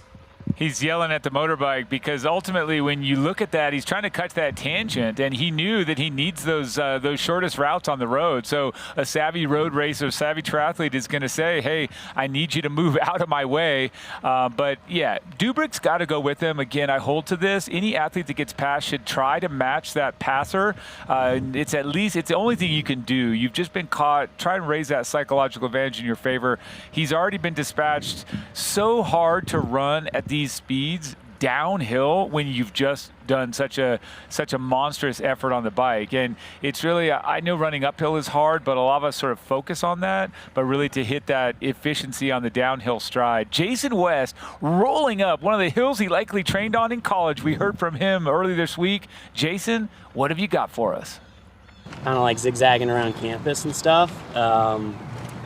It's going to be fun because usually I wasn't running around campus because there was, so many people. But now I'm going to be able to rip up and down all the roads and stuff. So it's going to be pretty cool. And you know what? It is cool. He knows these streets, but he knows them from a different perspective. But anyone that's ever had their own sort of town or their alma mater's town closed off, anyone that's been in this situation, be it a road race or a great event like this 70.3, they know what he's talking about. It's fun. It's different. The stadium is up ahead. It's just a neat little trip down memory lane. However, let's be honest. Right now, what he's focusing on is, can I get the win? And he's chasing the likes of Foley and Long up the road. I think he can. I mean, these two are obviously, spurring each other on, and that always brings the most out of everyone as we look at the Morton Momentum Index. And Morgan Pearson continues to move up, and we'll just get an update in just a second on where he sits in terms of the Nice roll-down slots, of which there are 3. But, so Pearson has passed 12 people. Can you even just look at that for a second? 12 people. Now, granted, he wasn't in his traditional spot, but he went from 23rd to 11th. You're right. That's unreal. That means he does have a knee slot. Like, he has gotten rid of Reed Legg, who was the man on the bubble, and he has put a minute into him. So his knee slot is there, and now he's hunting Blake Harris for a top 10. So that is very impressive from Morgan Pearson. However, he still lost another 2.5 minutes on the lead guys after that mechanical. I don't know whether he had more problems with these brakes after that. No doubt he's had to manage that. So to be in the game and to come away with a knee slot, for a guy as well that probably will be really happy with a knee slot because after this he might decide to go back and try to make LA 2028 in short course. Yeah, I hope so. Of which he already has 2 silver medals, Olympic silver medals. So that would be a nice bow on things if he then joined the short course Olympic cycle in 2027. And now we're on to the second lap of the run, back in the stadium, and it is a full-on head-to-head battle of which there have no doubt been many in this stadium in the past. Oh, my goodness. This is great. We live for this stuff as fans of the sport. These two guys each giving everything and having good legs. They're both in charge right now of what they have, their own bodies, their own efforts, their own paces. So this is really good. And how about that? They did each take a glance to the left because they know Jason West is back there. They know that the other fellas that can really run, they know they're there. And so you want to take that look, and it's a casual look. It's not looking over your shoulder very obviously. It's that 90-degree head tilt. So our men's lead looking incredibly quick. I love how smooth each of them is running along this portion of the Hoka Run course. Same can be said for Paula Finlay on the right. She is taking charge of this. She's obviously 3 hours and 4 minutes into her race, which is a lot. She's got to make sure her fueling is on point, but she's also extended her lead. Now 3 minutes and 39 seconds in front of Grace Alexander. At transition, it was 3:16. So we'll take all the seconds we can get when we are in a battle like this. Yeah, that's right. And Grace Alexander now needs to start thinking about protecting her second place because there's athletes like Grace Tech who is 4 minutes behind her, but ran 8 minutes into her in Oceanside. But other races has been more around 5 minutes. Tamara Jewett is 8:14 down on her, but outran her by 8 minutes at Oceanside last year as well. So 5.5 minutes at this race last year. So there are athletes there who could definitely run it down. There's Jackie Herring on screen at the back. Jason West just flying past everybody.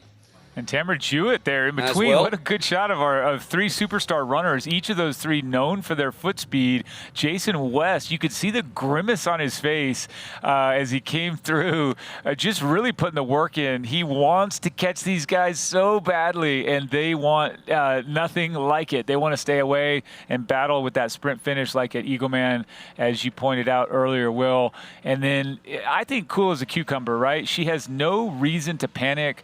Alexander, our second place woman, is pretty far back, and so really I think Paula Finlay, it's a matter of manage the input as far as calories and fluid, manage the output as far as pacing, be smart, race well, but take this title, take that again, another Ironman 70.3 North American Championship title, just take it. So that's what we're seeing with Paula Finlay from Canada as we zip back to second place, Grace Alexander. Yeah, Paula Finlay just threw 4 kilometres on the run. So we'll get an updated split when Grace Alexander goes through the same spot, but she was 3:39 back at the last split. There's Grace Tech, who looks very good, actually. Nice high arm carriage, good cadence, good turnover, whereas Grace Alexander looked a little more sluggish out there just at that start part of the run, which sometimes is difficult, but Grace Tech 7:45 in arrears and could very well run herself up into a podium. Hannah Berry's currently 5:52 back, so there's nearly 2 minutes between Tech and Berry. And so then the question is well, they're all alone out there, so they'll have no idea where each other are. There are some turnaround points on this course where you can get a look at people, but this is not one of them at the moment. So you go from those points where there's so much cheering, and then the next minute all you can hear is your breathing and your feet slapping on the road, and that's never that easy to go between those two. And just to update you as well, at the 11.8 kilometre mark, Trevor Foley's taken 4 seconds on Sam Long. So they're no longer shoulder to shoulder, and then it's under a minute back to Jason West, 58 seconds back. So we could well have a 3-way run battle if Sam Long can stay in contact with Trevor Foley. And at this stage, we're going to see Jason West run through.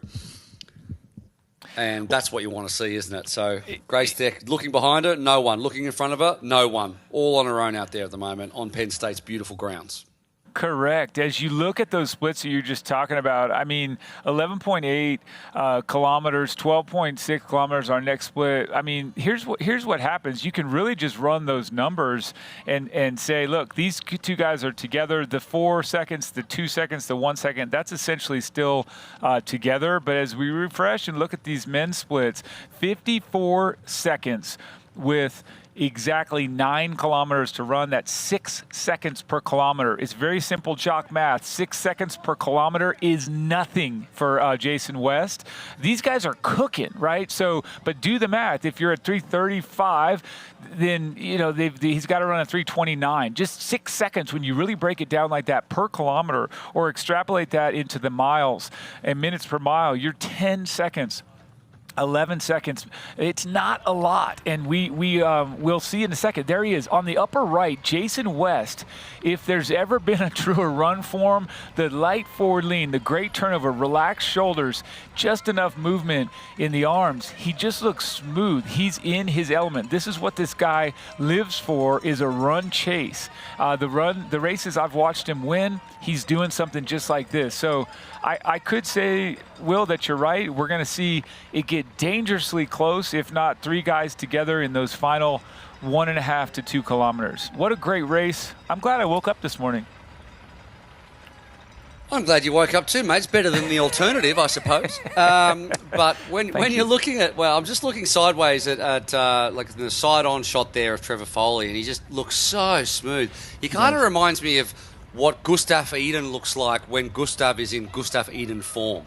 Like a Nice last year, when he just rolls along and he's got a slight forward lean. He just looks so fluid in his run, Trevor Foley does. And whether he's got that high-end pace because, I mean, obviously he was 4 seconds ahead at the last timing, Matt, and now that's been erased again, so Sam Long's moved back up onto his shoulder. And Jason West, soon enough, at 56 seconds, at some point is going to be able to see those two men, and that will give him a big boost, because he'll know then how much closer he is getting. And then on the bottom of the screen, we saw there Paula Finlay and Grace Alexander, and you can see the difference between the two of them as well with how they're running right now. I agree with you 100%. Spot on. I think that Trevor Foley looks incredibly composed and relaxed. He's fluid. It's not to say that Sam isn't. Sam looks like he's working perhaps a tick more, and maybe Trevor just has a better poker face. But I just think that what you said is spot on. And that's when that counts, is when there's 5K to go. When that counts is when you're in that final crunch time of maybe 2 to 3 miles. When you have that slight bit of efficiency that you've used over that opening segment of this Hoka run course, man, it's in your favor. So I like that for Trevor Foley. And then the only thing that you can always throw into Sam Long's bag of tricks is, you just said it, he's beaten Trevor 13 out of 13 times. He's been the guy that can just annihilate himself, just will himself to victory. So that's a hard thing to be up against. These two guys, I think they're also just a tiny piece of their mind. They're allowing it to go back to Jason West. Don't let up. Don't let him catch us. This is our race. We've been here for so long. Let's keep it as they roll through State College and this beautiful campus. These two race horses trying to stay away. Where else would you rather be, though, than watching a head-to-head through a beautiful part of Pennsylvania at Penn State, and watching these female athletes as well, with Grace Tech now moving up. I think we've just seen Lydia Russell there come through on the left. Lydia Russell, the defending champion, bib number 1, smooth, and she ran 1:16 last year, and she's just rolled her way across. Unless, I think this was a decisive move. No, that's right. Very smooth, very just a powerful runner. 1:16 is quick on hills, and so last year she didn't have the kind of competition she does here. No disrespect. She's got a little bit more talent up the field. So there she goes. I think she's going to really make a push towards the front. Well, it's good to see that too, because she's actually DNF'd the last 2 races that she's been in. She DNF'd in Portugal, and then she pulled off the race in Marbella with the win and safety on the bike. So good to see her back in form. She moves in to 5th position overall, and we've got a ding-dong battle up front for the men's title here at the 70.3 North American Championships. Who is it going to be? We're going to find out very, very soon. Do not go anywhere.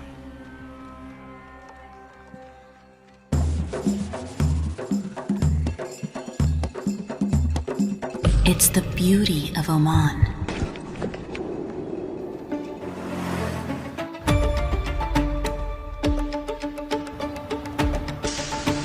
Our tradition, our hospitality, the sounds of limitless opportunities to explore. Listen, it's Oman.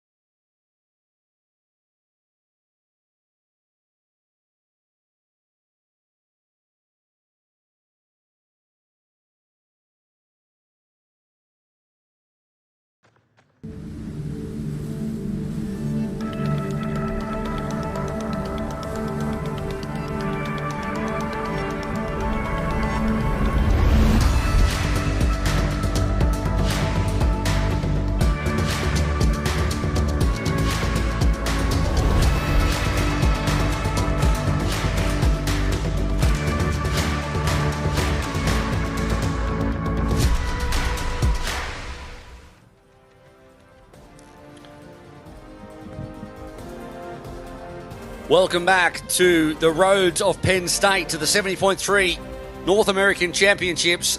This broadcast brought to you by AG1. Better finishes start with AG1. And by Ruvi.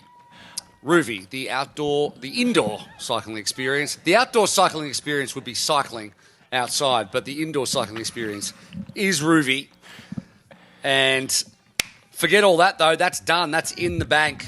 The cycle is done, and now, as if the entire previous 3 hours hasn't even happened, these two are separated by nothing. You could throw a blanket over them. Sam Long, already a North American 70.3 champion, and Trevor Foley, who has never beaten Sam Long in the incredible 13 times they've gone head-to-head.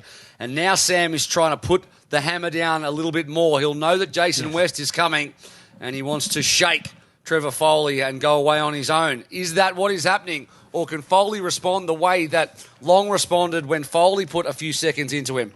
Well, and all of a sudden, too, just in those couple minutes, Sam suddenly looks to be in a better running style. He's got his forward lean. His shoulders are more relaxed, where you suddenly see, in my view anyway, Trevor Foley's shoulders are both coming up. A little tension in the shoulders. We're nitpicking here, but it's a tiny, tiny, subtle difference. I'll say, as I looked at the splits, we're at 51 seconds now with 8 kilometers to go. So we're now just still a tiny bit over 6 seconds per kilometer he needs to make up.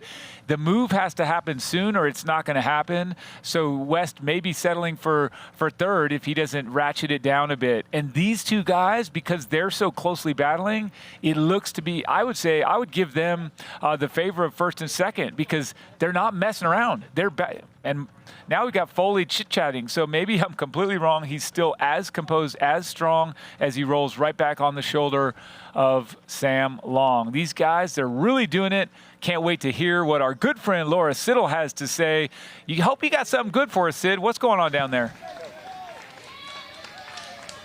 Hey, Michael. Hey, Michael. Yeah, we just got Jason West coming past us in third place, absolutely flying, chasing down. So the battle, as you could see on screen, was still with Sam Long and Sam Long and Trevor Foley, sorry. And actually, as they were running down, Sam tried to make a move and he swung right out onto the other side of the road to try and make that pass. But they are side by side still, and you can see heating up, loads of crowd down here. I've been to the famous creamery, actually, and this place supports a lot of the research on the product. We just saw Morgan Pearson running past. He is absolutely flying, as we know he can run, and up in those positions, and that's why he stayed in the race, because he wants to get that position, that slot for Nice, and then head to, obviously, focus on LA 28. So, yeah, back to you guys in the studio now, because this is melting all over. Sid, thank you so much. There's a number of things that I commend you on. First off, the selection of ice cream. I would have forgotten Trevor Foley's name, too, if I had that. And then also, Could Will and I get one of those shirts? Is that too much to ask? Happy Valley shirt. But really, so let's give her a little credit. Let's give credit to Morgan Pearson. So she said he's absolutely flying. He has no chance of getting first, second, or third, which is why he came here. But he's just killing it to get that knee spot. So really, kudos to the man who is out there, Morgan Pearson, just rolling to try and salvage his race from whatever went down on the bike. Great stuff. Yeah, absolutely. He's 9 minutes and 18 seconds down now, so he's still fighting away in 11th position. But he's moved himself up into a knee slot, and then the tail of two races there on the split screen, and these two. And I've got to say, Trevor Foley looks calm. I mean, we saw him get gapped a little bit. We saw him came through an aid station a little bit earlier, and he had good precision in the aid station. So sometimes when you're on the rivet, I mean, personally, and I see some athletes as well. They don't get that kind of fine motor skill stuff 100% correct, but he looked very composed through taking on aid, etc., which is just a little tiny hint maybe that he has a little bit more left in the tank. There's Mark Dubrick, who is on his own now with Matthew Marcotte, has gone down the road a little bit from Dubrick. Dubrick sitting there in 5th position, which is a very strong result for him, no doubt. Rasmus Svenningsson is your only non-American in the top 10. He's just behind, or when I say just behind, he's 2 minutes behind, but he's 1 position behind. So there's plenty of fresh air behind Mark Dubrick, and he is trying to chase down Matthew Marquardt, who is currently in 4th position overall. But you're right, that gap down to Jason West is not taking time out anymore. So he's now 57 seconds. So if anything, he's losing a bit of time. So the battle is just spurring these two men on in front of him, and it's making it impossible for him to see anything up the road. And I suppose at 15 kilometres, like you've gone out hard and you're like, I've got 2 minutes. You take a minute out, you still don't see them up the road. And as the kilometres tick by, it becomes disheartening to not see the value as we look at Trevor Foley, who has now gapped Sam Long by about 10, 15 metres. Just as I was saying how good he looked, off he goes, Trevor Foley. And could this be the time that he finally takes a win over his great rival? They haven't got too long to go now, about 5 kilometres, maybe a bit less, and they are travelling out there. So don't do anything for the next 15 to 18 minutes because Trevor Foley has put down the first surge. It's a perfect move at the perfect time. Trevor Foley from USA looking to capitalize on just a nice downhill section. He got away. He's not looking, but I think that this is the one that sticks. And here's why. He is not labored. You could see it in his face. He looks calm and collected there. I really enjoy when he did that because if you put it too far down, it starts to give more confidence to Sam Long. It starts to also just leave things to chance. A quick glance over his left shoulder. Trevor Foley rolling back into the stadium in this spot where we saw them earlier, shoulder to shoulder. Wow, what a move. And I just think he's strong. I think he's strong. He's fresh. He's got all of that going for him, having been really in a training block, a training mode for the last 3-4 months. So I like what I see here, and it's not to say it's easy, but now the gap even bigger. So excellent stuff. Trevor Foley fans, Trevor Foley Racing, you guys got to get up out of your seat as we are here and scream at this television screen in front of you, because right now, Trevor Foley making the decisive move late in the Hoka Run Course. Wow, I'm impressed. Yeah, it is impressive. And sometimes when you have the pressure off, a lot of pressure on Sam Long versus Morgan Pearson. A lot of chat about this. Trevor Foley's been going a little bit under the radar. He himself was trying to tamp down the expectation, saying, I'll be hoping for a top 5. He comes here as well with about 15 or 20 Foley Athletics age groupers, so he's kind of the coach, so he's living in a house, semi-coaching. He's not thinking about it too much. He's not overthinking it. He's relaxed. He's having team dinners with people that he knows all around him, and that's kind of taken a little bit of the mental load off potentially, and he's just seen an opportunity, and he's absolutely gone for it. So Trevor Foley, suddenly what could be a 15, 20-second gap, he's managed to eke out. Meanwhile, Paula Findlay is now 4:49 ahead of Grace Alexander. She's got absolutely no one behind her. And Lydia Russell is coming. She has overtaken Hannah Berry. She's 6 seconds ahead of Hannah Berry. And Lydia Russell is now about 1 minute and 40 seconds behind Grace Alexander. And here's the course record pacing thanks to Precision Fuel and Hydration. And at the moment, 4:06.45, and that is going to be quicker than what Paula Findlay is on pace to do at the moment. Yeah. So, and that's very interesting stat actually, because it was terrible conditions last year. It was raining. I mean, it's very hot out there now, but I would expect it to be the other way around. But there you go.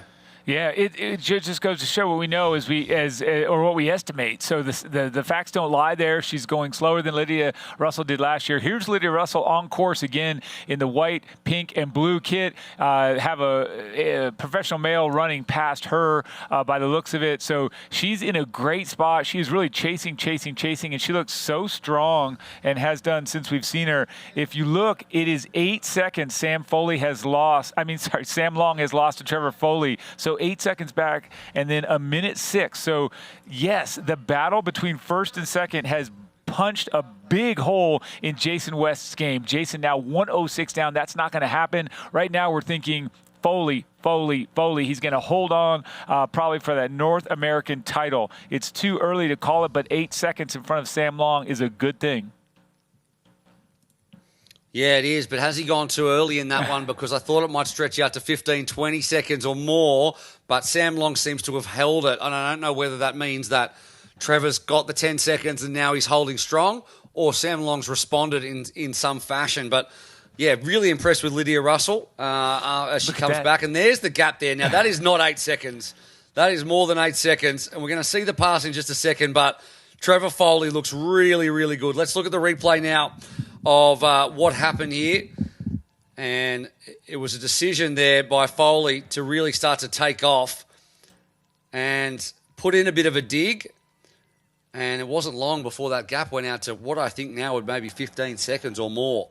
Well, I think it's really good that when you're running side by side in front and back of someone for that long and you kind of crest a hill, I think rather than really a proper pass, right, he dropped him. He sensed some energy. He sensed a little shift. He also probably felt it in himself. So he had the strength right when Sam maybe had a little dip. And look at this. We've got Foley overtaking Lydia Russell. This is our leader on the left. And, of course, Lydia Russell trying to chase down Hannah Berry on the women's race. But those two together in the same shot. Foley also doing something that's really smart. Cut those tangents, but also try and be invisible. You want to use any person to get between you and the chaser because if there's a chance of Sam Lum coming back, you want to minimize that visual kind of carrot. And so I don't see it happening. Foley from the very outset has just been rolling. And if we go right into the Athletic Brewing podium prediction, you're going to see it. Trevor Foley predicted to come on top with the gold medal, and then Sam Long with silver, and Jason West, we're predicting there in third with that bronze medal. Marquardt in fourth. That's the prediction. You know how those things go, but it is cool to see. I feel like this year we're just doing extremely well with stats and sharing all those estimates and comparisons. So kudos to our partners and everyone that's compiling that data for us. As we roll back into the shade here with Trevor Foley. I actually bumped into this guy last week, and he was also just really playing it down. He's just like, hey, you know what? Yeah, I'm just heading out there. No big deal. And I think that really works for him. I think, as you said, hanging out with the team, kind of decreasing focus on yourself, it seems to really work because now he's capitalizing when it really counts. Yeah, and we just saw Trevor Foley go past Hannah Berry, which means that Hannah Berry has retaken Lydia Russell, and Berry is now in third position after 7.5 kilometres. So she dropped back there, according to our timing, Hannah Berry, behind Lydia Russell, but in fact she is now ahead by around 14 seconds. And Trevor Foley is just flying. 22 seconds at the last split. He's got under 4Ks to go. You can just about put this one to bed. Trevor Foley has pushed it out to 25 seconds now at 17.6 kilometres.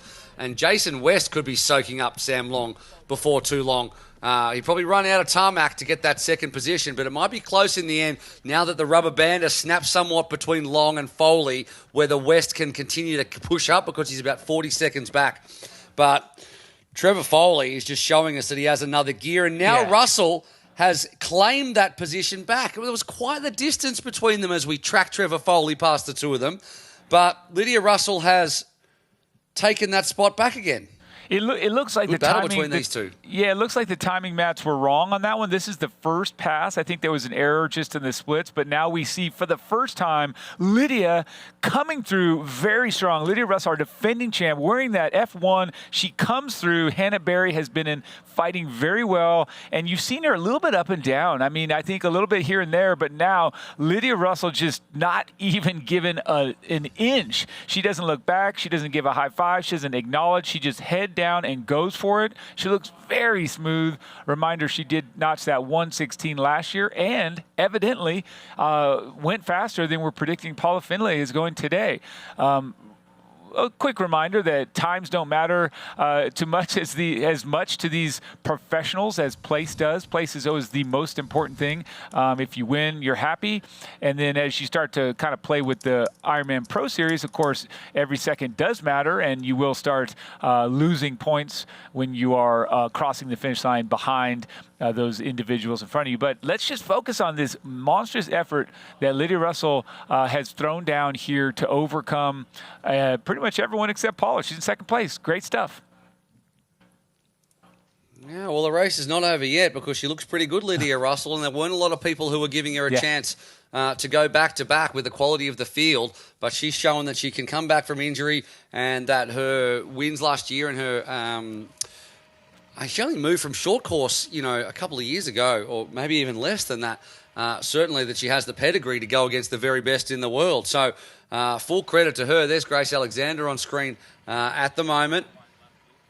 She could be caught by Russell, who's still Russell's in third position at the moment. But it's about 140 between the pair of them. So we'll see how this one shakes out because while the men are nearly finished, there's still plenty of room to go for the women who are past the 8-kilometre mark at this point.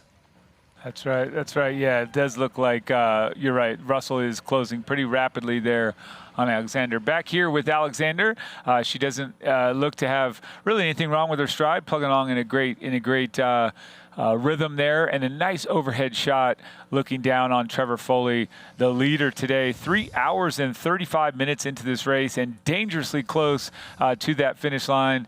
And to being able to claim not only victory over Sam Long for the first time, but really a massive win. So he's going to have perfect points having won Ironman New Zealand earlier this year, and he's going to win this one and take home not only the payday that goes with it, but those precious, precious points for the Ironman Pro Series. 32 seconds that last will, gap. and he'll know that he's really putting time in now, and it's about whether or not Sam Long is losing time, not just time to Trevor, but is he losing time to the chasing Jason West as well in terms of our battle? It's actually, everyone's losing time to Trevor Foley. He's fastest out on course at the moment in terms of the guys that are in the top 10. He's put 32 into Sam Long, and he's moved Jason West to 133 back. So about a minute between Long and West, where it was 40 seconds. So suddenly Jason West is slowing up a bit. Not so for Paula Finlay, who is looking very, very strong, looking just as she did when she left T2. And she'll be falling back in love with triathlon as we speak, which is what happens when you're sitting at the front of a race like this, I imagine, having never been at the front of a race like this. But I can imagine that is the place to be where everything feels like it's flowing, or maybe it's feeling super hard right now, but good hard both. rather than bad hard. Maybe both. There is a good hard, you know? Yes. You might be struggling, but you're also in front, and that's a good place to be. Updates for people further down. So we said Marquardt's now 3 minutes back. Dubrick 3:34, Svenningsen 5:35, Rielle 5:47, Blake Harris 6:23, Luke Jones nearly 7 minutes, Ben Canute nearly 8 minutes, Morgan Pearson 9:21, and Matt Hansen is in 12th position overall. So right now, Matt Hansen, who is not Nice qualified, is going to be missing out by one slot on a Nice slot. I'm going to get confirmation of that at the moment, but I believe Pearson is still in the last Nice slot position because Matthew Marquardt and Rasmus Svenningsen are both not Nice qualified. So they'll be the other two. And then Pearson will get one and Hansen will miss out, which I think is correct, but we'll get someone smarter than me to confirm it. But right. it'd be We'll work sad on to that. see Matt Hansen miss out, being the number one bib, but not come away with the slot when so many are qualified. On the women's side of things, Hannah Berry will pick one up. And then, oh, God knows, I'm going to get Sam to tell me. Yeah, there you It's go. too hard. That's right. As you come in here and you watch a little bit more of the Matthew Marquardt action here, following behind as he was a longtime leader on the race course and now pushing to try and continue to be in those top spots. What a great fight that we've seen from him all day long. And as we look a little bit at some of these other things, people hear us talking about Nice and 90 days away, we're going to have that Ironman 70.3 World Championship. But a reminder, too, the Ironman Pro Series, I mean, we're handing out a lot of money at the end of the year. There's a bonus pool of $1.7 million US. I mean, that's a lot of money going to these athletes that commit. 1.3 million of that goes to the top 10, and then 11 through 50, if you're in there just finishing out, you're still getting great 400K of money distributed. So really an amazing incentive to race well and to race often. And back on these guys that are doing just that. Left side of your screen, Trevor Foley looking to see where Sam Long is, feeling pretty good. That's a good look right there, and that feels great inside when you know, hey, he's not with me, I can't see him. Sam Long trying to wake himself up, getting a little bit of that precision fuel and hydration off course, taking a look at the Garmin. Still, I think, got to be, you know, you're dissatisfied, but you're a little bit happy. So ultimately, that is something you've got to look at. And we do know Marquardt has been really pushing quite hard and following him along on course. We did notice a little misstep earlier, and we want to revisit that. Take a look at this replay just moments ago. Marquardt coming through the aid station, grabbing, and you talked about the need to be very precise and have your mind together, and he just hit a little stumble right there. And you know what that is? Ouch. That is one of those little lips that you just barely have to lift the foot up for, but he did not see it, and that is, again, something that happens when you've got a little bit of central fatigue, a little bit of brain fog, and you go through and you're missing that precision. There's no reason that you miss that other than that little calorie bonk. So you can see the grimace, but you don't stop for something like that. You're Matthew Marquardt. You jump right back up and keep chasing down the rest of your Hoka run course. Well done. Yeah, that's one of those ones where, you know, when you do you're at the shopping centre and then you trip over and then you do a little run to try and cover up the trip over that you've had. No, I just wanted to go jog for 3 steps. That's one of those ones right there, except he was going too fast and he had to go and tuck and roll. But he looks okay again now. You know, he just puts absolutely everything into it, Matthew Marquardt, and he pays for it out on course. And if he's going to end up with a top 5, he will have put everything out there that he possibly could and left nothing to chance. Paula Finlay right in control of this one. And you can see some of the minor placings in the top 10 for both the females and the males. But we are very, very close now, and we'll head back to Trevor Foley very, very soon because he's just gone through the 20.7 kilometre split, which means he is about to come across the line as your new North American champion. Any second now is your first and second, the women's lead and the women's chase, as it has been for so long. Paula Finlay and Grace Alexander. And Grace Alexander will start to think about maybe staying away from those chasing behind her, but the stadium looming in the background, and Trevor Foley about to win his second race from 2 in 2026. He looks behind him, sees absolutely nobody whatsoever. He dropped Sam Long about 5 or 6 kilometres ago with a nice surge that he has held on to. And it's not just the win, it's not just the field that he's won from, but it's also the quality of the race that he has put together, the quality of the half marathon that he has delivered. He looks so strong. And Trevor Foley, just as he did in New Zealand, so it is in Pennsylvania. Another Pro Series win for Trevor Foley and a North American championship.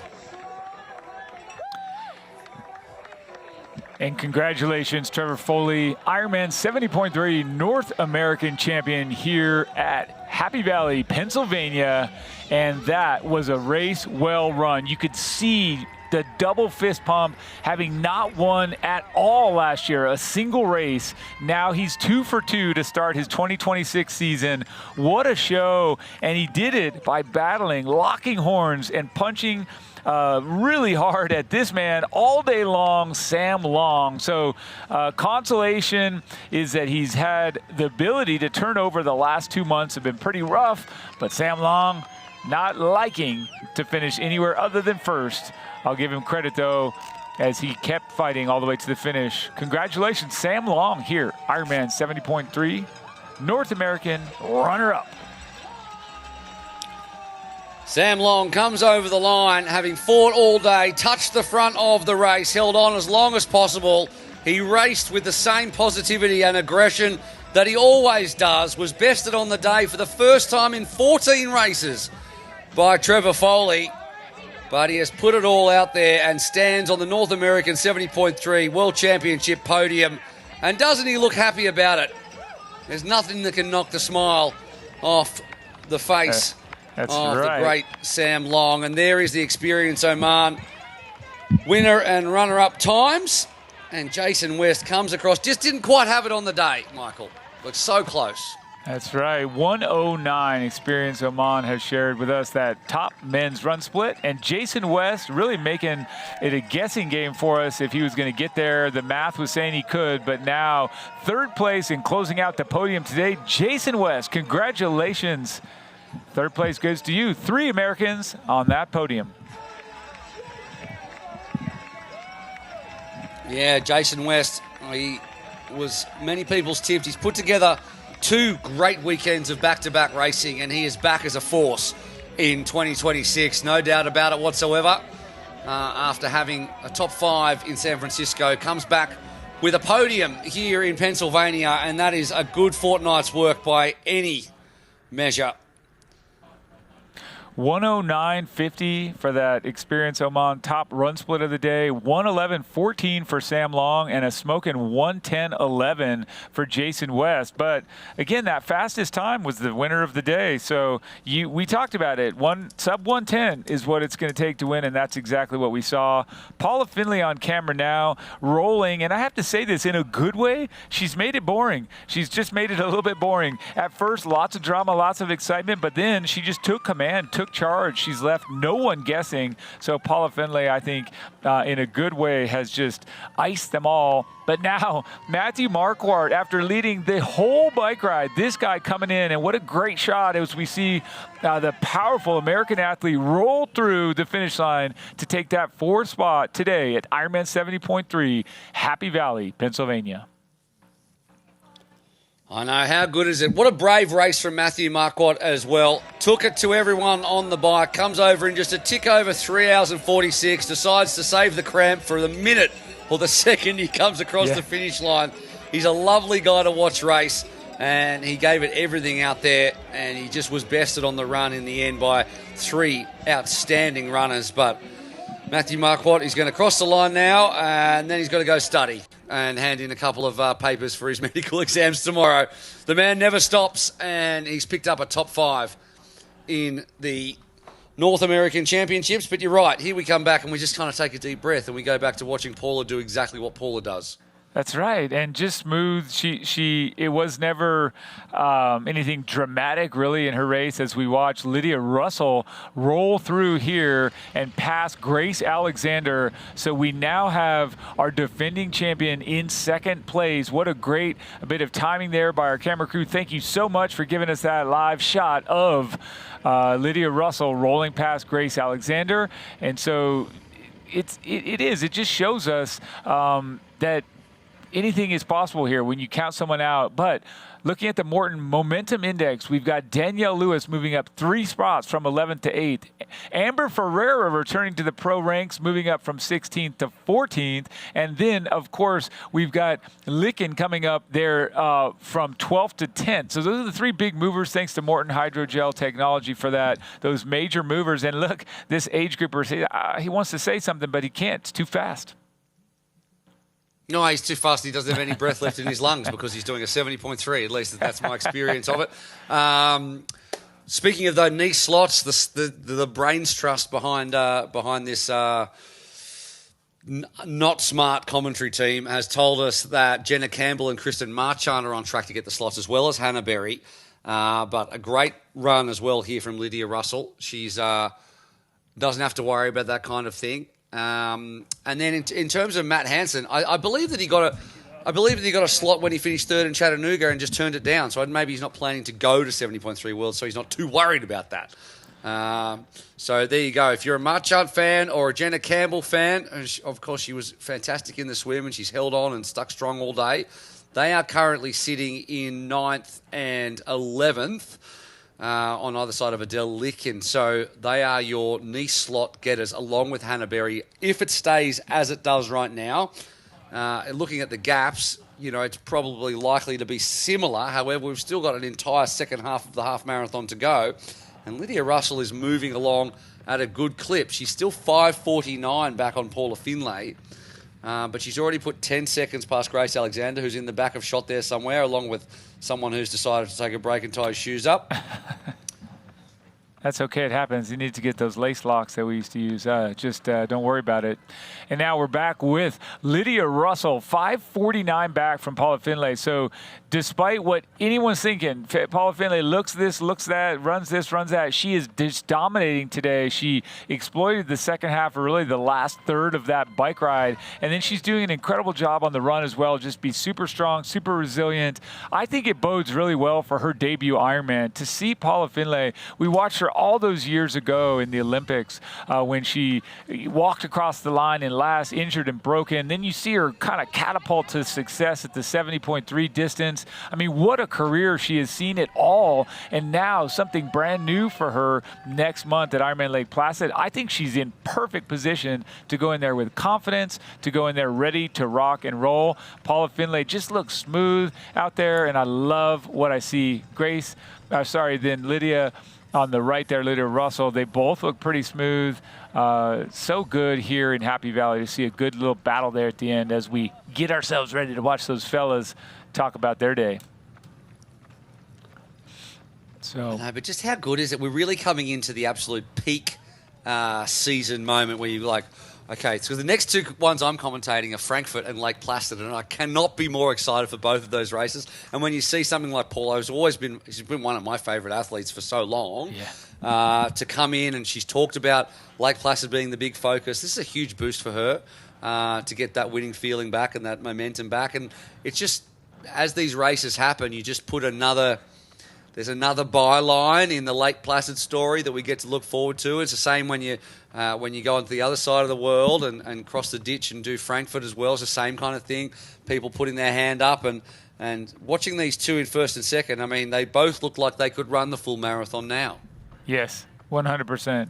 100%, and that's good. That's what you want. There's not a whole lot of training that can go in between, really game-changing training that can go in between now and Lake Placid. That's why I think Paula came in here just well-positioned, so much depth to her game, so much fitness across the board, strength to handle these hills. And so the way that she's hitting it now, some early season speed and then some strength and length coming into her training in May, it's really perfect. And in Lake Placid, you're just gonna have a ball. Actually, next weekend, right, is Frankfurt, but that's gonna be a blast. And Lake Placid too. It's just this is a very challenging run course. I think underrated. The run is harder than the bike, but they're both very difficult. They're both beautiful, just as it is here in Happy Valley. So prepare yourselves, folks, because we are about to rush on down to the Hyperice recovery zone for our post-race interviews. Of course, we get that queued up for you, and then we get to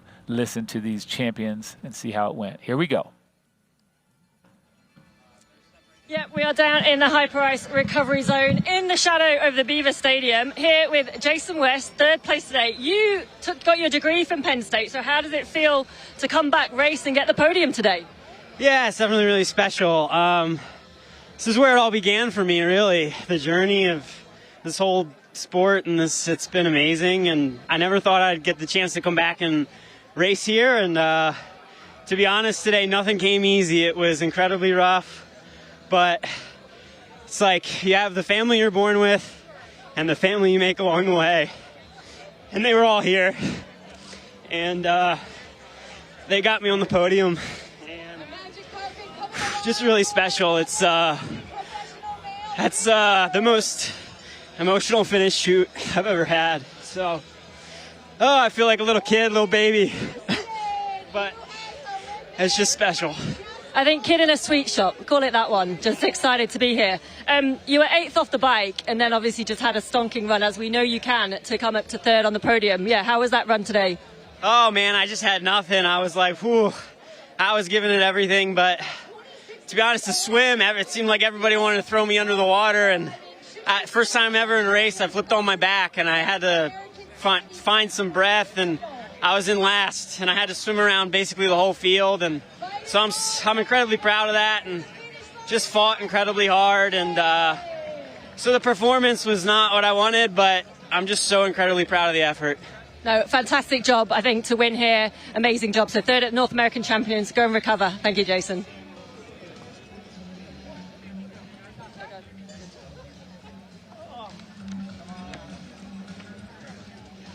Sam. Hello. Sam, look wherever you like, Sam. You can look at everybody around. I think you raced like you did in Oceanside. You attacked. Second this time, though, North American Championships. How's that feeling?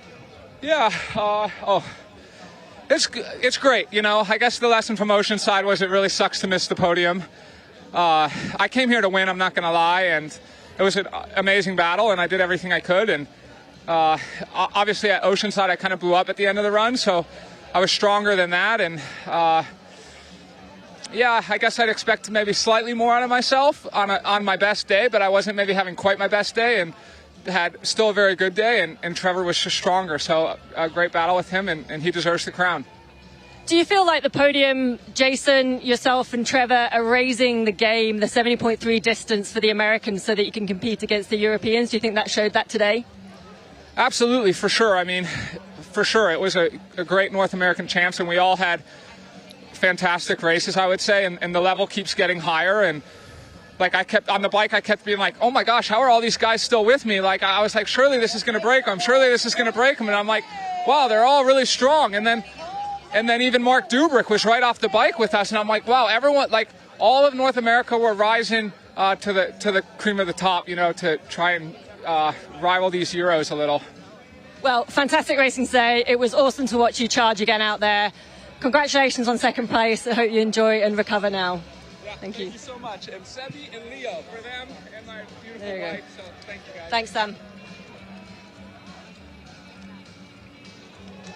Hello. Trevor Foley, Ironman 70.3 Happy Valley North American champion. How are you feeling? Man, I feel amazing. Just on an absolute heater this year.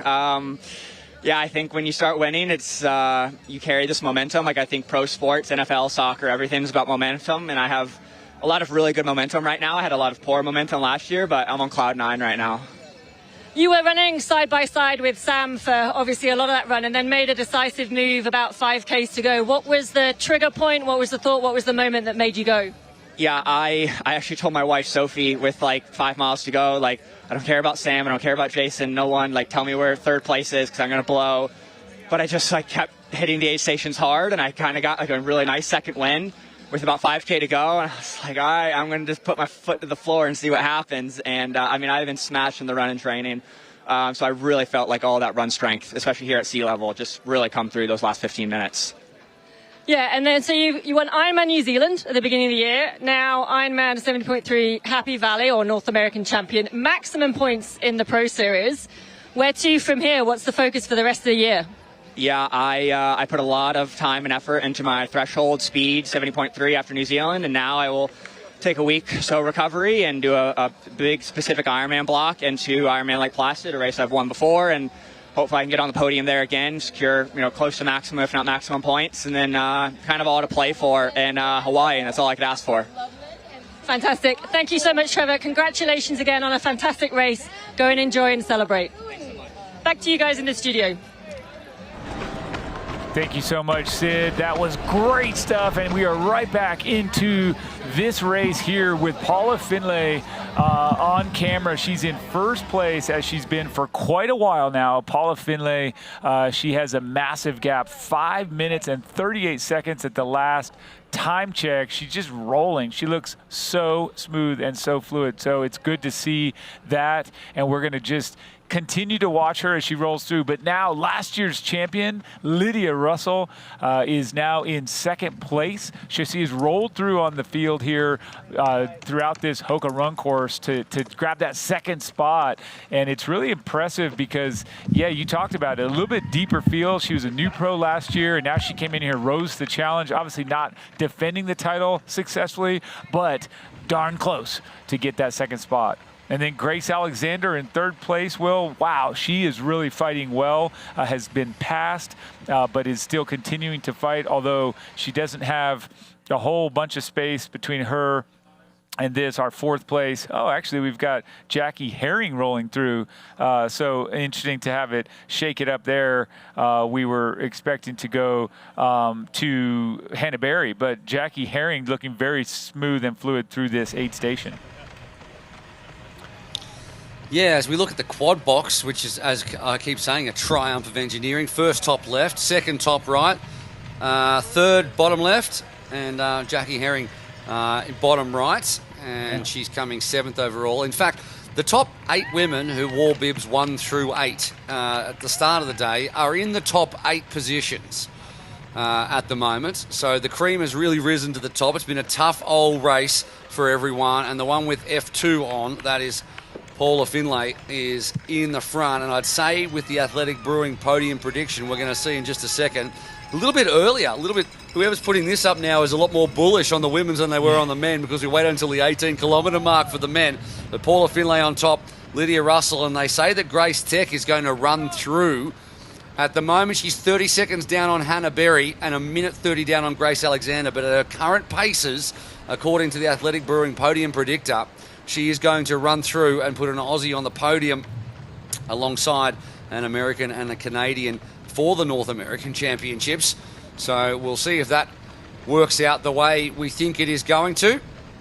Jackie Herring's about 50 seconds back on Tamara Jewett as they fight for 6th and 7th. They've been stuck together pretty much the whole day, but all of these women look reasonably strong out there at the moment. Paula just looks exactly like she did at the start of this run, and she is now at 16.4 kilometres, having just gone through that timing mark. And it's an interesting tidbit that I've just been told, and I remember from last year seeing some photos of Lydia Russell. She was wearing the TTL kit. Now, TTL is That Triathlon Life, and that's a development team and a podcast and a brand and an apparel brand, all run by Paula Finlay and her partner, Eric Lagerstrom. And Lydia was on the TTL development team last year when she had a win. And now, having developed, she's now chasing down the owner of the team in Paula Finlay. She's not going to make it to her, I wouldn't think, unless something major happens. But it's good to see, someone like Paula supporting up-and-coming pros along with Eric, even if they are the ones that are chasing her down right now. Maybe she's regretting it, but that's right. It's good to see. It's great to see. It's a special nature of our sport. You do see that. And again, Paula Finlay, been around the sport, only 37 years old. She's got a lot of racing in front of her if she wants to, but certainly she's been around the sport. She understands the value of a mentor, not just financially or sponsorship-wise, but she understands the value of that support from those in front. She had that as well, and it's a key component of the sport. I do think that's, lift others up and you lift yourself up as well. As we watch Paula Finlay roll through yet another 8 station towards the finish line, the question is, will she get to that course record? Will she run across with a huge smile? And then behind her, do those women shuffle the order even further? Please, we must answer those questions, so stay with us. More running action in just a second.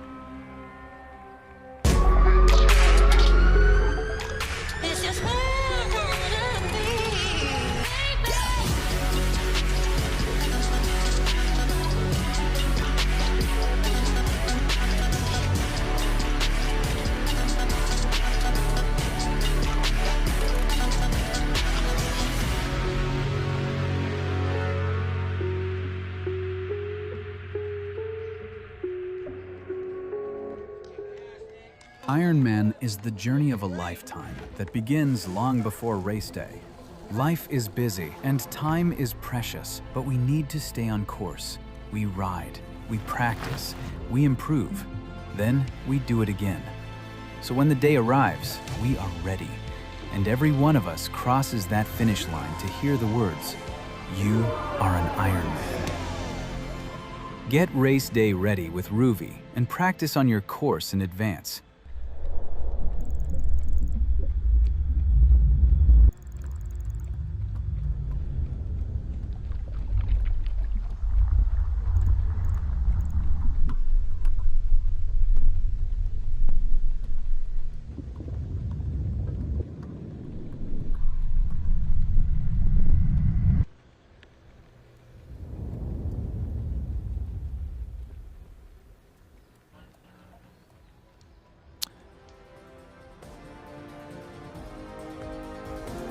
To the Paula Findlay Show, aka the 70.3 North American Championships, where she looks like she's going to win another one. And this broadcast is brought to you by AG1. Better finishes start with AG1, and she makes one of the 90-degree turns, and there's plenty of them on this course, which runs throughout Penn State University.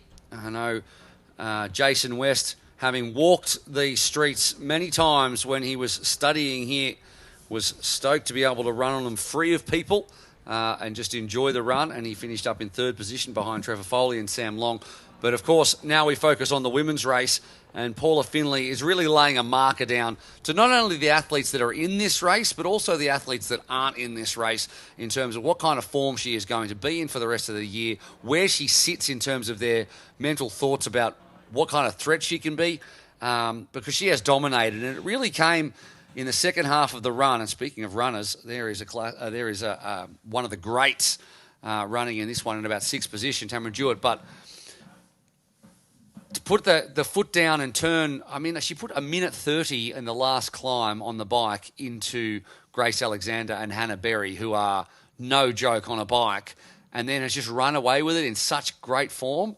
That's a shot across the bow to those who are going to come up against her in her debut Ironman in Lake Placid, but also in upcoming 70.3s, including a little one that we're having in Nice in the middle of September.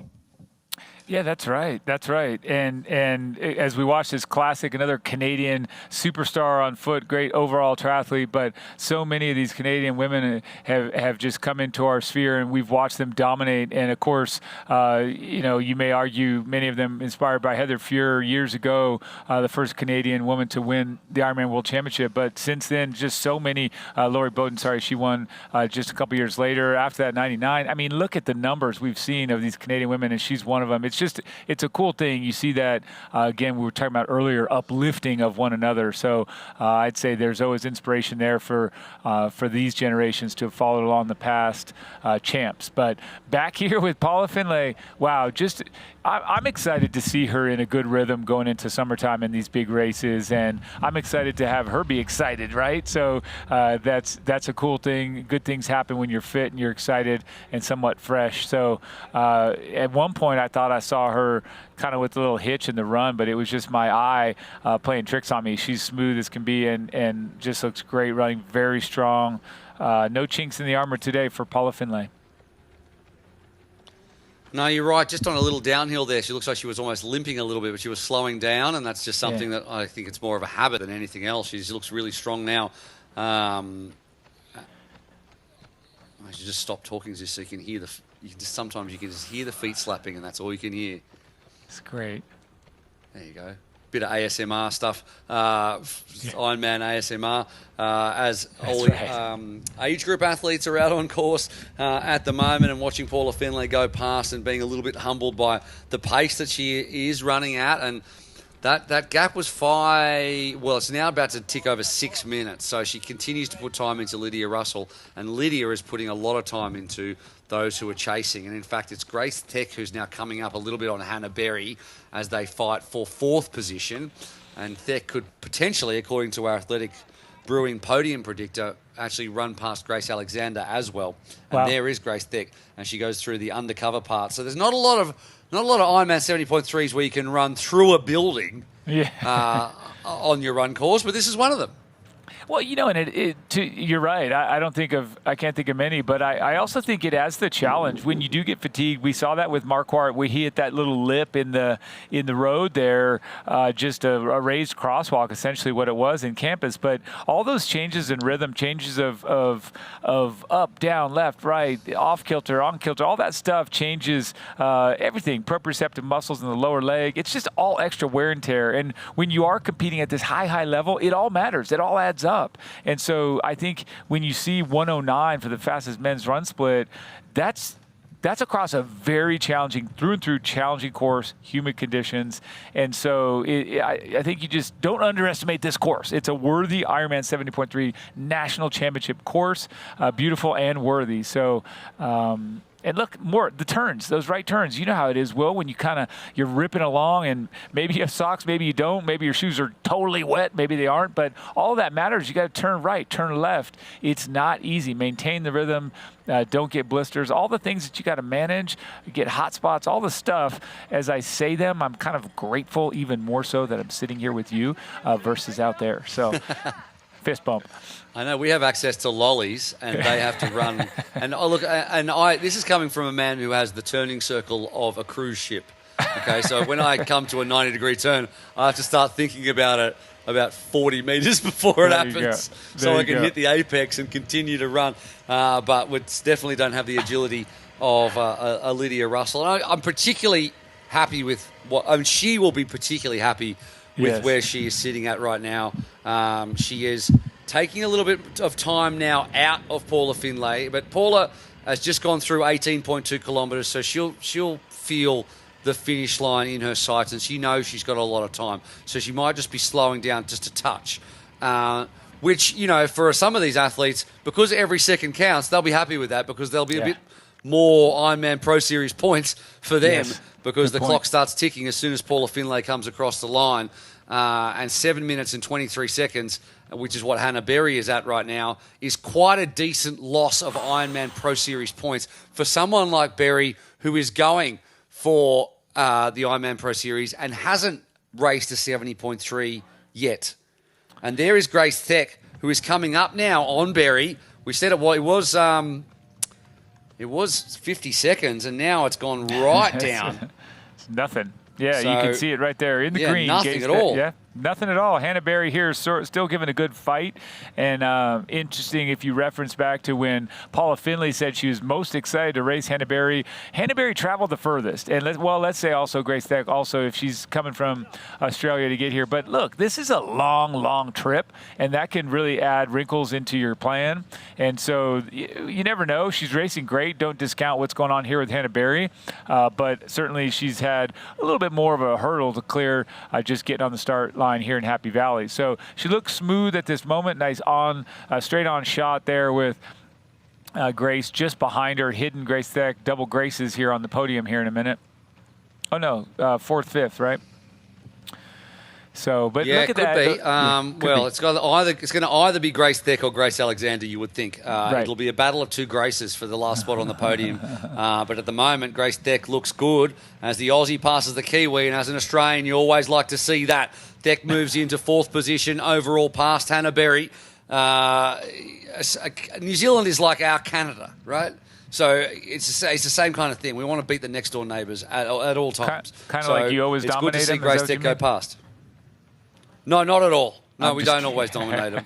It really depends on what sport it is, to be fair. Good. But there's plenty that we don't dominate them in. But it's good to see the Oceania athletes representing in the North American Championships. And Grace looks good.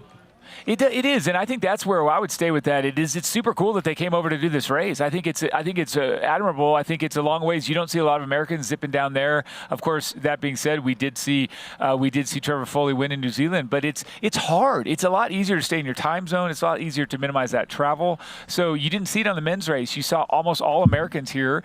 So I think it's great that those two, and not only did they come all this way, but they're kicking butt. So it's great to see Paula Findlay here checking her splits. as she rolls through these ladder miles, these ladder Ks. Look at that at the bottom. She's only got 1.7 kilometers, about 1.1 miles to the finish. 6.5, 7 minutes. We're going to see her roll through. So this is, we're almost there. We get to crown another North American champion. And guess what? It's Paula Finlay again. She's already won 3, trying to make it 4. I'd say she knows how to time those early season 70.3s pretty well.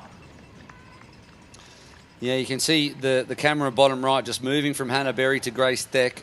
So she's gapped her a little bit. I believe that Grace has been in the US since Oceanside, so she's done that whole thing and actually lives in the US for half the year. So she's been back and forth, but she's been here since Oceanside, which now seems like ancient history ago. Is the quality of the races that keep coming up week on week.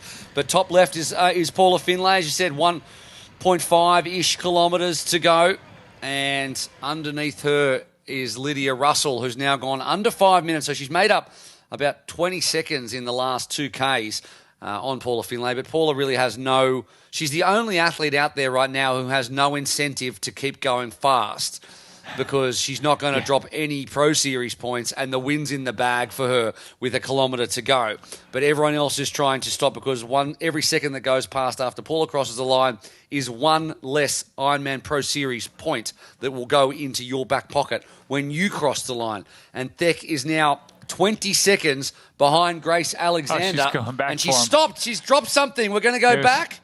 Yeah, she's going back for something. Her glasses, she put them up on top. She tried to move them, and they flew over the back of her head, back of her hat.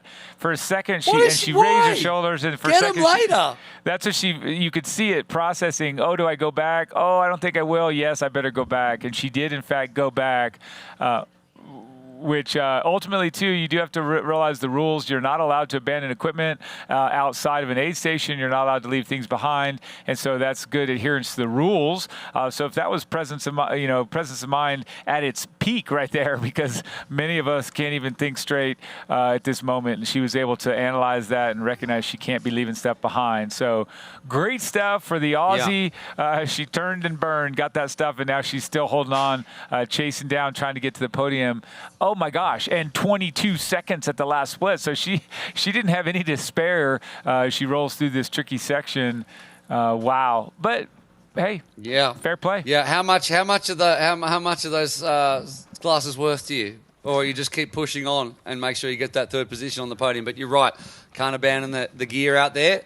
Paula Finlay, looking calm and collected, and about to, it's probably 500 to 700 metres away from the finish here. It's a kind of a long uphillish run up to the stadium. See that side eye? It's just so quiet, isn't it? Listen. Yep. That was classic. She just kind of looked out of the side of her eye at the camera there. When did you get here? But no, she looks so strong, so composed. I mean, I really do feel like I am seeing that hitch, so it wasn't in my imagination. There's definitely, I'm not going to say it's a full-blown limp, but I wonder, because I remember when she walked out for her call-up, she was the only athlete, again, dive into this for later analysis, but she was the only athlete to walk out on that beach sand in running shoes. Everybody else was all ready to go in their bare feet, from what I could tell, and she kind of cruised out there. Maybe she's got a sore foot. Maybe there's something going on. It did not even appear to slow her down, and I could be imagining it, but doesn't it look like there's a little bit of a hitch to the running stride there of our soon-to-be champion? I don't think it matters at this point because she is on her way.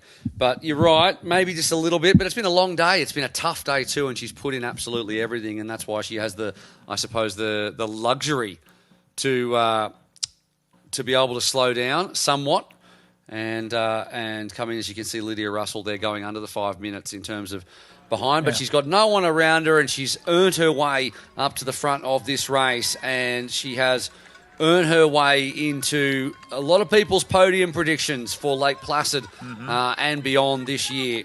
And it is good to see such a stalwart veteran of long course racing back on top, ahead of Russell at 4:50, and then Grace Alexander, Grace Theck. It is now 18 seconds between the pair of them, the Aussie Grace and the American Grace, who will be doing battle over the next 3 kilometres to see. And there you can see the gap between them. It looks like Grace Theck is seriously gaining on her now. It was 18 seconds at the timing, Matt.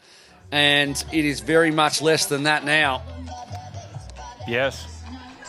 As we watch Paula Findlay come back into these massive crowds, and everybody loves a winner. It doesn't matter when you see that person coming through, it just raises the energy. Spectators watching as the Canadian rolls through these closing moments of her race. Paula Findlay going to be a four-time, that is right, Ironman 70.3 North American champion. And she's rolling through here, giving a few nods and some waves to the crowds there towards the end. Nice little overhead shot as well. So 2 cameras, maybe 3 on her at any given moment. You can see here to the finish, stay on the right. And if you're doing finishing up lap 1, going out again, you got to go to the left. But watch this, folks, because this is that which we were talking about earlier, the Battle of the Graces. Up front, Grace Alexander, right behind Grace Tech. These two waging battle as we watch our women's champion get ready to call it a day. I tell you what, it's been a long time coming here. And now we're about to see her take out that title. Yeah, absolutely. She won the 70.3 North American Championships in 2024. She won it again in 2025. And now, as it goes to Pennsylvania, there is a new venue, but nothing else has changed. In a tick under 4 1/4 hours, Paula Findlay on a solo half marathon is again, and for the 4th time, your 70.3 North American Championship winner. A solid swim, a race-winning bike, went ballistic on the climbs and ran away with it in the end. Relief and elation in equal measure after a DNF in Oceanside, 2nd in Chattanooga, her first win of the season. And there is the times, thanks to Experience Oman, your female pro champion from Canada, with a 1:23.45 run. Well outside Lydia Russell's time from last year. Conditions completely different, very hot. And Paula Findlay has put herself into the reckoning in 2026. She has done that and done so in style as we come back to last year's winner, Lydia Russell. She went 4:04, the winning time there, 4:14 today. But what a great battle. And I just have to say, she came in here. It's not easy to carry the weight of defending champion. It's not easy at all. And Lydia, also having broken the collarbone, had the surgery, had some downtime this year. A big question mark, I think, was also on her shoulders. And now, of course, she has held on in style to that 2nd place spot. So we're not with her at the moment. We're watching our 3rd place. Here we are now with Lydia Russell. And then, of course, we have in green, that was Grace Tech from Australia in that 3rd spot. But what a battle, right, Will, for this young lady, Lydia Russell, coming from the development team to chasing its team leader this year and nearly catching her. Yeah, that's right. And not only did she have a broken collarbone, in April she had to have emergency surgery because the metal inside her collarbone had become infected, and you could actually see the metal. It was like pretty gross stuff. And she had to have like a vac thing on there to vacuum it all out. It was quite the journey for her to get right. And obviously swimming has been tough, but she's put a lot of work in on the bike and run, and it's absolutely been it's paid off in spades here, because she's going to come away with the podium behind Paula Findlay and ahead of some really, really big names in Thek and Alexander and Jewett and Berry and Herring and Lewis. And here's the pass between the 2 Graces, Alexander, who has been in contention all day, and Grace Tech, who has run her way through the field from, I think, about 6th or 7th. She's overtaken several women on her way through, and she just looks solid. And she's a light athlete, and she's got a great turnover, and she just continues to work away in this humid weather. You can see how overcast and muggy it is. And now it's Lydia Russell's turn in the spotlight after winning last year. That's right. Here she comes into that same split where she gets to go right to the finish line, where other athletes continue on to their 2nd lap. And this is what you've all been waiting for. Aid station opportunity if you need it, but mostly those are lap traffic that are going through there. And Lydia Russell yes, as you said, overcoming some serious obstacles early in the season, remaining optimistic, remaining positive. She hadn't been in the water, said she felt like a fish out of water when she got back in. Also grateful, she mentioned that in her pre-race interviews, grateful to be racing at the 70.3 distance and be done with short course. She says, I won't go back to that. And why would you when you've got now back-to-back podium finishes at this great event, and this year being our North American Championship. So kudos and congratulations go to this young lady on camera, Lydia Russell. Wow, great stuff. Yeah, and just to come second in a North American 70.3 championship is arguably greater than her first pro win, which was here last year. I'd say it probably is, considering the field and the level of attention, and the fact that it's a Pro Series race is an incredible breakthrough for Lydia Russell of the USA. In only really her second year as a pro, she has come across the line in second position, run through the field, and a huge moment for Lydia Russell, who only 2 years ago was racing in short course. She has come to long course racing, won in her third last year, her third Pro Series event, and then 12 months later, second in the North American Championships. What a huge moment.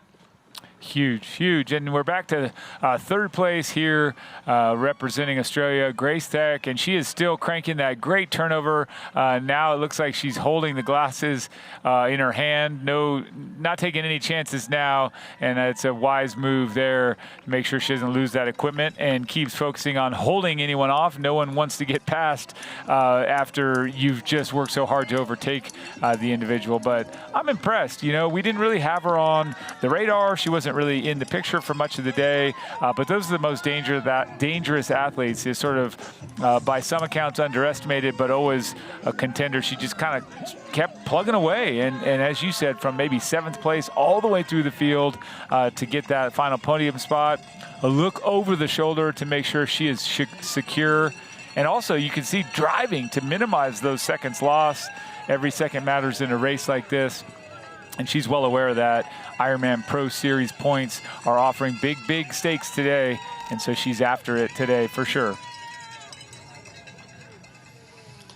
Yeah, she is. Grace Tech, good to see her, and she's 6th overall in the series. She's already done 2 70.3s this season. This is her third 70.3. She's just done the one Ironman, sits 6th overall, just behind Kat Matthews, if you don't mind, in the Pro Series. And she will bag some good points for this one. She's not too far behind the leader, so she'll be really happy with her run in what's been super difficult conditions. She said that this course suited her. She was excited about the twisty-turny nature of the run course, and it was interesting, but also the conditions and the bike as well. So a very solid race by Grace Tech. She'll be very happy with this. And, of course, when you can podium in a Pro Series, you have to be happy with the quality of those around you. And to do it as well with a run where she's overtaken Grace Alexander with about 3 kilometres to go, and then continued on with it to put more than 20 in. Grace Tech from Australia on the podium, takes the last place, and she has put it all on the line and come up with a big effort to just outdo Grace Alexander, who's going to join us across the line as the hug comes from our race winner, Paula Finlay. And Grace Alexander was valiant during that, and she has had done to her by Grace Tech similar to what Casper Stornes did to Sam Long at Oceanside. Just pipped her at the post, maybe a little bit earlier this time. Won't feel good, but she still should be happy with that overall. And Miss Consistent, Hannah Berry, comes across the line in 5th. And she just has one speed, and it is consistent swim, bike and run, no weaknesses, to take a top 5 here in Pennsylvania. That's a really good show as you look at how close these athletes were there. 4:20.36, 4:20.53, and 4:20.13. So 18 seconds from 3rd to 4th and 20 seconds from 4th to 5th. Those questions have all been answered, but there's still a lot of celebrating and acknowledgement to be done. So, folks, we want you to stick with us. The podium celebration, we get to hear exactly how it played out. Tamara Jewett coming across the line for Canada right there. And then we will see more athletes, their podium celebrations and interviews. Please stay with us.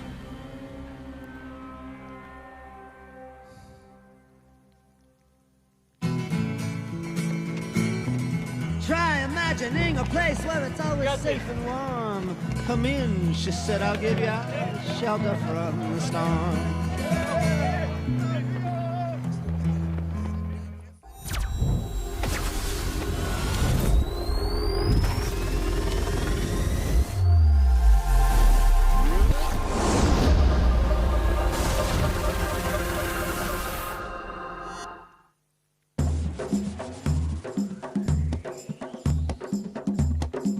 It's the beauty of Oman.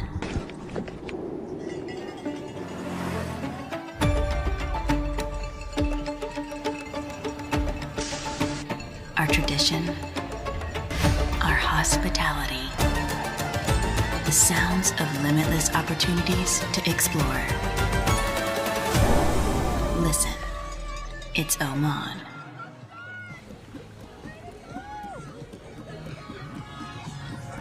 Just do it, it'll be fine. It's breakfast with precision. It's breakfast with precision. Thank you, Poncho Man. Welcome to Breakfast with Precision at Hugo's on the Rocks. I'm Andy Blow, co-founder of Precision Fuel and Hydration, and we are stoked to be the official hydration partner of the Ironman Global Series. Hey, what are you doing on my set? Get a plan for your next race at pfnh.com. Security! It's breakfast with precision. It's breakfast with precision.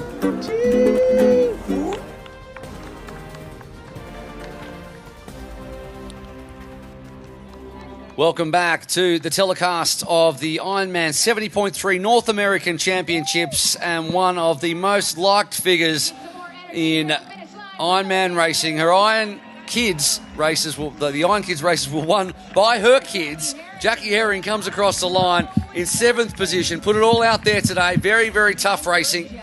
And she'll finish 7th overall. Just a tick over 10 minutes back on our winner, Paula Findlay, who set a real marker for the rest of 2026. And Herring will be just ahead of, well, there's quite a gap back to Danielle Lewis now, so we'll have an empty finish line for just a while as the age groupers continue out there. And very soon, Laura Stiddle will be interviewing our top 3 athletes from the women's in the hyper ice recovery zone. But it gives us a little chance to take a deep breath, Michael Lovato, and look back and think, gee, that was some good racing. Thank you, guys. Here down in the high price recovery zone with Grace Tech, 3rd place at Ironman 70.3 North American Championships. What a year you are having, Grace. How are you feeling? Yeah, that was a really hard course out there. It made me work very hard towards the end to get that 3rd place. But so far this year, it couldn't have gone too much better. So, I'm really happy with how it started. Yeah, and now you dropped a little bit in the Pro Series points after Hamburg last week, but you've had a 2nd, a 4th, a 5th, and a 3rd. And today's race, that must give you pretty much a good lot of confidence going into the rest of the year. Yeah, for sure. I'm still on the fence at the moment whether I'll do Lake Placid. But I think, this was a good indication that I think I can probably tackle that. So we'll see how the training goes over the next couple of weeks. And I think, it set me up really well for the year. I think you've had a fantastic start to the year. Enjoy, relax, recover, and go celebrate. Thank you, Grace. First timers to those repeat offenders that have done this year after year. Can't even count how many 70.3s they've finished. Lydia, you won here last year, but this year, North American Championships, also part of the Ironman Pro Series. 2nd place, how are you feeling? I'm feeling really happy with that. I came off the bike in 5th. Am I supposed to hold this? Okay. I came off the bike in 5th, and I was like, well, if this is all I've got today, I could just stay here, and it would be my best Pro Series finish because I was 6th at North American Champs last year. So to move up all the way to 2nd, I was really happy with that. And this is only really your 2nd year racing this distance. You're still pretty young, and this year also you've come back from broken collarbone with 2 surgeries. You must be pretty happy to be back on the race course. Yeah, I'm so happy to really just be able to be in it, even with not a great swim, to kind of know people weren't putting that much time into me on the bike. A little bit more in the second half. I got a little tired. But yeah, to really just I feel like if I can be up there from the beginning of the swim in the next few races, I'm really excited for what I can do. You're really excited. We're really excited. It's great to see you back. Enjoy, relax, go celebrate, and we'll see you for the rest of the season. Thanks, Lydia. Missed you out there this year. I wouldn't have been any help to you. Hello. Well done. And here I am, Paula, Ironman 70.3 North American champion. How does that sound? Yeah, it's like relieving, but I'm so happy. Yeah, it's been a little bit of a rough stretch I've had the last 6 months, so to feel a bit more like myself was fun. You won the North American Championships 3 times when it was in St. George. You've now won here in Happy Valley. It's also the 3rd year in the row, but it's your 4th title. What is it about North American 70.3 Championships and Paula Findlay? I don't know, that might be a coincidence that it's the North American Championships. I don't think too much about that while I'm racing. I just kind of try to do my best, and like these courses suit me. I don't know, St. George was great for me. This course was maybe even better than St. George. I really loved the bike course a lot. So yeah, I just rode really hard and felt good from start to finish, that doesn't always happen, so I don't take it for granted, but it was fun. Yeah, you said you enjoyed the bike course. You seemed to make a move on that second climb, and that's really where you got away from Grace. Was that in the plan, or just legs feeling good and it just happened? Yeah, it's really hard to get away from people on rollers because there's the motors are around, and Grace is super strong. So she was with me for the first half, and I knew on the climbs I wanted to lap my watch and try to go 300 watts and just get up as hard as I could, and that would probably lead to a gap. So that's what I did, and yeah, that was my strategy. Which certainly worked. Now you're building towards Lake Placid, your first Ironman. And before the race, you said you were more excited about Lake Placid than you were about this race. You must be pretty excited now with this title, another win.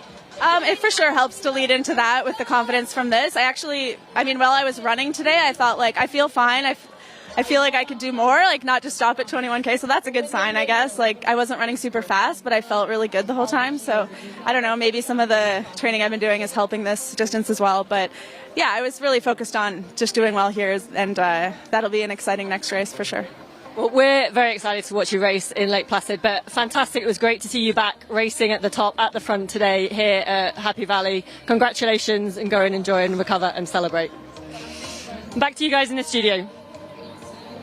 Thank you so much, Sid. Thank you, Paula, and everyone. That was an incredible show, and I'm happy for Paula as well. You could see that she was just relieved and pleased to continue that streak. 4 wins, no big deal. She said, I focus on the race, but a great, great accomplishment to have those 4 North American titles to her credit, and there is still just a lot of action heating up as we warm up more or less towards the rest of this season. We're only in June, a reminder, but today's race, we talked about it heading in, Will, just so much talent on the men's side. A little bit disappointing to see Morgan Pearson fall out, but otherwise the fellas delivered as we knew they would.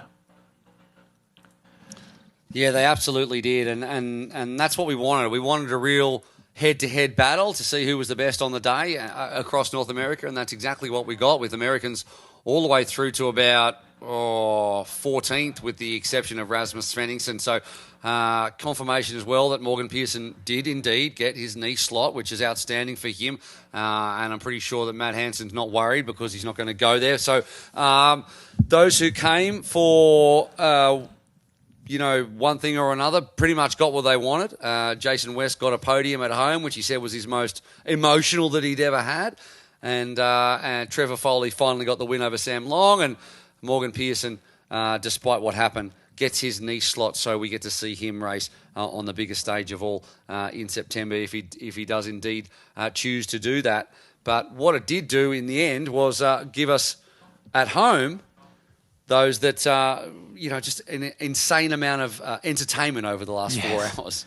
100%. We love that, and to see that shoulder-to-shoulder battle for any amount of time is exciting. But to see it for the extent to which Long and Foley delivered, that was great. We do get to watch this, and we're going to see these guys climb up and claim that victory. But here you have it, folks. The Athletic Brewing podium celebration. We've got Trevor Foley atop. Sam Long in second with Jason West in third. But have a look at those times. Incredible 3:42.25 for first place. Well in front of, and I should say well in front, a little over a minute in front of Sam Long and Jason West. Congratulations to the men. They did it in style today. Your champion overturning that losing streak, we'll call it, to Sam Long. But wow, what a day. Will these guys get to celebrate in style and go home knowing they delivered everything today?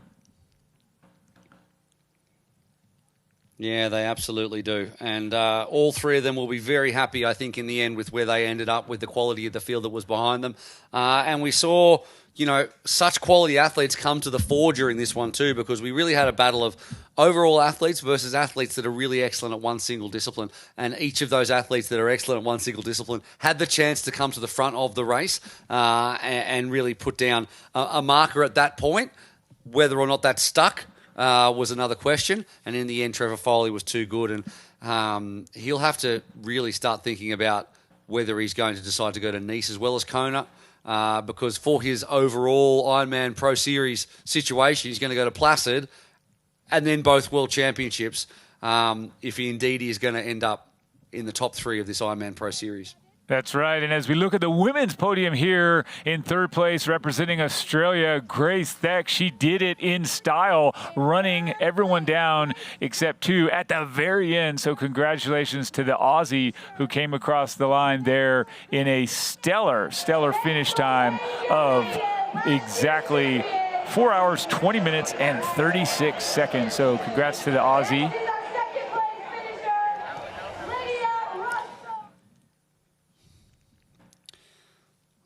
Yeah, outstanding work from Grace Theck to run through. And speaking of running through, Lydia Russell as well, of course, was a runner in college. She was a swimmer up until 14 years of age and then a runner in college. And then she picked up the bike. And the bike was very tough today. And to be able to run off the back of that, as she said, she didn't have a very good swim. When her swim comes back after her injury, she's going to be in really good positions in races. And I think that's probably what she's taking the most out of this race. That's right.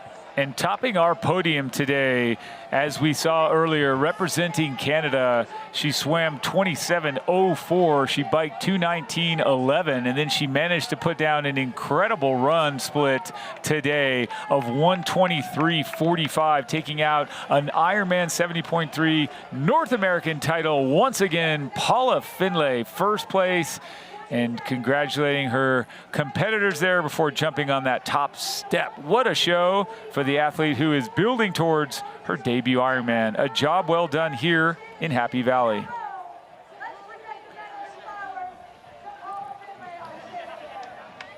I might be biased, but it's great to see Paula back on top and to win again a 4th time. I mean, I know she doesn't put a lot of stock, and some people say, what is even the point of these North American Championships? But it draws the biggest there, as the Pro Series does too, and that's why it's such a great innovation in our sport. And to win in front of such a good field and to win a 4th North American Championship, she's really cemented her place at the top of middle distance racing.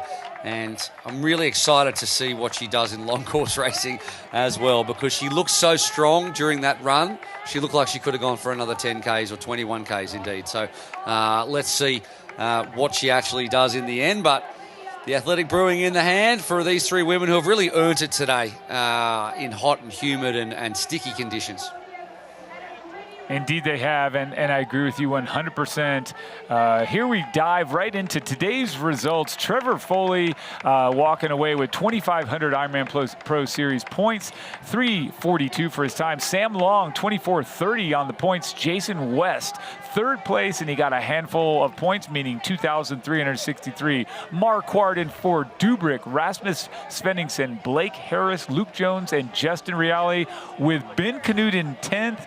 Oh my gosh, what an American-led, and also, of course, those 2 internationals. What a day for the men on the results.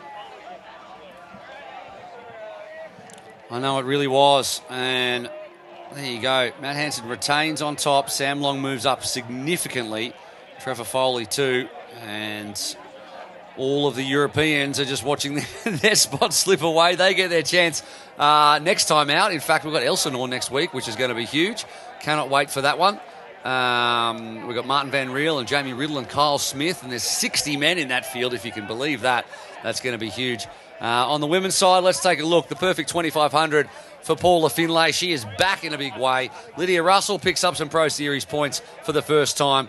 Grace Theck adds 2,000 to her 7,366, so she'll rocket away up there at the moment. I think it's a 2nd place overall. Grace Alexander takes 2,000, as does Hannah Berry. She'll take that one because she doesn't have a 70.3 score just yet, so she'll add that to her 2 Ironman scores and head up towards 9 or 10,000 points as well.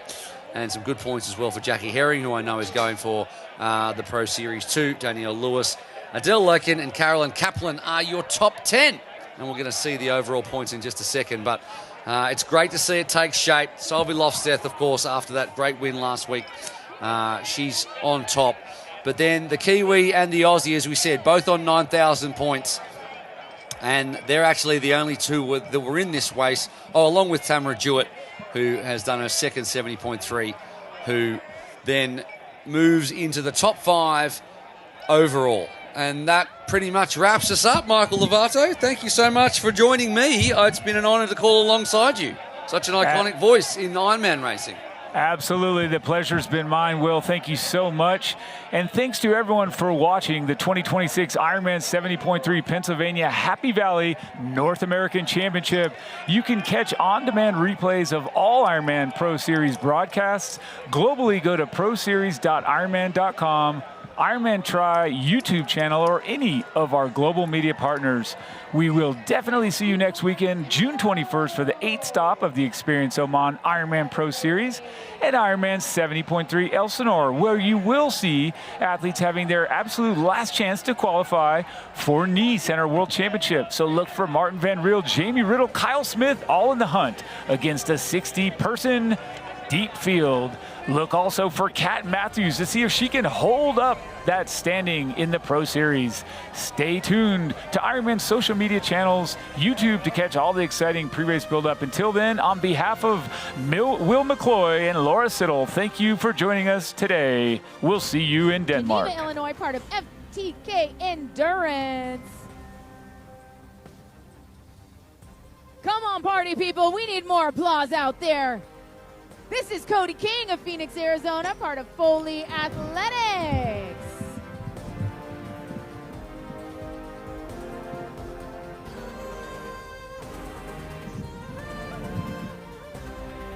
Huge congratulations to Nick Carlson out of Austin, Texas, part of